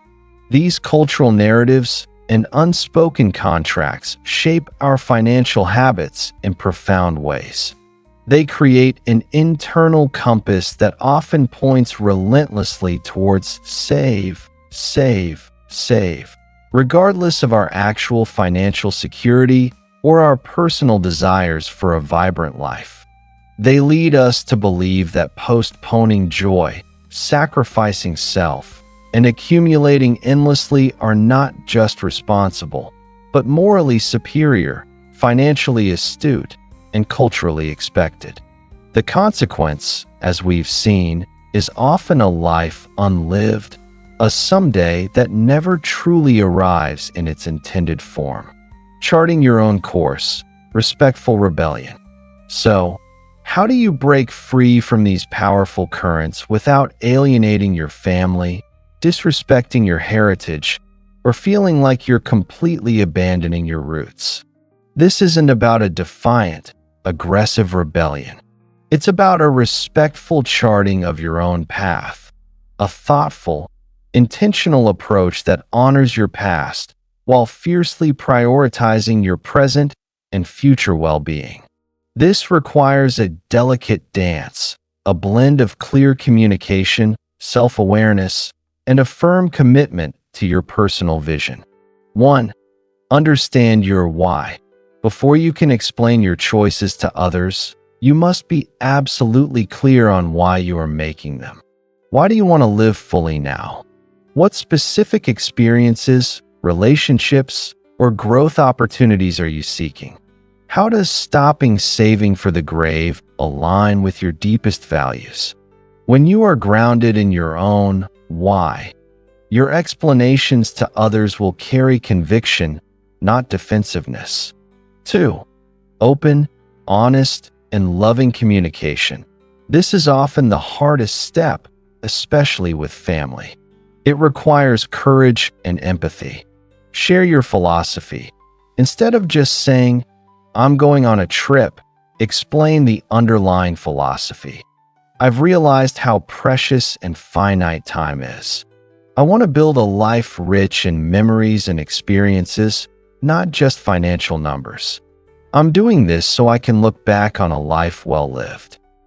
Reassure, where appropriate. If family members are worried you're being irresponsible, reassure them that you have a balanced plan, referencing your life fund and long-term security. "Don't worry, Mom and Dad. I've planned for this. My emergency fund is solid, and I'm still contributing to retirement. This experience is budgeted, and it's an investment in my well-being." Involve them. Where possible, can your joyful spending include them sometimes? Perhaps your life fund allows you to host a special family gathering, or take a trip with your parents or children that they wouldn't otherwise experience. As we saw with Clara helping Maya with childcare, or Liam taking his father on the fishing trip, shared experiences can bridge gaps and demonstrate your love in active, living ways. Listen actively. Understand their fears. Often, their pressure stems from genuine love and concern, rooted in their own experiences of scarcity or responsibility. Acknowledge their perspective, even if you don't agree with their proposed solutions. 3. Lead by example. Quietly sometimes, the most powerful form of persuasion isn't argument, but demonstration. As you begin to live more fully, to experience more joy, and to radiate a greater sense of peace and purpose, those around you will notice. They may start to ask questions. Your life becomes a living testament to the possibility of balance, perhaps inspiring them to reevaluate their own paths. You become a beacon of a different way of living, showing that security and joy are not mutually exclusive. 4. Create a personal vision that honors heritage but reflects unique goals. Your life is uniquely yours. Your vision for it should be too. Take time to articulate what a truly fulfilling life looks like for you, blending your personal aspirations with the values you cherish from your upbringing. Example: Javier grew up in a community where saving was everything. and travel was seen as an expensive indulgence. He valued family and security, but he also had a deep yearning for adventure. His personal vision was to build a financially secure base that allows for meaningful global exploration and continued family connection. He communicated this to his family, explaining how his disciplined saving early on would allow him to take one significant international trip every few years, and how he would use his time back home to host family gatherings and invest in local community projects. He honored the value of financial responsibility, security, but redefined what it enabled: exploration and connection. 5. Focus on internal validation, not external approval. This is the ultimate freedom. When you are clear on your own values and your own path, the need for external approval diminishes. You make choices that resonate with your inner compass, not just to satisfy societal or family expectations.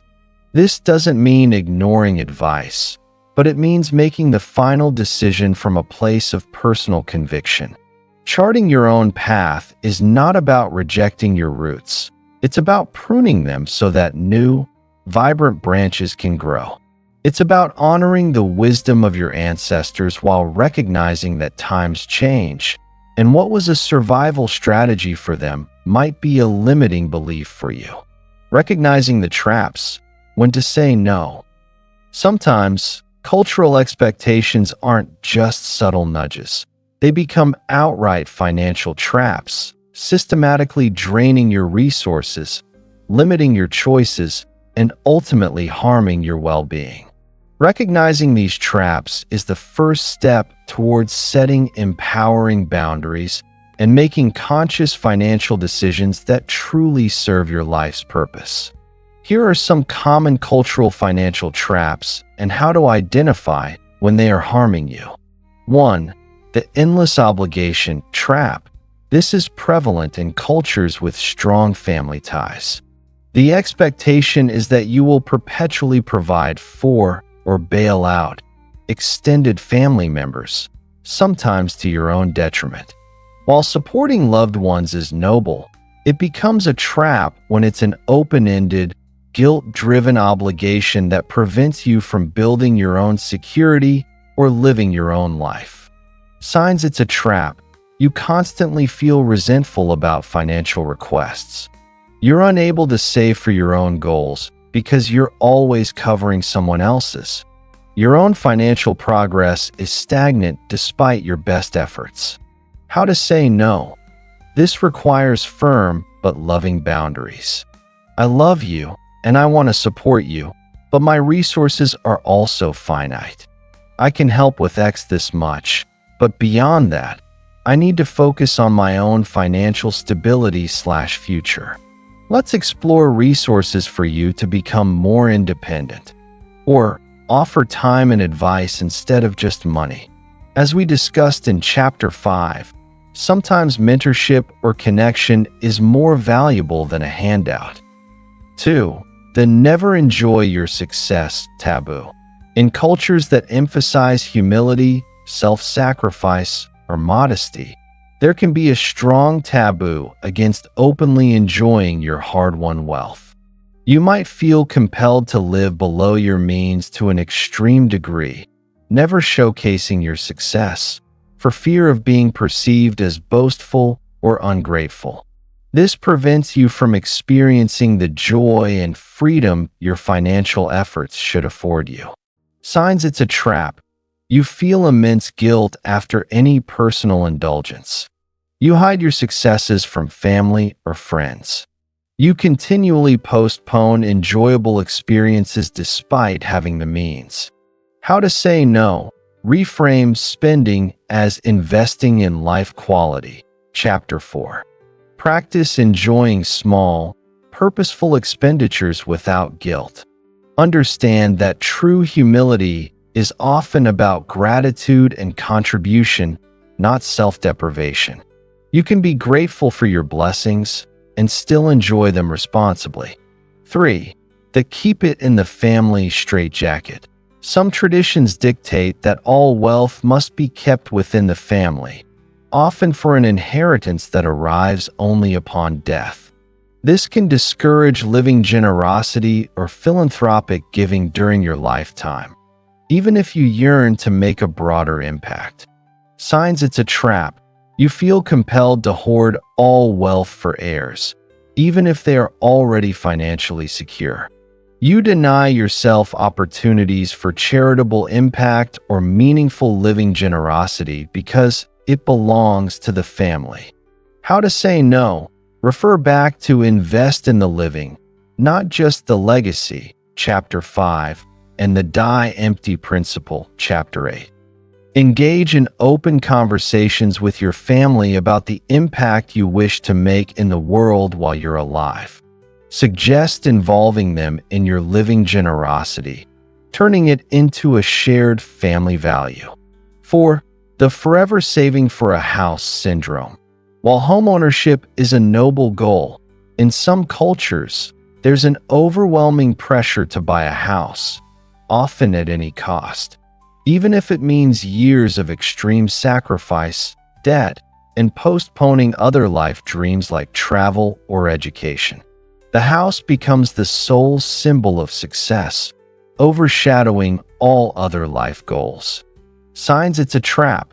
You are systematically denying all other life experiences to save for a house that feels perpetually out of reach or demands excessive financial strain. You're sacrificing your prime years for a single, long-term asset.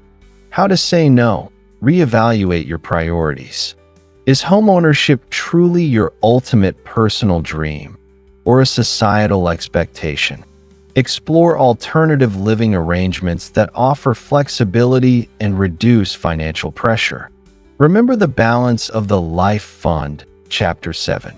A home is a part of life, not the entirety of it. 5. The no risk, no reward aversion. If your cultural background is very risk-averse, you might be conditioned to avoid any investment or entrepreneurial venture that carries even a moderate amount of risk, even if it has significant potential for growth or fulfillment.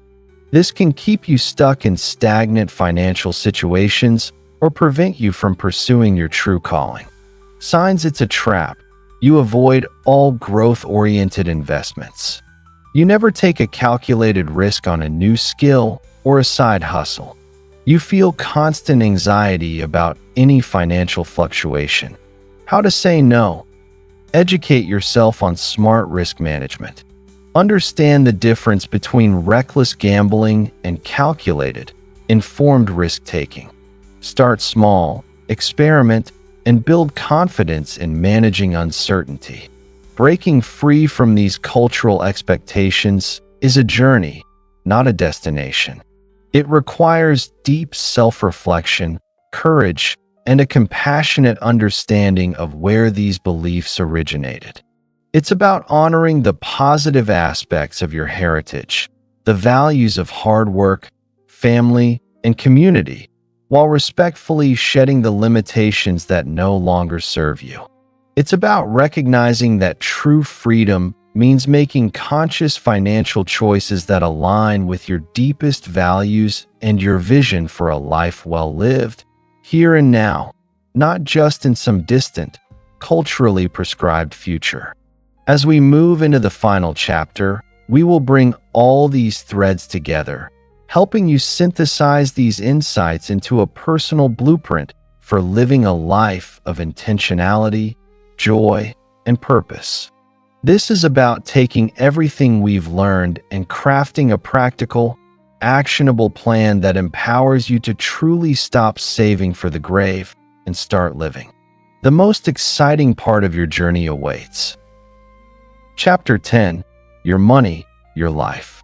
Here we are, the culmination of our shared journey through Stop Saving for the Grave. We've explored the quiet tragedies of unused riches, confronted the seductive yet dangerous illusion of safety, learned to spend with purpose, not guilt, embraced the power of investing in the living, and bravely face the invisible chains of the poverty mindset and cultural expectations. If you've truly engaged with these ideas, something profound has likely begun to shift within you. Now, it's time to bring all these threads together, to weave them into a comprehensive philosophy that will empower you to create a financial life that isn't just about survival or accumulation, but about vibrant, expansive living. This chapter is your blueprint for truly owning your money and, in doing so, truly owning your life. It's about designing a reality where your financial resources become the unwavering fuel for your deepest joys, most meaningful experiences, and profound personal fulfillment, not just a security blanket against an imagined future. We'll start by solidifying the understanding that money is, at its heart, a tool to support a joyful, fulfilling existence. Then, we'll move into the exciting work of crafting your unique life vision, a clear, inspiring picture of the life you want to live, and crucially, how to translate that vision into actionable financial plans that support both your present enjoyment and your future stability. Finally, I'll provide you with a practical, step-by-step 90-day plan to begin integrating these principles into your daily habits. Because the journey to a richer life doesn't start someday, it starts now. Money as fuel for joy, not just security. For far too long, our relationship with money has been predominantly defined by fear. We see it as a shield against potential hardship, a buffer against an uncertain future, or a metric of success in a competitive world. And while money certainly provides security and stability, vital components of a well-lived life, reducing its purpose solely to this function is akin to buying a state-of-the-art sports car and only using it to drive to the grocery store once a week.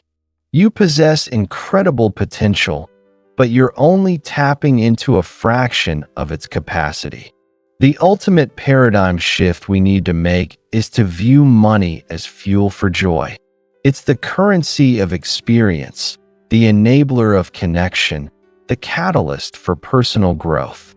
When money is aligned with your deepest values and passions, it ceases to be a source of anxiety and transforms into a powerful ally, actively supporting the creation of a life you truly love. Consider the analogy of a beautifully engineered yacht. A yacht needs to be seaworthy, stable, and equipped with safety features, your financial security. It needs fuel to run its engines, your income. But the purpose of the yacht isn't just to stay afloat or to be admired while docked. Its purpose is to sail the open seas, to explore new islands, to feel the wind in your hair, to witness breathtaking sunsets, to share adventures with loved ones, and to reach incredible destinations. The fuel isn't just for safety, it's for the journey, for the experience. This is how your money should function in your life. It's the fuel that allows you to embark on the journey of your dreams, big or small, now and in the future. It's the means by which you access transformative experiences, that trip to see the northern lights, the pottery class, the deep-sea fishing adventure, the cooking tour in Tuscany. These are not frivolous expenses. They are moments that shape your perspective, create indelible memories, and enrich your soul in ways material possessions cannot. Deeper connections, the ability to host meaningful gatherings, to travel to visit distant loved ones, to fund shared activities with your children or spouse, to contribute to a cause that unites you with your community. Money facilitates these bonds, turning abstract relationships into vibrant, shared realities.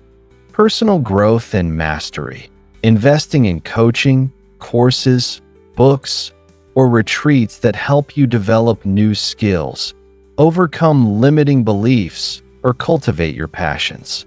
Money allows you to continuously evolve, to become a more capable, confident, and joyful version of yourself. Contribution and impact. The freedom to give your time, talent, or financial resources to causes you believe in, witnessing the immediate impact of your generosity and fueling your sense of purpose. When you align your money with your values and passions, a remarkable thing happens. The anxiety surrounding money often begins to dissipate. Why? Because you're no longer hoarding out of fear. You're strategically deploying out of purpose. You see your bank account not as a static scoreboard, but as a dynamic reservoir of potential joy and meaningful living. I've seen this transformation firsthand. Take Lena, the entrepreneur from Chapter 7, who started building a creative experiences fund. She initially saw any personal spending as a drain on her business. But once she designated specific funds for art workshops, inspiring retreats, and travel that fueled her creativity, her relationship with money shifted. She no longer felt guilty. She felt empowered. She realized that by investing in her creative well-being, she was actually enhancing her entrepreneurial spirit and her capacity for innovative thought. Her money became an active partner in her creative journey, not a burden. She wasn't just building a business. She was building a life where her passion for art and her business acumen coexisted harmoniously, fueled by her intentional financial choices. This is the essence of your money, your life. It's about taking proactive control, moving beyond passive accumulation, and becoming the deliberate architect of a life that uses its financial resources to generate maximum joy, meaning, and fulfillment every single day. Crafting your life vision and funding it. You cannot aim for a target you haven't defined. The biggest reason many people struggle to live fully in the present, despite their financial capacity, is the lack of a clear, compelling life vision. Without it, money becomes directionless. It just accumulates because there's no powerful why to guide its deployment beyond basic survival or a vague idea of retirement someday. This is perhaps the most exhilarating part of our journey together. It's about pausing, reflecting deeply, and daring to dream, not just about retirement, but about the quality of your entire life, starting now. Step 1. Unearthing your core desires. The visioning exercise, 1 to 3 hours, in quiet solitude. Find a quiet place where you won't be disturbed. Grab a notebook, a pen, and perhaps some colored pencils or markers. This isn't a financial spreadsheet exercise. It's a creative exploration. The ideal day, week, year. Imagine your ideal day, not just in retirement, but in the next 1, 5, and 10 years.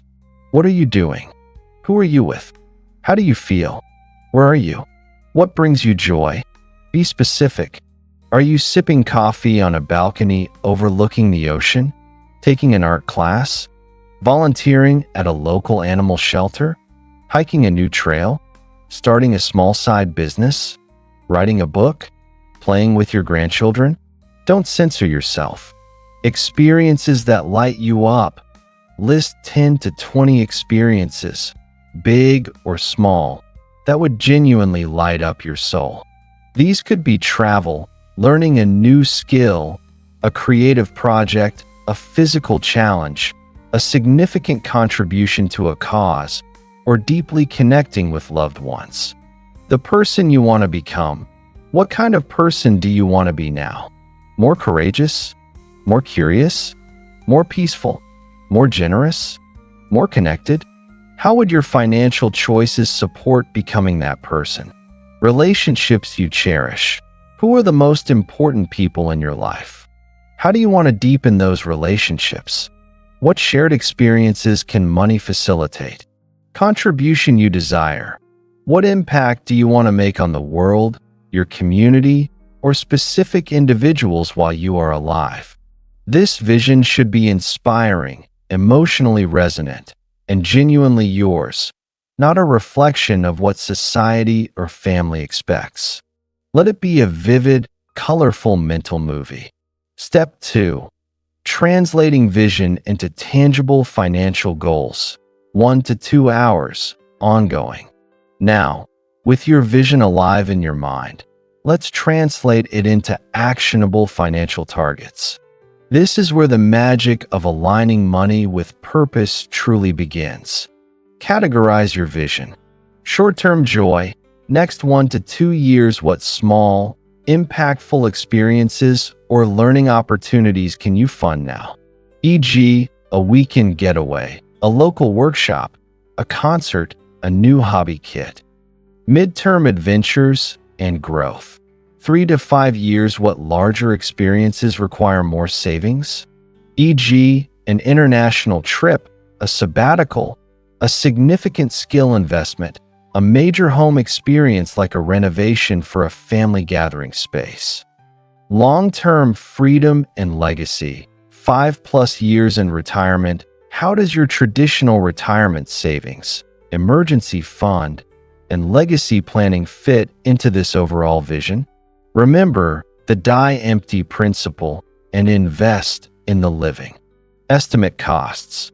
For each specific goal in your short and midterm categories, do a rough estimate of the cost. Don't overthink it. Online searches for travel, courses, or hobbies can give you a ballpark figure. Example, weekend hiking trip with friends, 1 year out $500. Cooking class in Italy, 3 years out $2,000, including travel. Family ski trip, 5 years out $3,000. Break down into monthly contributions. Divide the total cost of each goal by the number of months until you want to achieve it. This gives you your monthly life fund contribution. Example, $500 for hiking trip / 12 months equals $42/month. $2,000 for Italy class / 36 months equals $56/month. Integrate with your budget. This is where your joyful twist comes to life. Review your existing budget or create one if you don't have one. Can you reallocate funds from less meaningful wants, e.g., impulse buys, excessive dining out, and used subscriptions, to these new, purposeful life fund goals? Even small reallocations add up. Examples of vision to funding for different stages. Student, 20s. Vision, explore passion for photography, take a road trip across a region of my country, gain practical skills.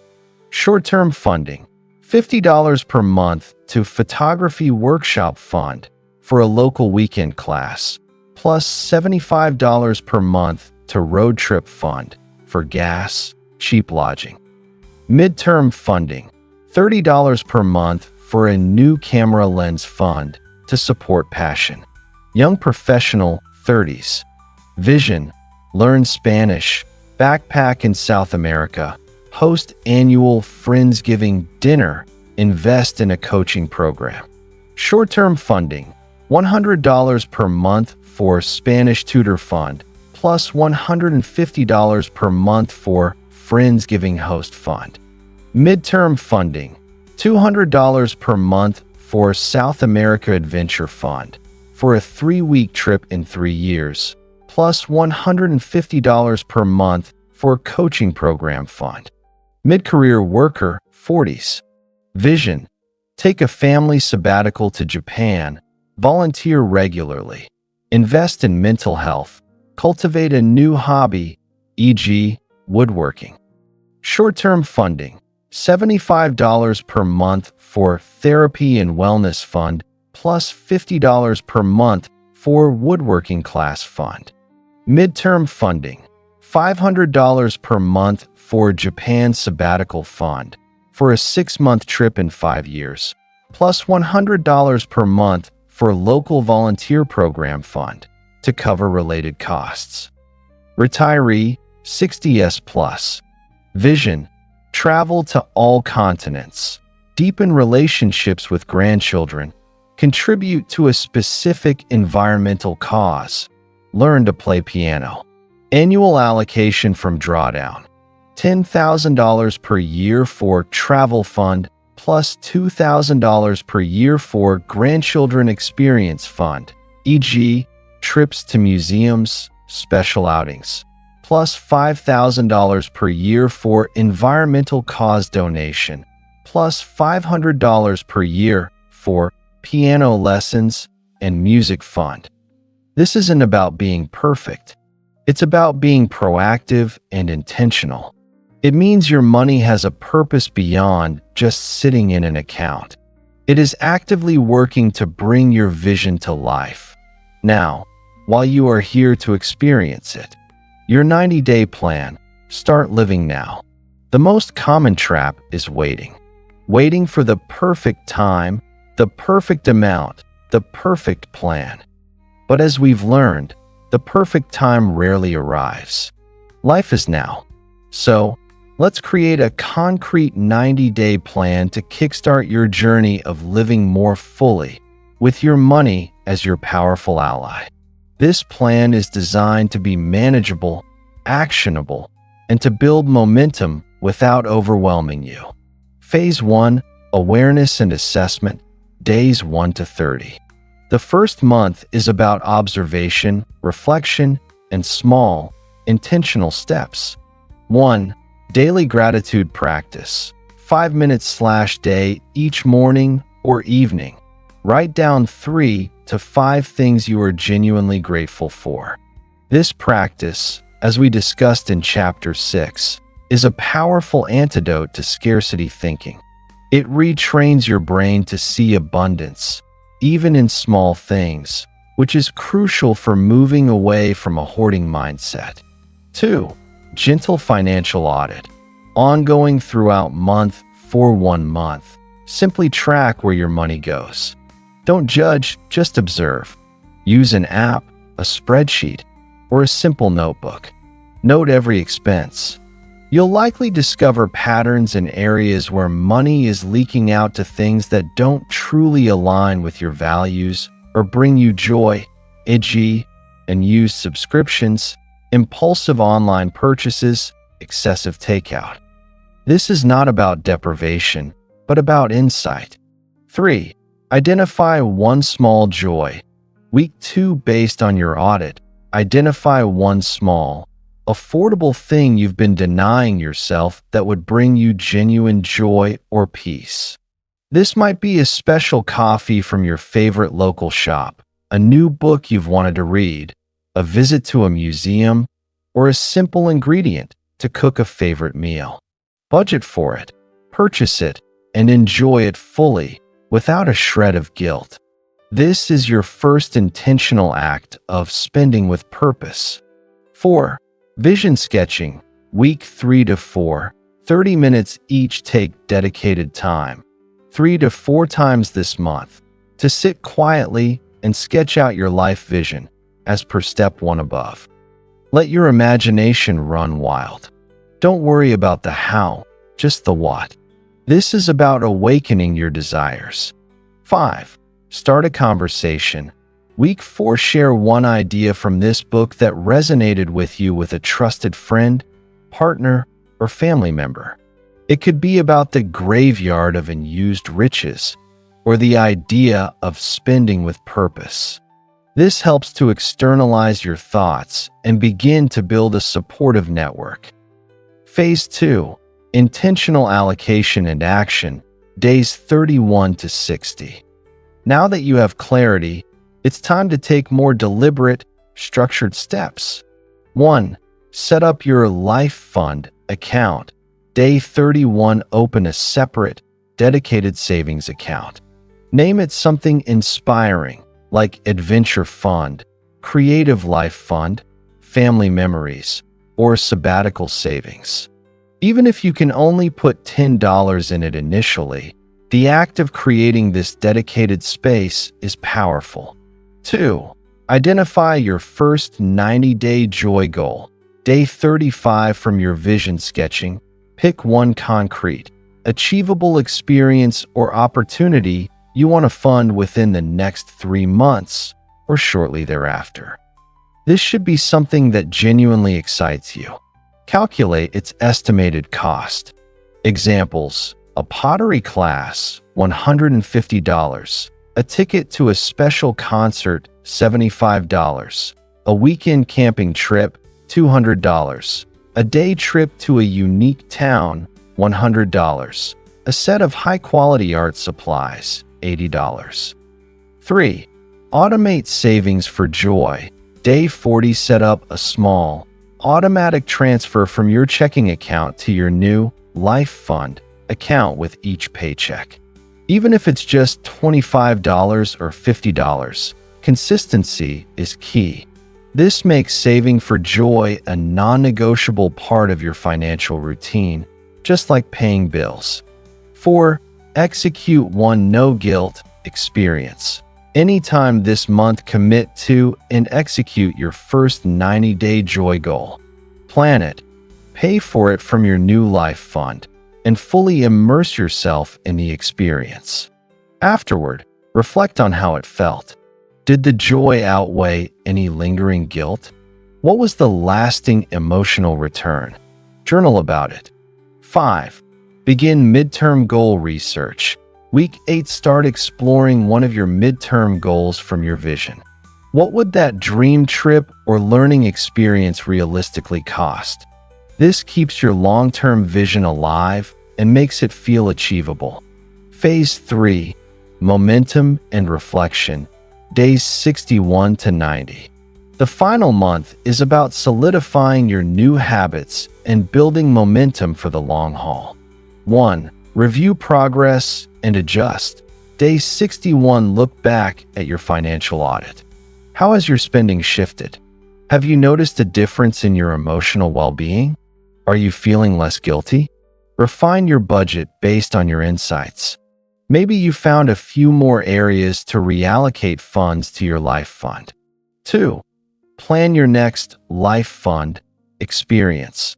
Day 70, keep the momentum going. What's the next experience you want to fund? Set a new target and continue your automated savings. 3. Share your evolving vision. Day 80, if comfortable, share your evolving life vision with someone supportive. Articulating it can make it feel more real and reinforce your commitment. 4. Celebrate your 90-day milestone. Day 90, this is crucial. Acknowledge your commitment and progress. Treat yourself to another small, purposeful joy. You've taken significant steps towards a life of intentionality and fulfillment. This is a journey, and every step, no matter how small, deserves recognition. This 90-day plan is not a magic bullet. It's a starting point, a powerful ignition. It's about building new muscles of intentionality, of mindful spending, of joyful living. You will stumble, you will have moments of doubt, and the old scarcity fears might try to creep back in. That's okay. The key is consistency, not perfection. Keep going. Keep returning to your vision. Keep reminding yourself that your money is your fuel, and your life is the incredible journey it's meant to power. Your money is not just about financial security for a distant future. It is about the richness of your present moments, the depth of your connections, the vibrancy of your experiences, and the profound satisfaction of a life truly, purposefully lived. It is about realizing that your wealth is measured not by what you accumulate, but by how fully you live, love, learn, and contribute. So, take this chapter, take these tools, and commit. Commit to designing a life where joy and security coexist. Commit to crafting your vision and funding it. Commit to taking that first, brave step, and then the next and the next. Because your life, rich with possibilities, is unfolding right now. It's time to stop saving for the grave. It's time to start living. The adventure of your life truly begins today. Conclusion. The final pages of this journey we've taken together, a journey that I hope has stirred something deep within you.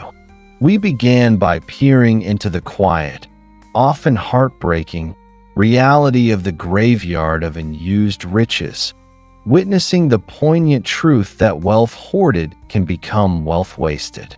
We then challenged the comforting yet insidious illusion of safety, recognizing that an obsessive pursuit of security can, paradoxically, rob us of the very life we're trying to protect. From there, we ventured into the liberating art of spending with purpose, not guilt, understanding that money, when aligned with our values, becomes a profound tool for joy, not a source of anxiety. We embrace the power of investing in the living, not just the legacy, seeing how active generosity during our lifetime multiplies impact and builds a different kind of wealth, the wealth of connection and contribution. We bravely confronted the unseen chains of the poverty mindset and the subtle, powerful currents of cultural expectations, learning to differentiate between true wisdom and limiting beliefs. And most recently, we laid the groundwork for building a life fund, not just a retirement fund, creating a tangible path to funding joy in the short and midterm, alongside long-term security, all culminating in the profound wisdom of the die empty principle. The call to live so fully that when your time comes, you've left nothing unsaid, nothing undone, no joy postponed. Throughout these chapters, my deepest hope has been to ignite a spark within you, a spark that challenges the conventional narrative around money and life.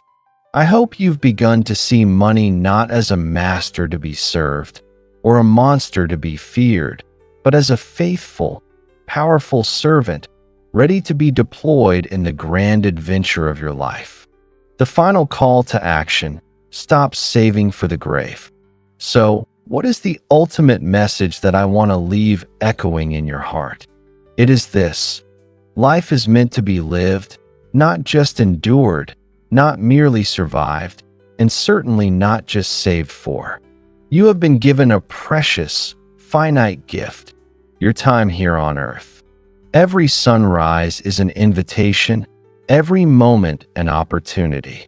To spend your days perpetually deferring joy, constantly postponing experiences, and meticulously accumulating resources for a future that is never guaranteed, is to allow the most valuable currency you possess, your present moments, your vitality, your capacity for joy, to depreciate and used in the vault of someday. This is not a call to reckless abandon. It is a profound invitation to balance. It's about being financially responsible and experientially rich. It's about building a robust foundation of security that liberates you from anxiety, precisely so you can fully embrace the beauty and adventure of life now. It's about understanding that the purpose of money is to support a life that feels vibrant, meaningful, and deeply connected every single day, not just at some distant finish line. Think back to the metaphor of the gardener. You are diligently preparing the soil, planting seeds for future harvests, your retirement fund, your emergency savings. This is essential, but you are also allowing yourself to pick and taste the ripe berries today. You are nurturing the blossoms, appreciating their fleeting beauty. You are enjoying the shade of the growing trees. This present enjoyment doesn't threaten the future harvest. It enriches your life as you are cultivating it. In fact, It often gives you the energy and motivation to continue tending the garden with care and passion. Your money, when aligned with your values and passions, becomes this: the fuel for your life's greatest adventures, the medium for your deepest connections, and the catalyst for your most profound personal growth. It's the tool that helps you write a story not of endless accumulation, but of vibrant living. It empowers you to create memories that outlast any material possession, to forge relationships that are priceless, and to experience a richness of being that no bank balance alone can provide. Embrace the joyful twist in your budgeting, not as an indulgence, but as a deliberate investment in your well-being. Activate your life fund, earmarking resources for those near-term dreams and experiences that infuse your present with excitement and purpose. Seek the life dividend, finding ways for your assets to generate tangible joy and freedom for you now. And most profoundly, live by the die empty principle, understanding that your truest legacy is not just what you leave behind, but the fullness with which you lived, loved, learned, and contributed while you were here. This is your call to action. Stop saving for the grave. Start living. Your story can inspire others to live fully.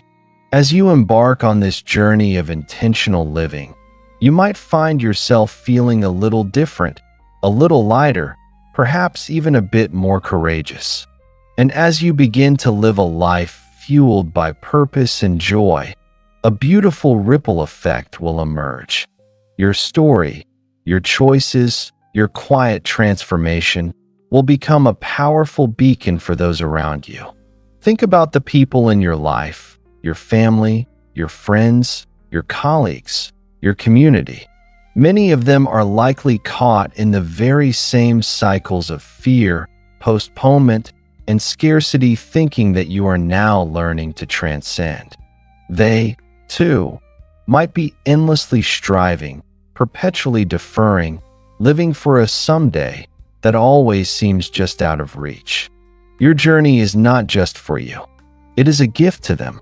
When you make a conscious choice to invest in experiences over endless accumulation, to prioritize presence over constant striving, to give while you live, you are sending a powerful message.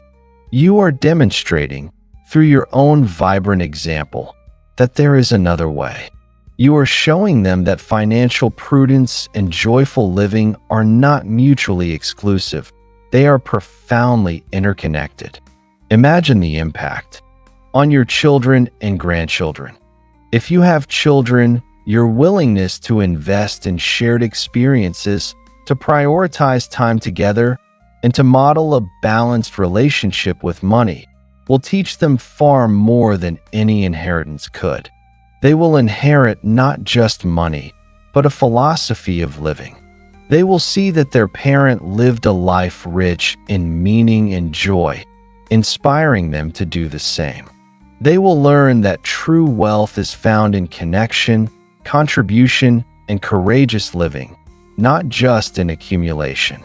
On your friends and peers, as you share stories of your intentional adventures, your newfound passions, or the meaningful contributions you're making, you might just spark a similar awakening in your friends. Perhaps they will be inspired to reevaluate their own someday plans, to take that trip, pursue that hobby, or deepen those relationships they've been neglecting. Your courage can be contagious.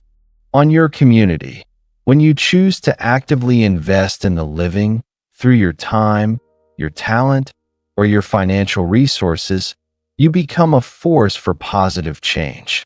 As we saw with Ramon, the carpenter who rebuilt the playground, or Elena, who offered microgrants of opportunity, your direct, living generosity can create tangible improvements and inspire others to contribute. You become an active participant in weaving a stronger, more vibrant community fabric. Your life, lived with intention, becomes a living legacy in itself. It's not about grand gestures or public accolades. It's about the quiet ripple effect of your choices, the subtle shift in energy that others perceive, the questions they start to ask themselves when they see you genuinely thriving. When you shed the fear of spending and embrace the joy of intentional living, you give permission to others to do the same. You show them that the chains of the poverty mindset can be broken, that cultural expectations can be honored without self-sacrifice, and that true security lies not in hoarding, but in the richness of a life lived and shared. Your decision to stop saving for the grave and start living is a revolutionary act in a world often consumed by the opposite. It is an act of self-love, of generosity, and of profound wisdom. And it is an act that can and will inspire others to rewrite their own stories, moving from a narrative of endless deferral to one of vibrant, purposeful living. The beginning is now. Start today. Now, perhaps you're feeling inspired, a little overwhelmed, or even a touch uncertain about where to begin. The temptation might be to say, "Okay, this sounds amazing. I'll start next month," or "I'll do this once X happens." But if there's one final, crucial lesson I can impart, it's this: the beginning is now. There is no perfect moment. There is no magical threshold of money that, once crossed, suddenly grants you permission to live. Life is unfolding in this very instant. The energy you possess today, the opportunities that exist right now, the people who are present in your life, these are fleeting. Waiting for someday is the oldest, most insidious trap of all. So how do you begin? Not with a grand, overwhelming overhaul, but with a single, intentional step. 1. Revisit your life vision. Take out that notebook from chapter 10, or simply close your eyes for a few minutes. Reconnect with that inspiring vision of your ideal life. What experiences, connections, or growth opportunities genuinely light you up? Let that vision be your compass. 2. Commit to one small, joyful twist. Right now, today, decide on one small, purposeful expenditure you can make in the next week or month that aligns with your vision. It might be buying that book you've always wanted to read, signing up for a single class, taking a friend out for a meaningful coffee, or simply setting aside money for a weekend nature walk. Budget for it, commit to it, and do it without guilt. This small act is an act of profound defiance against the save for the grave mentality. 3. Automate a tiny life fund contribution. If you haven't already, set up an automatic transfer, even if it's just $10 or $25, from your checking account to your dedicated life fund savings account with each paycheck. This makes saving for joy a non-negotiable part of your financial routine. Consistency, not quantity, is the key in the beginning. 4. Practice daily gratitude. Begin or recommit to a daily gratitude practice. As we discussed, gratitude is the most powerful antidote to scarcity thinking. It retrains your brain to see the abundance already present in your life, fostering a mindset of possibility and contentment. 5. Talk about it. Share one insight from this book or one small step you're taking with someone you trust. Articulating your intentions out loud makes them more real and helps to build a supportive network. Remember, it's never too late to change. Whether you are a student just starting out, a mid-career professional juggling countless responsibilities, a business owner consumed by growth, or a retiree wrestling with decades of ingrained frugality, your story is still being written. Every moment is an opportunity for a new beginning, a fresh choice. Your financial journey is not a race to accumulate the most or a grim march towards a distant, unknown finish line. It is a beautiful, unfolding adventure meant to be experienced, savored, and shared every single day. Your money is a powerful tool designed to enrich this adventure, to fuel your dreams, to deepen your connections, and to expand your world. So step forward. Take that first small step. Trust your vision. Embrace the balance. The greatest investment you will ever make is in your life itself. It's time to live.